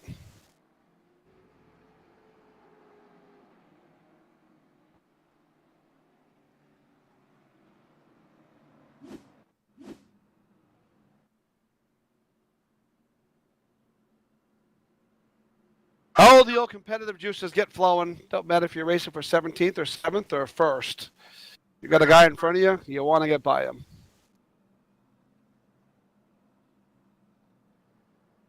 About 165 laps, 164 laps in the books now. They're actually close. Oh, yeah, 170. Trying to keep track of the laps whenever nothing but ride around pacing. I think we got our top 5 right now, though. Based on what's left in this track, Blue Bar might have something to say about it, but that top 5 that's there are your top 5 strongest cars right now. There's some though I wouldn't out completely. Not cutting them out completely, but those guys seem to have saved their stuff the most. Think Rick Thompson has anything? He could. He looked awful strong through the middle part of that race, and he just got, nudged aside and turned around. He's making his way back up through, it seems. So he might get back up into that top 5.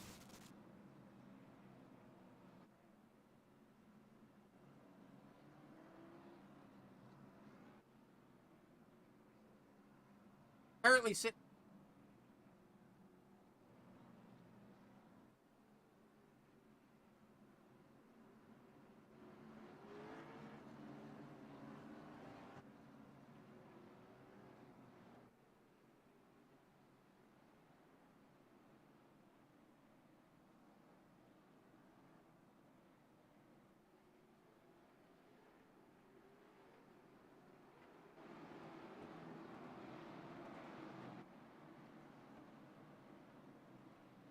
All right, pace cars off. We're green flag racing again, coming out of 4.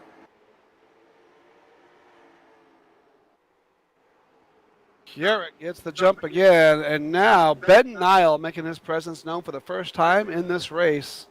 Remember, he was a heat race winner, so he might have something to say about this. Andrews also made it back up there.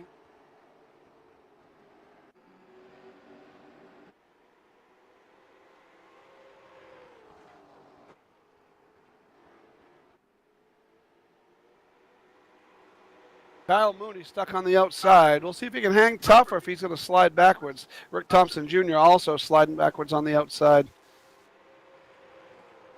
Yeah, that outside lane, it does seem like hung out there dry a little bit here. It can get a little greasy this time of day. 175 laps in the book. 75 laps to go. Like Thompson got back in line in about the 11th. Mooney somewhere. Yeah, he should be able to tuck in right there behind the 44 of Mario Ercolani. So you got your top 6 guys that have kind of broken away, nose to tail. And you got a group of 6 or 7 or 8 right there. Everybody's pretty much single file. We should be able to click off some laps. Unless we get some heroes back in 19th or so. I've seen that a few times also where, there you go, they get loose coming in.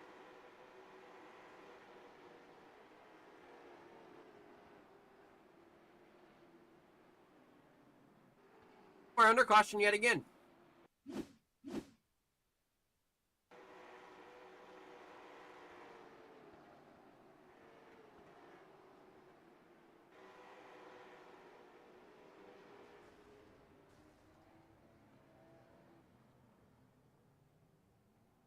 Yeah. Everybody kind of checked up there when the car,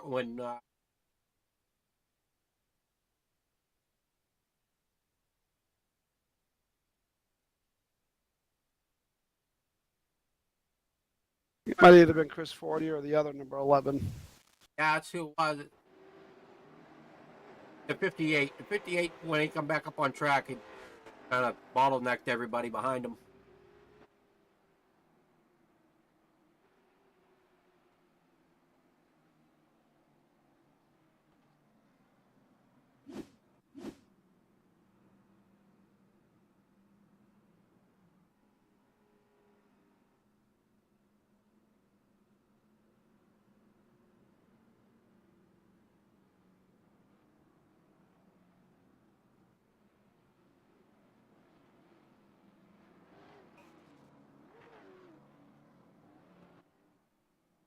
There's still 75 laps to go in this. Yeah, a little under 75 laps to go.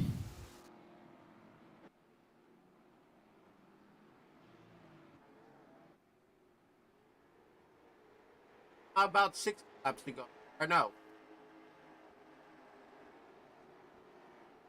71 laps to go. We're back under green. Currett is your leader. Landry now up to the 2nd spot. Niall, Merrill, Ercolani now breaks into the top 5.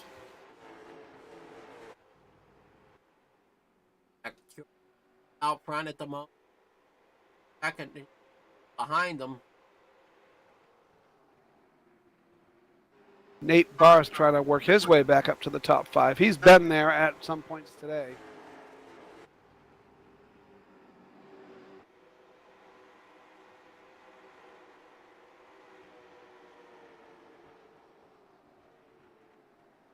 A couple side-by-side battles going on farther back in the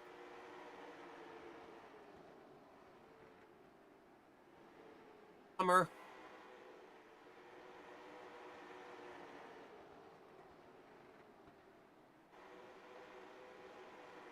Burgess back there. Fight for. But up front, it's still Cure.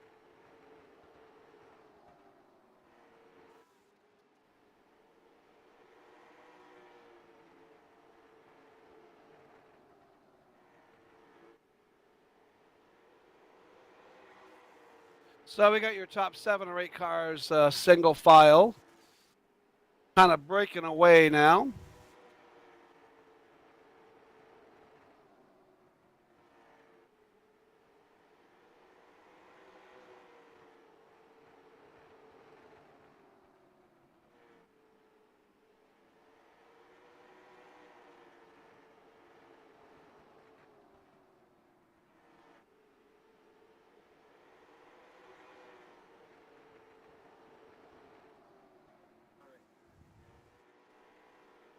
Still clean and green. We got coming up on lap 190 here shortly. Garrett is your leader. Now Landry having to defend from behind. PJ Merrill gets the position underneath, makes the pass for the 2nd spot.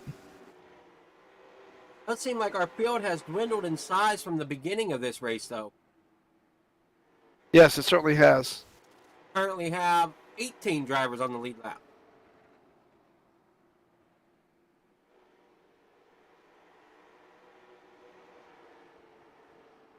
Tyler Jordan back on pit road. Dominic up front. Merrill there in 2nd. Merrill does have a faster car. He is chasing him down. Landry's back up to that third spot, but you can see damage on him. And there comes yellow back out again. This time it's going to be on 5th. Gleason Smith, who was running 18th.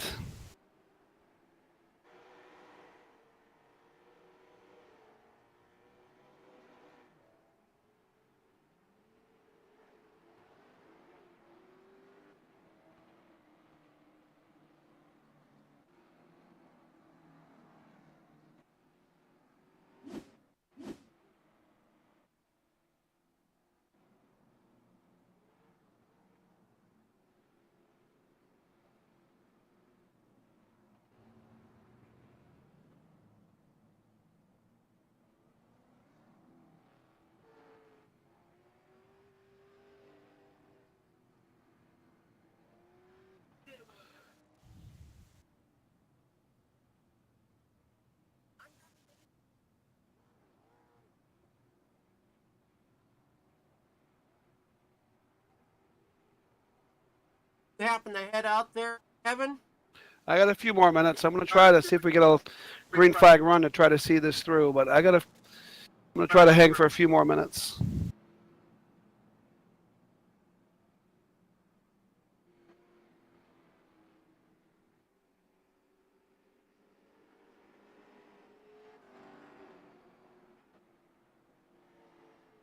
Drivers make ups coming back on the pit road.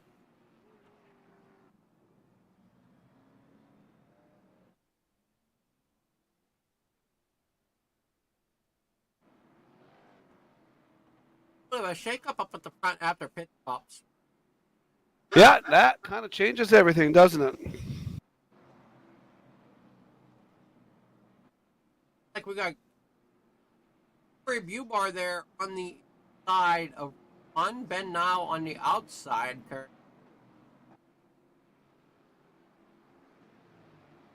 Or no, I'm sorry, Ben Nile's in front. Corey Bubar is second. Back underway. All right, with a little under 60 laps to go. Far down on the apron.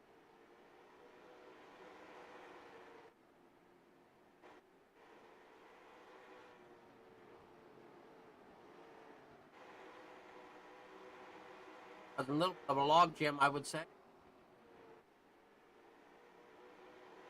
Or trying to make a battle for that lead. Come on. So Ben Nile, Corey Bubar, Scott Tapley after a rough and tumble day up to the third spot. Conover, Landry, Thompson, Greenleaf, Rick are still hanging around the top 10. Eric Alani, PJ Merrill back to 10th. Gleason Smith 11th. Lloyd, and we have caution again. That looks like it's going to come out on Ben Burgess. Because he might have stopped on the racetrack. Do you warm up my burger and bring it to me, please? I'm fucking starving.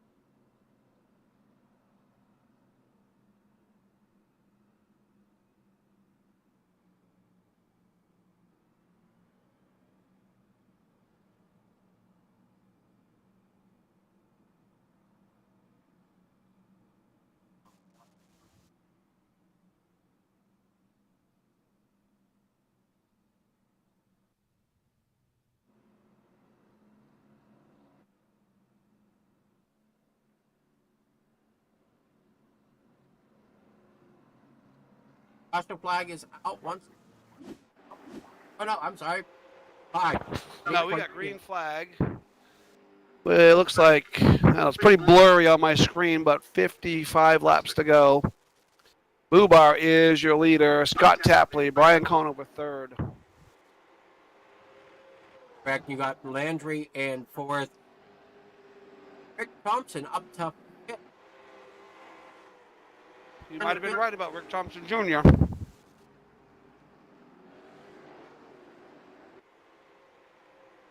Drivers trying to get back on track coming out of the pit.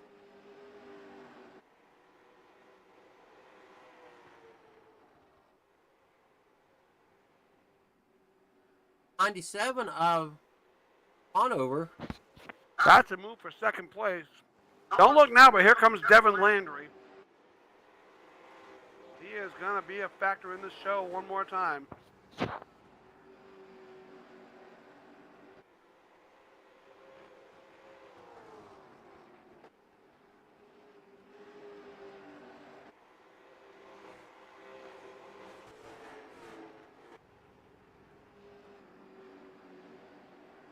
Landry's making a run for that second position. Just not sure if he can quite get there as of yet.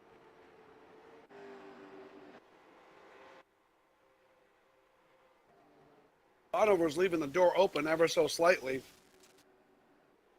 If Landry can get the run, there is the room on the bottom side for him to get the nose in there.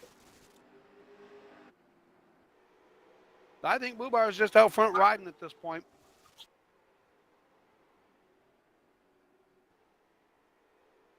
Got a fairly clean race car compared to the ones there in second and third. Yeah, Landry now making the move for that second spot. Hanover sees him there and he acquiesces.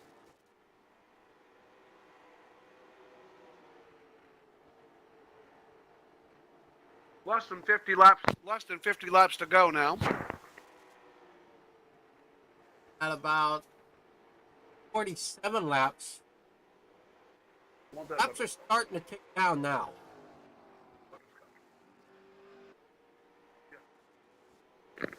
Or out front, Landry there second, Hanover third, Rick Thompson Jr. Ricker there in your top five. Ricker's had a rough day. Took a provisional to get in, but to land at top five in this race would be an accomplishment. I would think just taking the record in the race would be an accomplishment. I'm going to feel pretty accomplished if I make it to the end. I didn't even do anything.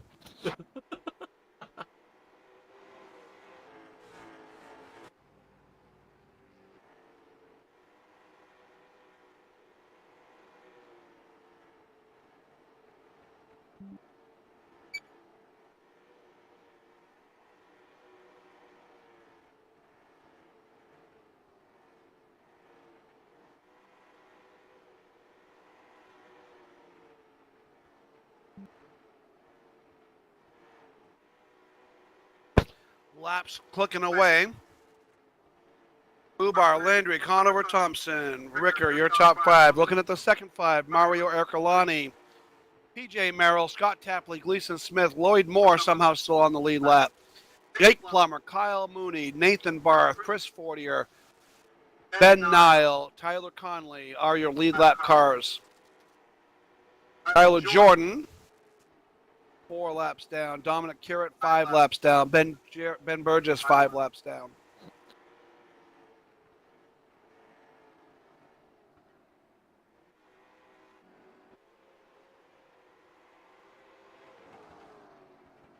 Are there in second, Landry out front, Thompson third.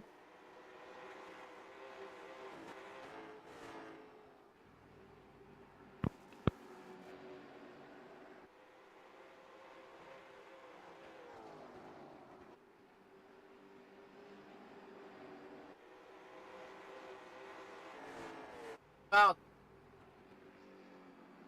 down in the laps now. We're about lap 2. Caution is back out though. Landry is your leader. Bubar, Rick Thompson Jr., and Jason Ricker, your top 4.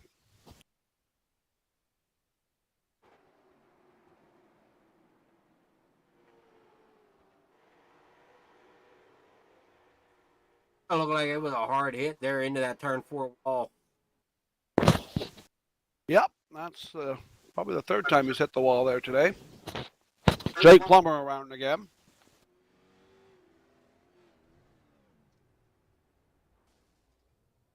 Those sideways hits hurt.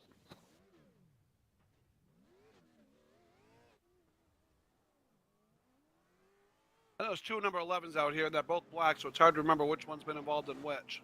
Yeah, it does make it more difficult.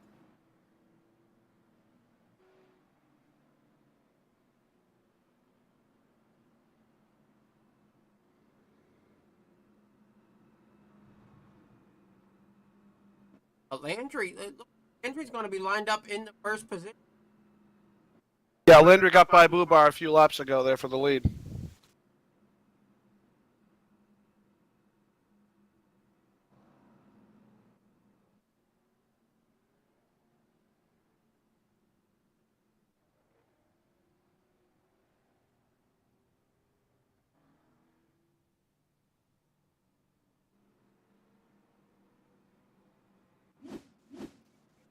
Back with live action here.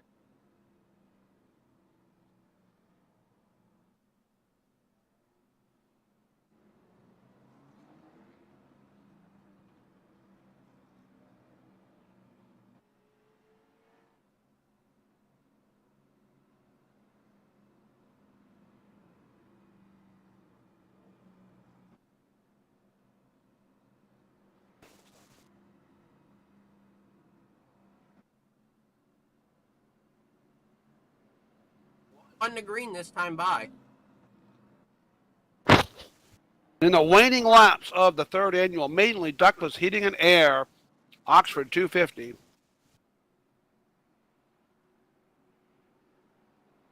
I can only hope the 50th edition of the real Oxford 250 goes off a little smoother. Now, the one previous to this, they go a little smoother than this? I think I did. I don't remember them being as many wrecks, but could have been. Landry gets away first. Jumps right out to about a 5-car length lead.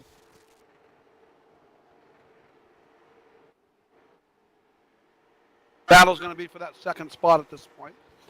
At this point in time, yeah, that's where your battle's going to see. That's going to be Bubar, Thompson Jr., and Ricker battling for that second position.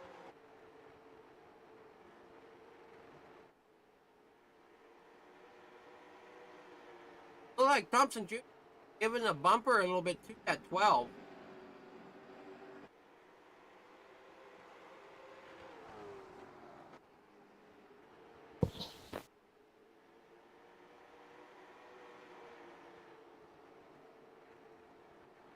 Getting to wonder if that 12's kind of holding them up a little. Yeah, he definitely is. I'd say they're a little faster behind him. We'll be interested to see what Thompson does.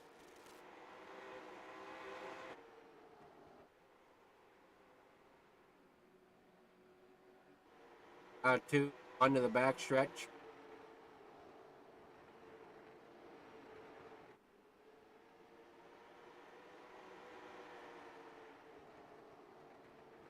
Bubar, I think, is battling a tight race car. I notice he's, maybe he's loose. You can definitely see him working the wheel.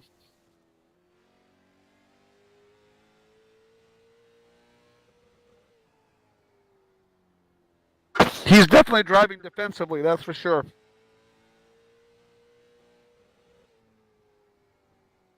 That's riding on board. As looks like Thompson finally got to the inside. Yep. And now Bubar is going to have his hands full trying to hold on. Well, maybe he got back to the bottom side there. No, he didn't. No, he's pretty much hung out up there on the top side for the. Ricker is going to try to make his way and steal a top 3 spot after taking a provisional to get in the show today. Ricker now up 27 spots since the drop of the green flag here.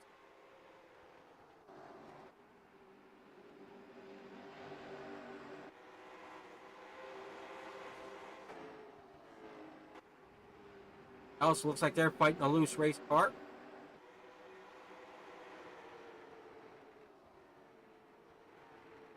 Back up front, it's still Devin Landry.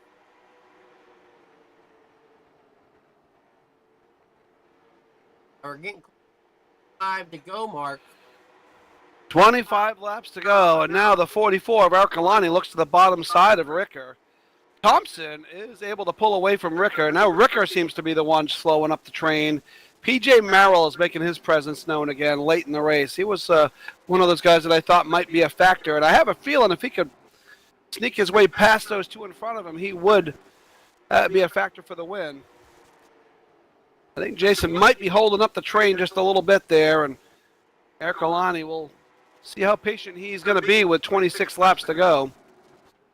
26 laps to go here at the Oxford Way for the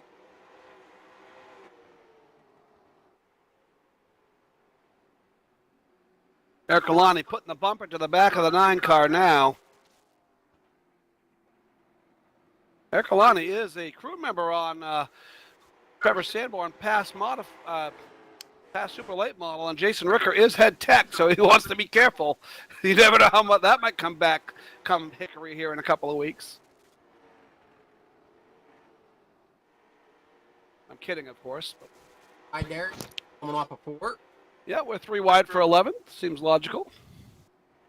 It's actually for 9th through 11th. Yeah, 9th through 11th.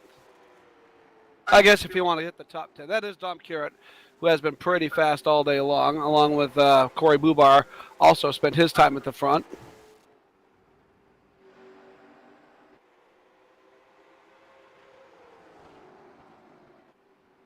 Al Mooney looks like he might be getting racy. He's going to set it out, and no, he thinks better of it and tucks it back into the bottom side. I think he's battling the race car. I saw it step out coming out of 4. Ben Nile, however, is going to step out and try to go because he's got nothing to lose. He's at the tail of a line there.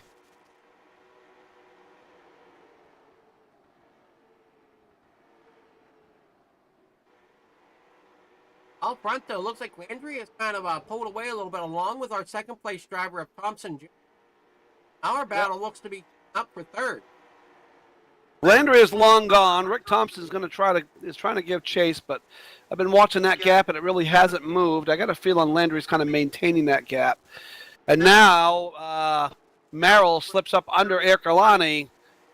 That car, I think the fastest car on the track actually might be PJ Merrill. Just whether or not he's going to have enough time. And he immediately sets to the outside of Jason Ricker. Merrill is ready to go. We have 17 laps left. Merrill is very fast. Look at him go on the outside.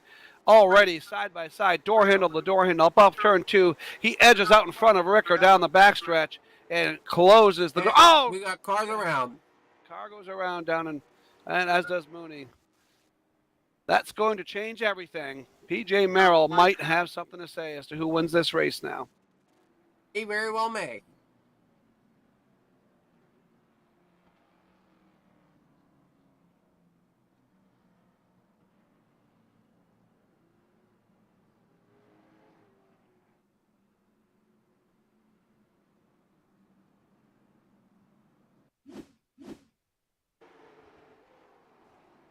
Yeah, that's just a case of Eric Alani trying to arc his way into the corner, and Mooney drifted up a little bit, and they just came together, fighting over some real estate, that's all. What it looked like.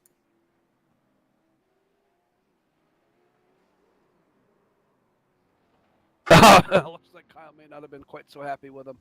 I don't know if that was on purpose or not, but we're going to go with on purpose because it looked funny. I'm not sure if it was on purpose or not. It might have been just a, karma timing per se.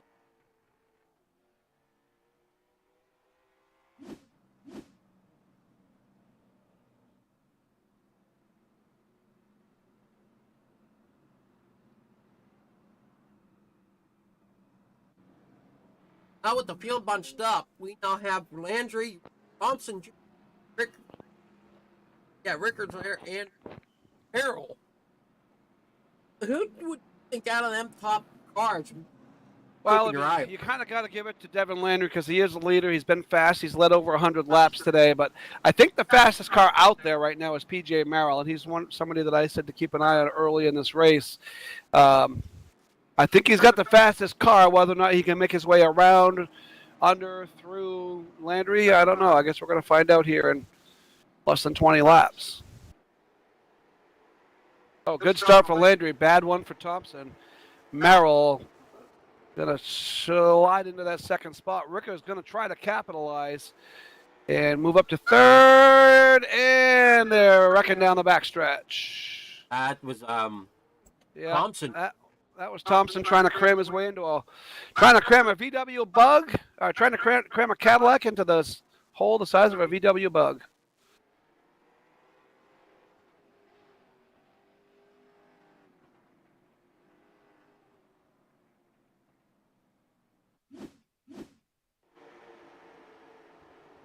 I mean, you are in the winning laps of the Oxford 250, and you're trying to get in the top three. Oh, I don't know. Maybe Jason might have come out a little bit.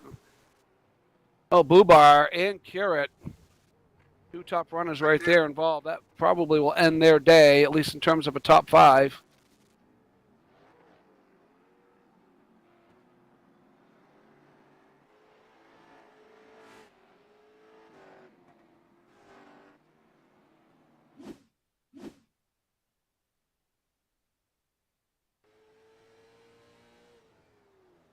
Oh, in-car view. Oh, yes. Through the smoke, nowhere to go. On board with Corey Parr.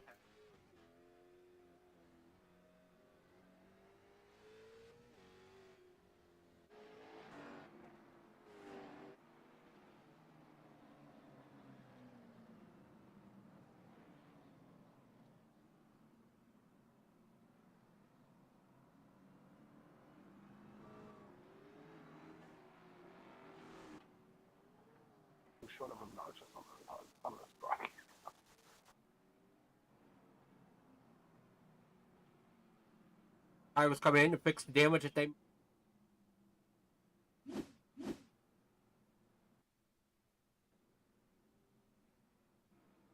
Looks like Thompson's hopes of a top three are dashed. That's off definitely turn what it two. looks like.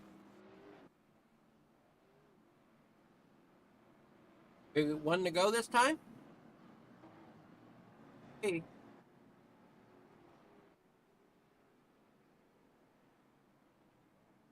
We're going to double them up again and try it once again. All right, what are there, 7 or 8 cars left here at this point? Oh, we got 15 on the lead lap. All right. Half the field is gone. The other half is still here. Devin Landry gets away first. PJ Merrill going to try to squeeze down in front of Ben Nile. Ben Nile back up into the top 3. Now, he's been fast today, but hasn't spent a tremendous amount of time in the top 5. Wonderful if he'll be able to pull anything up. Oh, no, we're wrecking again. A parking lot. Oh, yep, we got 14 cars of the 15 involved. One guy mounted another one there. That was something else. That might affect our rating. We might have just went to an R-rated broadcast here.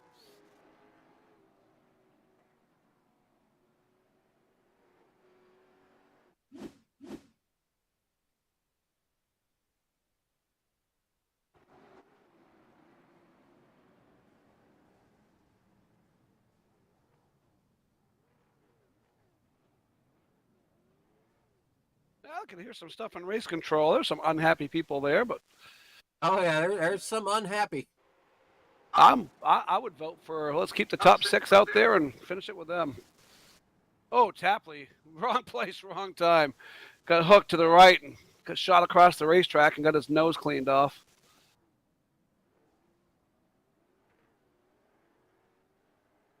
It's going to be interesting to see what cars are left on the track.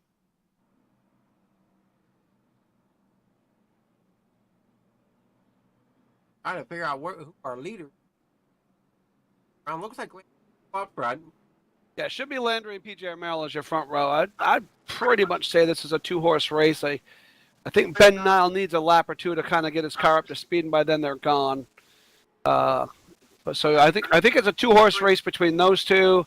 Ben Nile and Nate Barth are going to battle it out for that 3rd spot, and that's going to be it. How many laps do we got left here? I know we're under. Oh. How far under 20 to go? I'm not exactly sure on that.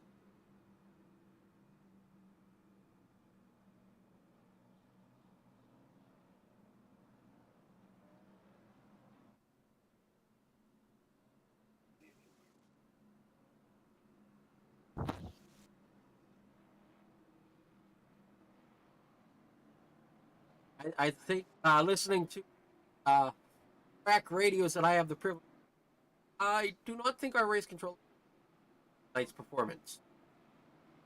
Well, I've seen better races. I watched a swamp buggy race the other day on rerun from TNN. That was a pretty good show. We're back green All right, again. let's get this done here. 15, 18 laps to go. 14 laps to go. Devin Landry, PJ Merrill, Ben Nile, Nathan Barth. Landry gets away, of course, and PJ Merrill going to do what he can to stalk him over these last 14 laps.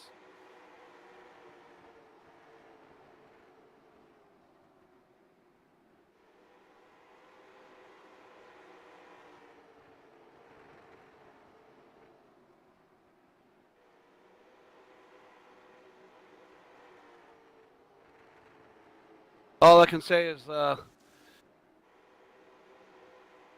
hopefully we can run these last 12 laps off clean. I know Tom Curley's rolling over in his grave watching this one at this point. Hey, these things happen from time to time. Even the best racers throw up a stinker.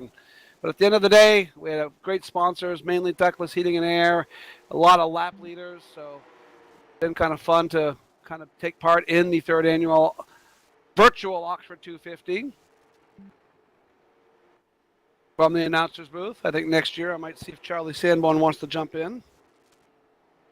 Or maybe Spencer Morris, some of my other people that are announcers up here in Maine.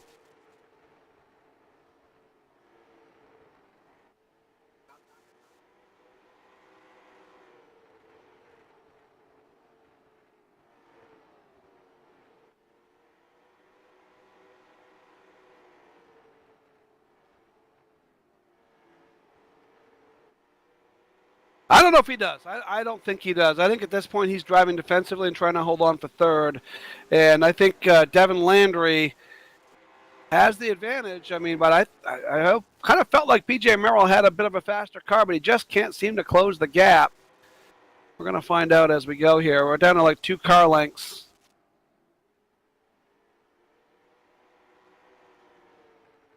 Six laps to go.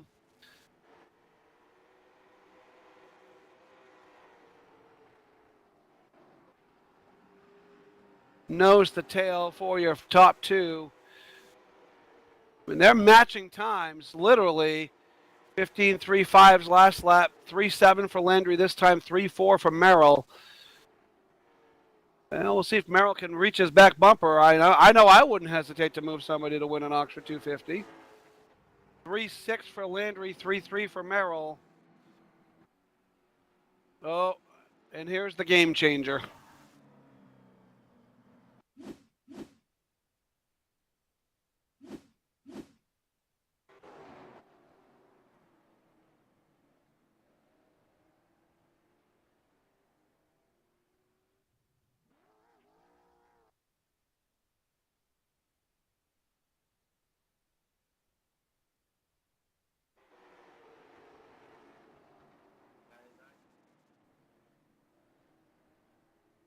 Yep. That was for the 10th spot.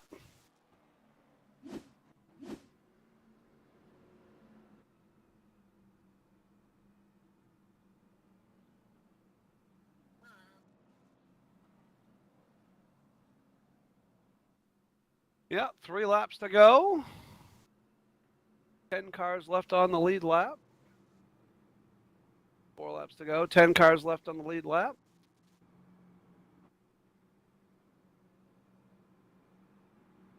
Oh, I'm sorry. My mic was...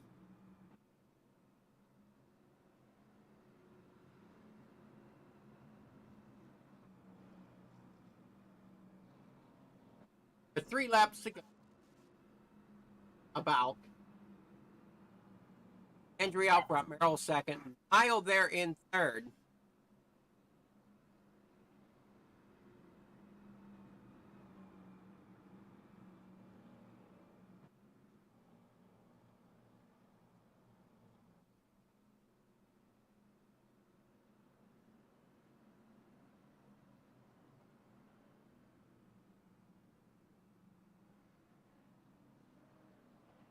Tick back around. Correct timing is.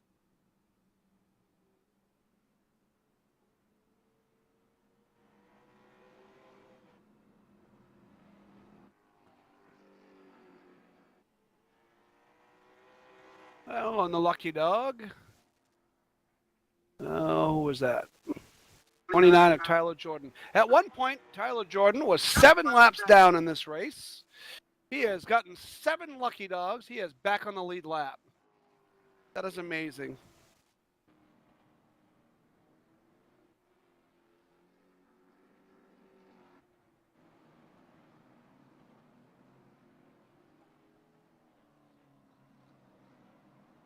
Now we're down to just 11 cars on the lead lap. Pace car pulls up. We are under green once again. 3 laps to go. Landry gets away. PJ Merrill on his back bumper. What do? Do you move him or do you race him clean? Popsicle sticks in the air for Devin Landry. 2 more trips around the famed 3/8 mile oval here at Oxford, Maine on Route 26. To join the ranks of the likes of Kyle Busch, Kevin Harvick, Gary Drew, Dave Dion, all the winners of the Oxford 250 over the years. Max Cookson as a winner of the virtual Oxford 250. White flag is in the air. Landry exits off turn 2. Trouble off turn 2. We're going to race back to the checker. Landry charges out into turn 3. Merrill right there on the bottom side. Contact off turn 4. Your winner is going to be Devin Landry, PJ Merrill, and Ben Nile as your top 3. Rounding out your top 5 will be Nathan Barth, Tyler Conley as your top 5. Well, an exciting last couple of laps at the very least. It took us a while to get there, but yes, it was an exciting last couple laps. Devin Landry was your pole sitter today. He won the heat race number 1, led the first 80 or 90 laps, made a pit stop, got caught up in calamity 3 or 4 or 5 times, stuck around, survived the game, had the best car at the end. And he is your winner of the 3rd annual Mainly Ductless Heating and Air Oxford 250. Second place, PJ Merrill in the 00, and rounding out your top 3, Ben Nile in the number 14.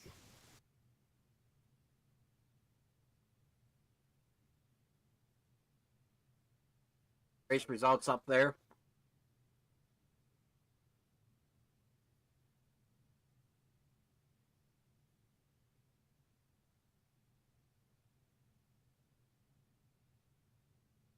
Results. Night. Yeah, looks like after your top 5, Lloyd Moore in the number 25 was your 6th place finisher. Kyle Mooney, 7th in the number 90. 8th place is going to be the number 97 of Brian Conover. 9th place going to be Tyler Jordan in the 4/29. Mario Ercolani rounds out your top 10 in the number 44. Jason Ricker and Gleason Smith round out your cars that are on the actually Jason Ricker was the last car on the lead lap. Gleason Smith was the last car running, I believe. And that is going to do it for your 3rd annual Mainly Ductless Heating and Air Oxford 250. Start of the day, it was Devin Landry at the front. At the end of the day, Devin Landry at the front.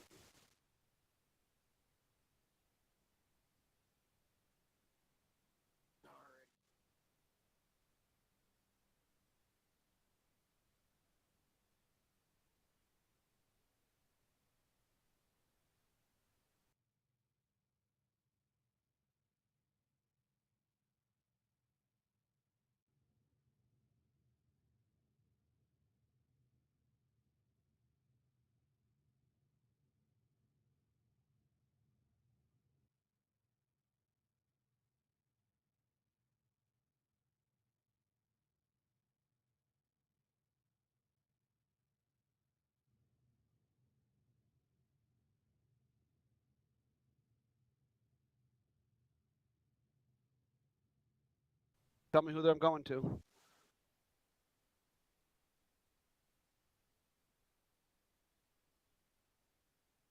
Do we have our finish?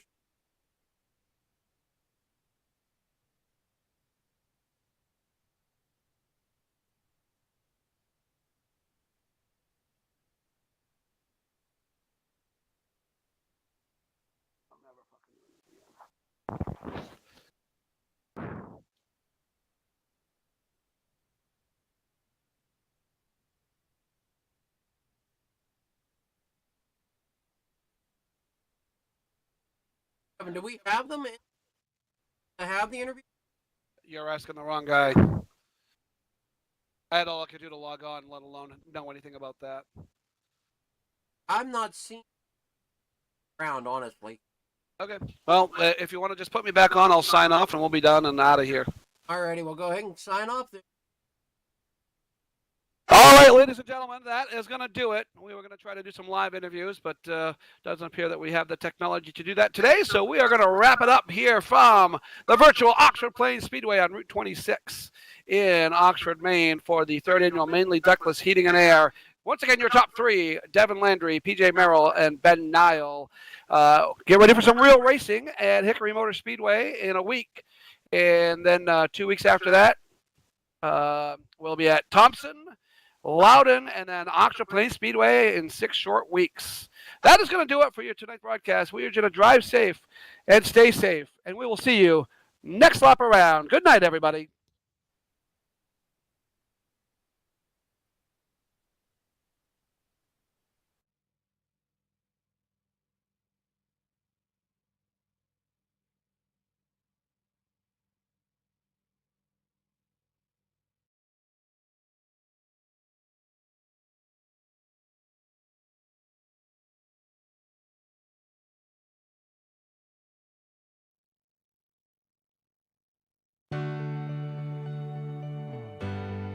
Our family started RVing a few years ago, and when I think about all those campfires and fishing trips and sporting events, these are memories that are going to last a lifetime. I want to help others do the same thing. Hi, I'm Kevin Smith, General Manager at the all-new Click It RV in Milton Freewater. People in this community are very familiar with this location and the great service they've always received. So the biggest question we get is, where is Keith? The great news is, Keith is still here. I've seen a lot of changes. I've seen a lot of things come and go. Through all the changes that we have seen, one thing that has not changed for us is the quality of our service. Buying an RV is a big purchase, but it should be a fun and happy experience. So whether it be in sales or service or parts, our mission is simple: be the best. From our team here at Click It RV in Milton Freewater, we invite you to come down and experience